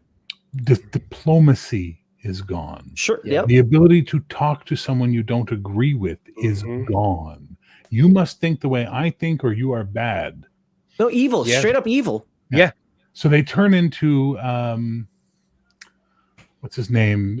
Sutherland, Donald Sutherland, at the end of fucking Hunger Games? No. Invasion of the Body Snatchers. When they see someone they don't like or they don't agree with, adulting's hard enough. Crafty Matt, you never adult, dude. Please, I've met you. But Thanks for the $2. $2. I want my $2. $2 is $2. $2. $5. Better off dead. That we are stuck in. Max just said it best. We are stuck in a system of arrested development, and for Gen X, it sucks harder than any of you can imagine because we're the ones in the middle of all this horse shit. Going, what the fuck is going on? We prevented the world being blown up, and now you're doing this to it. Fuck, So maybe it was a mistake to prevent it. maybe Duck and cover. Purgatory. Maybe this is purgatory. You ever think about that? The Aztec calendar was right. It was 2012 or 13, whatever it was. And we're just I think it was around the time Reagan got elected. The rapture happened and no one noticed, but an awful lot of milk cartons had pictures of them on it. Wow. Oh, look at this. Boom. Gen X for the win. That's right, baby. I think you need to highlight the one from Crafty right above that. That's a little bit more important. Well done, Crafty. Yes. Well done. I don't think you're an adult, but that's me. That's why he's not married to you. And tell her thank you for letting you be a part of all of this nonsense. Yeah. No, that gives her free time. That's Yeah. fair. Go do that so I can do my thing, please. Yeah. I can drink wine at book club. Yay. Hey, you all know that I don't show up on Friday very often because that's date night. We went out, we had food, we got the grocery shopping, we came home. She said, I want alone time with my book. I'm like, cool, Max, guess what? I would hope that first and you then you check to picked see here? if I was still streaming, right, Brian? Well, of course he did. I already knew you were on here. Okay, fine. Fuck whatever. And I No, told you earlier. I'll end with this though, because we don't need to dwell on it if no one else wants to. But it is just really unfortunate and sad because I love this hobby. I love playing games with my friends, and this is just all ugly grossness, and it's super stupid. It's super lame, and it shouldn't have happened, but it did. So TB, I don't know your real name, so I just keep calling you TB. You can call me John. It's good. All right, John, I'll tell you What? the only response Oh. I'm going to use to any of this bullshit moving forward is what my Colombian friend taught me for when I go visit her in Colombia, which was if anybody asks me a question, my only answer is no lo sé, soy turista, por favor no robes mis órganos, and just leave it at that. So anytime anyone says anything like, oh my God, did you hear about no lo sé, soy turista, por favor no robes mis órganos, and I'm going to move on with my fucking day. And they can go and scream and tilt windmills until the time runs out. I'm going to just keep enjoying this hobby with people who enjoy it with me. Yeah, I think I've tried to do that for 5 months, and it's just the reason It why gets to you. I know. It just at the Yeah. back, like fuck. I'm a flawed human man. I have emotions, and they they get the better of me sometimes. I'm not proud of. Do you ever play WWE video games? No, I grew up in a very religious household, so I wasn't allowed to watch WWE. Okay, are you allowed to play them now? My mom said it's okay. Okay, cool. No, 'cause I have Jehovah's Witness friends who are like, yeah, I'm an adult, but I still have to go by these rules. So I'm like, okay, cool, man. I don't fault you. It's your shit. Go pick up a copy of one that has a creative wrestler and make yourself the happiness of building a sprite named after the person who's pissing you off, and then sit down and beat the living shit out of them in a hardcore match, and you will feel so much better. It's good advice. Trust me. SmackDown for the PS1 was a lot of fun. What? Yeah. What I need to do. No Mercy on the N64 was the greatest. What I need to do is I need to hit the range. I think that's. See, what I need to do. it's funny you said that because that's how they get you guys. You go shoot guns, and then they go, "This man's a violent human being who loves guns." No one comes in and says he played video. Oh wait, they do shit. Fuck. No, I'm video dead games that serious. have guns. No, don't cancel your channels. Hide from the world, please. like was it Omino will always chew me out because after I go to the range, I sometimes post on the Discord and I'll be like, I shot like 400 rounds today. Like, that's a waste of money. No, it's not. It's cathartic. I love the idea of just boom, boom, boom, boom, boom. like 50 cents a round now or something. Well, if I'm shooting my 45, yeah, it's less for the what do you call the 9mm, and I shoot more of the 9mm than I do the 45. But I find it cathartic. Like I go there and there's just something. No, I don't draw any faces or anything on there. It's just a regular target. But I like just being out there, smelling the gunpowder, shooting. And then I'll pop anywhere between 200 and 400 rounds, and 2-3 hours go by. I'm like, wow, that was a great day. Yeah, I need to hit the range. But it's May 5th, 2009, a couple of months after my mother died. I got laid off from my job, and my buddy Brent, who's an armorer on films here in Montreal, called me up out of the blue myself and goes, "Hey, what are you doing?" I said, "Well, I just got fired, so I don't know." He goes, "Well, I'm taking an actress to the range to learn how to shoot. You want to come shoot on the production's bill?" And I'm like, "Fuck yeah." I get it. Trust me, I get it. But bullets are expensive. Yeah, and video games are cheap. No, I agree. Well, this is why I also do compared to dry fire. bullets, Malachi. Come on, man. This is why I also do dry fire practice too. So I have like little snap caps. I'll put in my handgun or my rifle, and I'll just. do you have the Mantic? The Mantis one. Yeah, Mantis. That's what. So I got that. I can't find my stupid little red dot bullet that I got for one of my guns for that, but I was using that to get my draw time down to 1.5 seconds, and man, I was getting close. It's awesome. I need to get one of those. Then I lost my yeah. It's actually right there on my unboxing desk, so I can just. But I unfortunately lost my little red dot bullet for that one. I feel uncomfortable as a Canadian. No, you don't. Weren't you the one that said you guys have more guns? It turns out I was wrong. We have more gun owners. That's per capita. We have more gun owners. You guys have more physical guns. We have more guns than per capita. Like we're only like 64 or something per 100. You guys are like 150 per 100. It's insane. The U.S. buys every Christmas. I saw a statistic. We buy enough guns here every Christmas to arm the entire Marine Corps. To overthrow a small nation. So that's awesome. My next gun, if I ever get the money to buy it, my next gun is a 10mm, and people could be asking, "Why do you want a 10mm?" Because I'm like, that thing's got the power of a hunting rifle. That's why I could shoot a bear with that damn thing. Do you plan on shooting bears? No, I just want to make sure that if I ever have to use it, I don't have to shoot a second time. Whoa! What the fuck did my people do to you? Apparently, you've mauled some people. You've dug through people's trash. When they set you up, it's going to be a gay club shooting where a lot of bears got killed, and you're like, "You clearly said you wanted to shoot bears." Did you not read that contract you signed before coming in here? Look, it has his name and date on there. That's all I needed. Yes, joke's on you. I can't write. We'll bring that to a court of law and see what happens. Oh, hey, basic expert, can I borrow your lawyer for a moment? Brian is the otter to Gen X's bear. Do you get that, Brian? I don't get that. Wait, what? No. Nope. Sorry, Crafty. Don't get it. Probably some obscure movie or song reference that nobody ever heard. Wait, if you have the right to arm bears, if I come to the U.S., does that mean they have to give me guns? Is that what's going to happen? But it also makes it legal to hunt you in certain states. Ooh, the deadliest game. Look, I have a what's a grandfather? Is a great uncle? Twice removed, whatever. That insisted in South Dakota, apparently in the 1940s, I think it was arrested for poaching Indians. That's the actual term used, poaching Indians. Like in boiling water, like poaching eggs? No, as in game hunting. As in African safari style. Sorry, it must be a California thing, Crafty Matt. They call them cubs here. That's what they do. And no. No. And let me say, were I going gay, Mormon would not be my first stop on the tour bus. Just Losing my religion. that's me in the corner. That's me in the spotlight.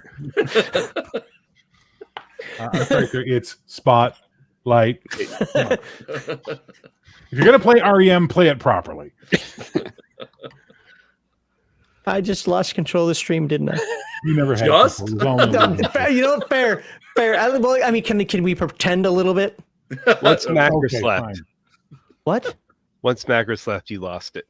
Oh yeah, fair. Yeah, people respect. I love it. People respect him, not me. I get it. Okay, well, that's fair. What's up, Brian? Have I ever seen a Mormon? There's one right beside me.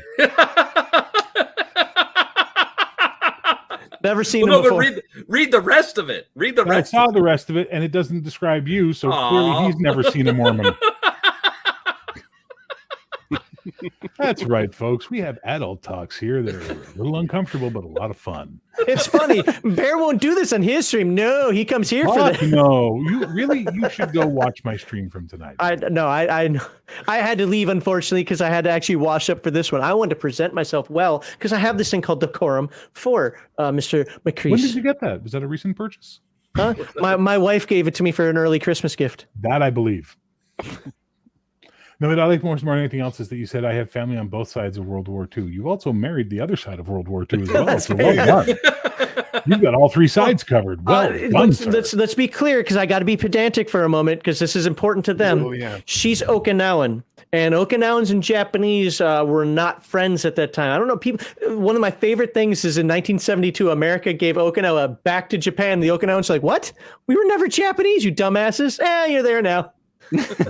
Yeah, I'm going to say that I give as much of a shit about that as I do the Quebec-Canada argument. Yeah, but the reason why it matters to the Okinawans, and I don't really care, but the reason it matters to them is because the Japanese were saying, "Hey, you guys need to seppuku and kill yourself like we do," and they're like, "We don't want to do that. We don't like you." And they're like, "Too bad. Here's 2 grenades, one for the Americans, one for you." I heard that the Okinawans are not big fans of Westerners, though. At the end of the day, like they're even more standoffish than regular Japanese, and I'm like, that's pretty good because I had a friend of mine taught English in Japan, speaks fluent Japanese, asked for directions in a city or a town, and the person looked at her, and in Japanese said, "I don't speak English," and walked away. And I was like, holy fuck. I didn't see that. Now, Okinawa, part of the problem with Okinawa is that 3% of the entire population, if you think about that, might not sound like are Americans because of the bases that are there. Like 50% of the I think land. that's why they don't like Westerners, is because they don't like the bases, but I had no problem with Okinawan folks at all, at least that I have. Now, my wife can attest. I can actually ask her to see what the prevailing thoughts are. They're always the types, and there'd be some van coming by, like, and it's always some asshole going like, "Death to America" or some shit like that. But they're really rare, and everybody ignored them. That happens in my neighborhood a lot too, but they're saying other things like ice cream, come get some ice cream. Just some asshole in the van with a megaphone. It's just the weirdest thing. That's right. Every time we get a little too dark, I make a joke to bring us back out of the darkness. That's my job here. If anyone's wondering. My wife is laughing at you. Wait, what? Oh my God, it's laughception. She's laughing at you, laughing at you, laughing at you, laughing at you. Well, let's welcome Aries Chronicles to the show. For some reason, he's like, "I want to get involved in whatever nonsense you're doing." So welcome aboard. Hey, I am ready to dispense large amounts of racism. Did you not sign Thank you, the form? Prejudice Bot 2000. Did you not sign the form? That is no longer acceptable. Wait, the basic expert had a safety tool. I need to sign that. I forgot about that. No, it's called a tool for safety. It's completely a tool different. for safety. Totally different. We only use the Chalt safety tools here. And safety tools, isn't that the name of the people who want X cards? We just call them safety tools and move on with our day. And at this point, we no longer use. Oh, do you guys not call stupid people tools in the U.S.? We do that in Canada. We call them tools. We call them sometimes. Yeah, we do. Okay, I wasn't sure. Then that joke just wasn't funny. Fuck, I'll take it off the list. I'm right. I got it. It took me a minute. But also at this point, you than it does about my joke. Wow. So, what's going on? How you doing? Doing pretty good. All right. Is there anything in particular you want to talk about? Or you just sorry. wanted to join just to fuck around? I don't know what you're talking about, but I will join in, whatever it is. Because I Well, figured we're gonna go it was burn going to down be some spicy, houses. whatever it was. Get your boots on. Well, we kind of ended. So we had Alexander Macris on, and we did get over 305,000 for his ACKS II, so that's good. Shit. Then we kind of hemmed and hawed and finally decided we'd talk about the whole pundit nonsense for a moment. And now we're in the doldrums where I have 7 minutes left on the stream.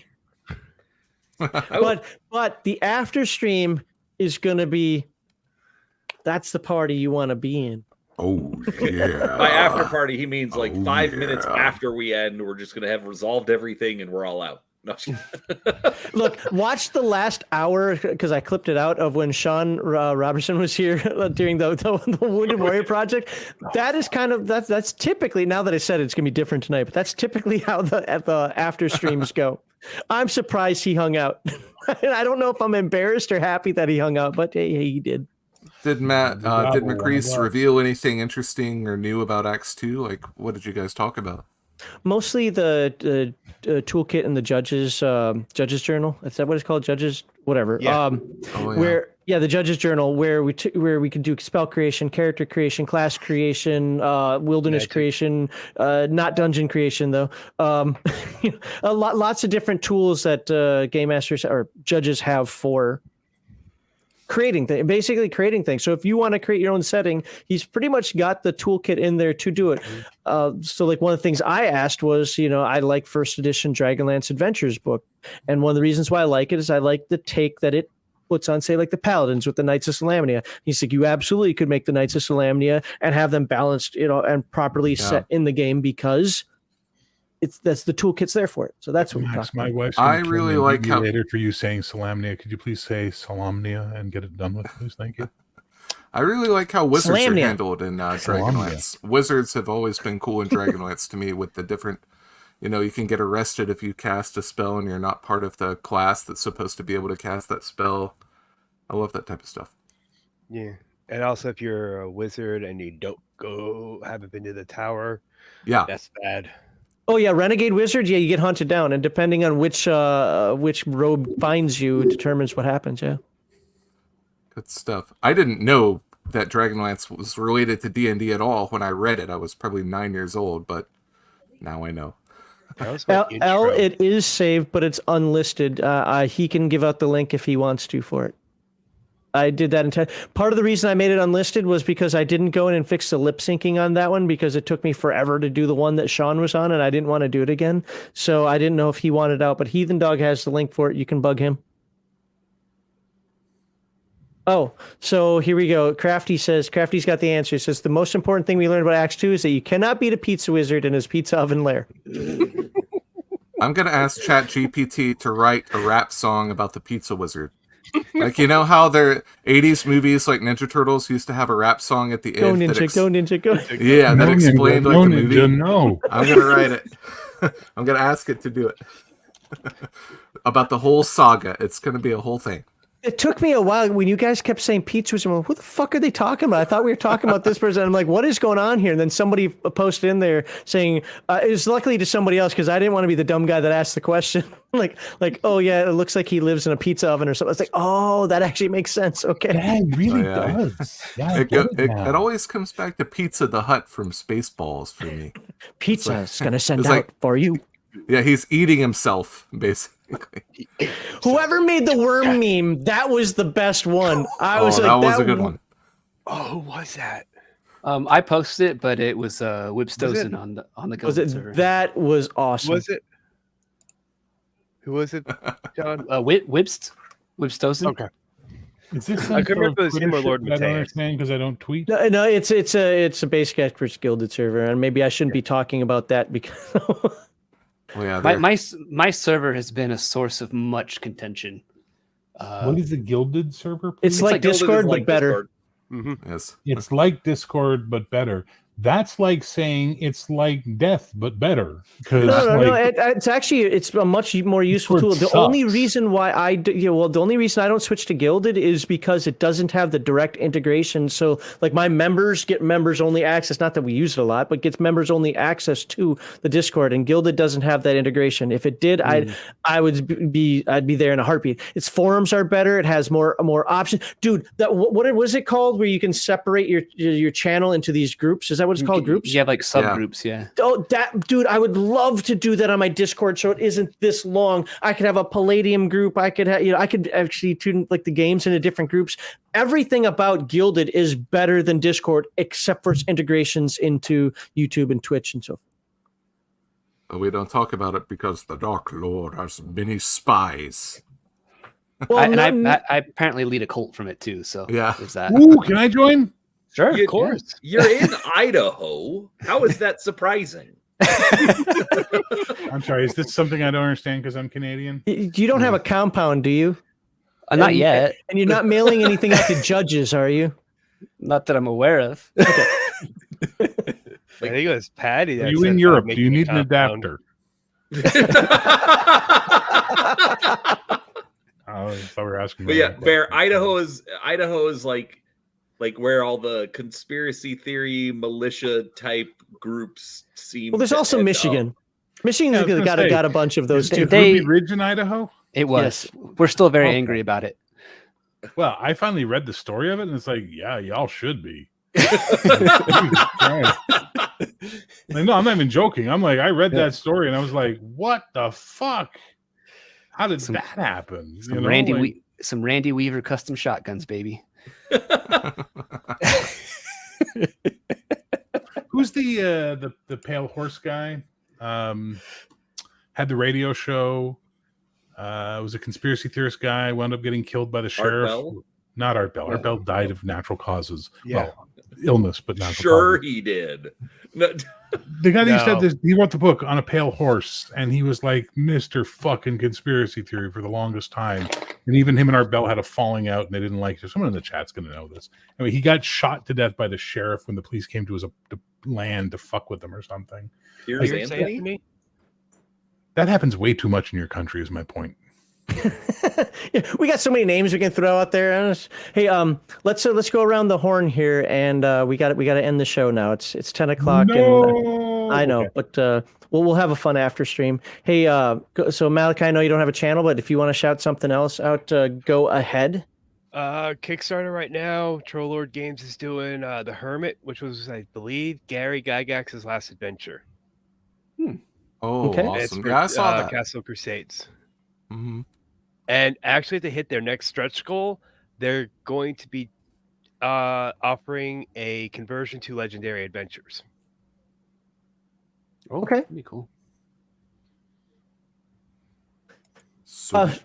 Basic expert. First of all, thanks. I don't think you've ever been on here for 4 hours before. So a while ago, I think I was. Okay. No, but I appreciate that. I really like it when you're here. The timing was very coincidental in this one, but it made me laugh, because of what's been going on this week. But no, I really appreciate you being here. Tell us once again about your works. If you want to put the link for your Gilded server, go for it. Put it in private chat, so I'll post it out there. Whatever you want people to know about you.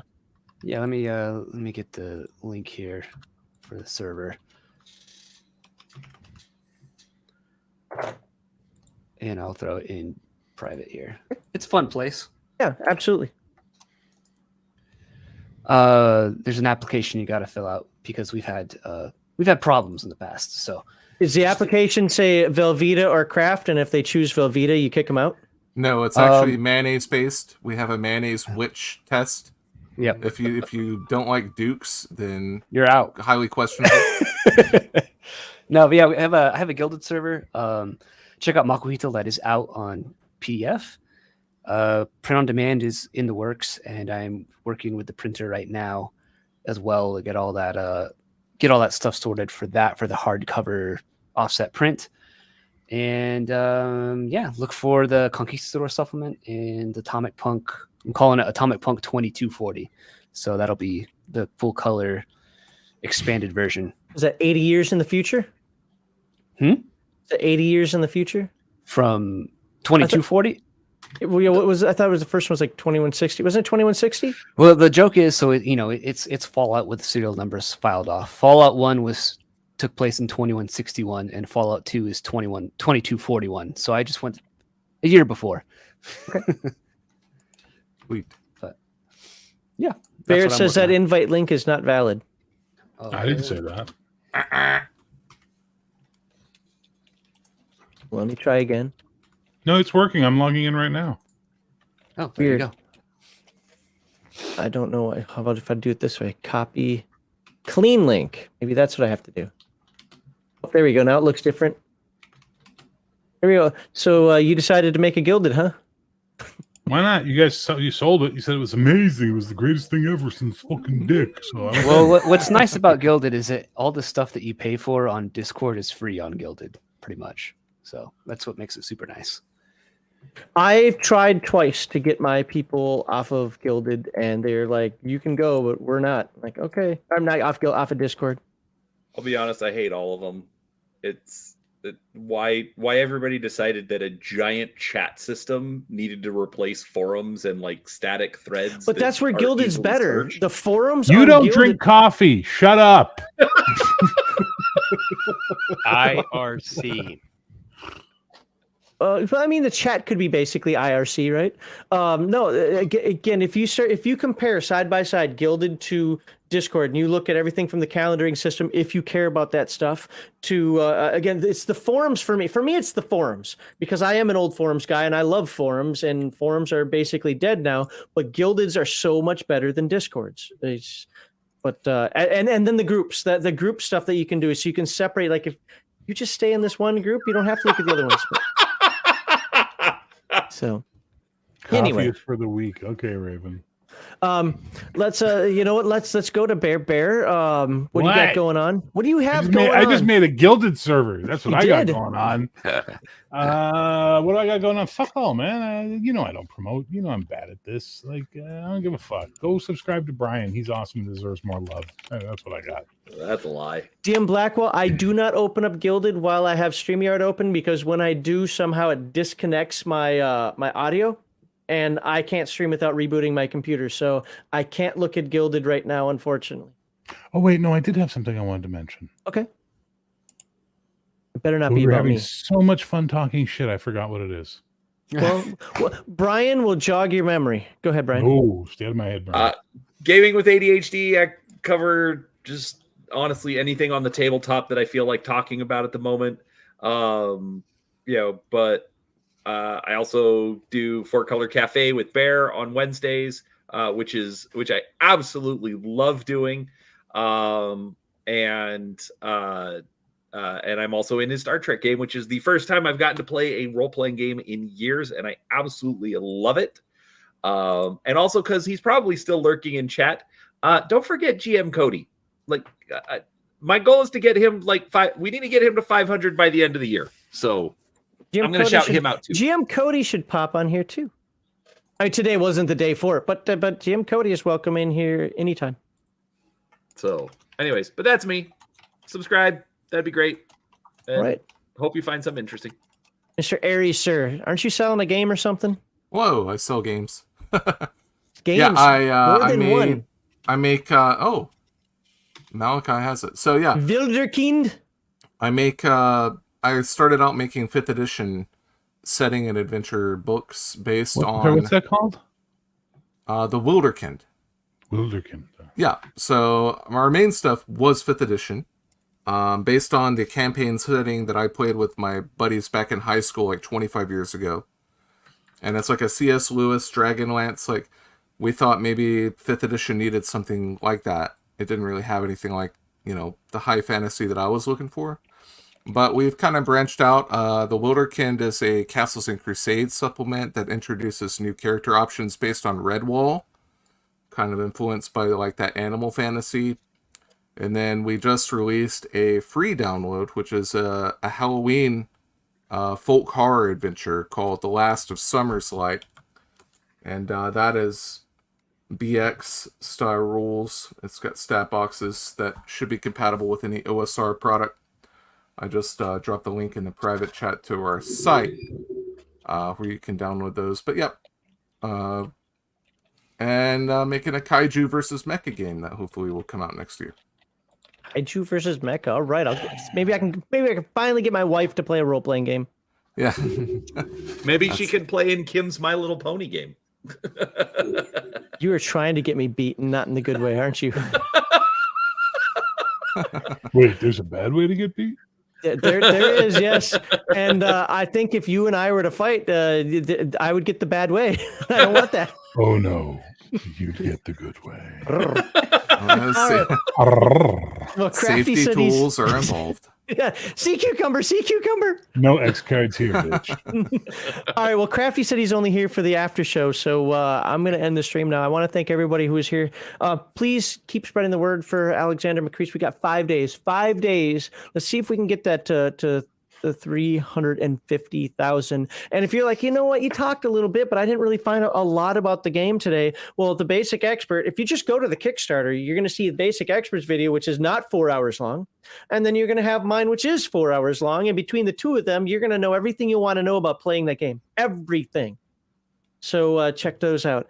And I want to thank everybody who popped in, whether you're here from Macris or you came in afterward. You guys are awesome. Thanks for popping in. And yeah, we're going to say goodbye to you all. And remember, Sunday's going to be Teenage Mutant Ninja Turtles. Yes, I'm going to let you see what the original one was, because this week we're going to talk about Teenage Mutant Ninja Turtles, and then next week Kevin and Sean are supposed to be back to really talk about the new Teenage Mutant Ninja Turtles, and Heathen Dog's going to talk about the NGR and Triax from Riffs. So hope to see you guys then. You guys have a great weekend. Good night, everybody.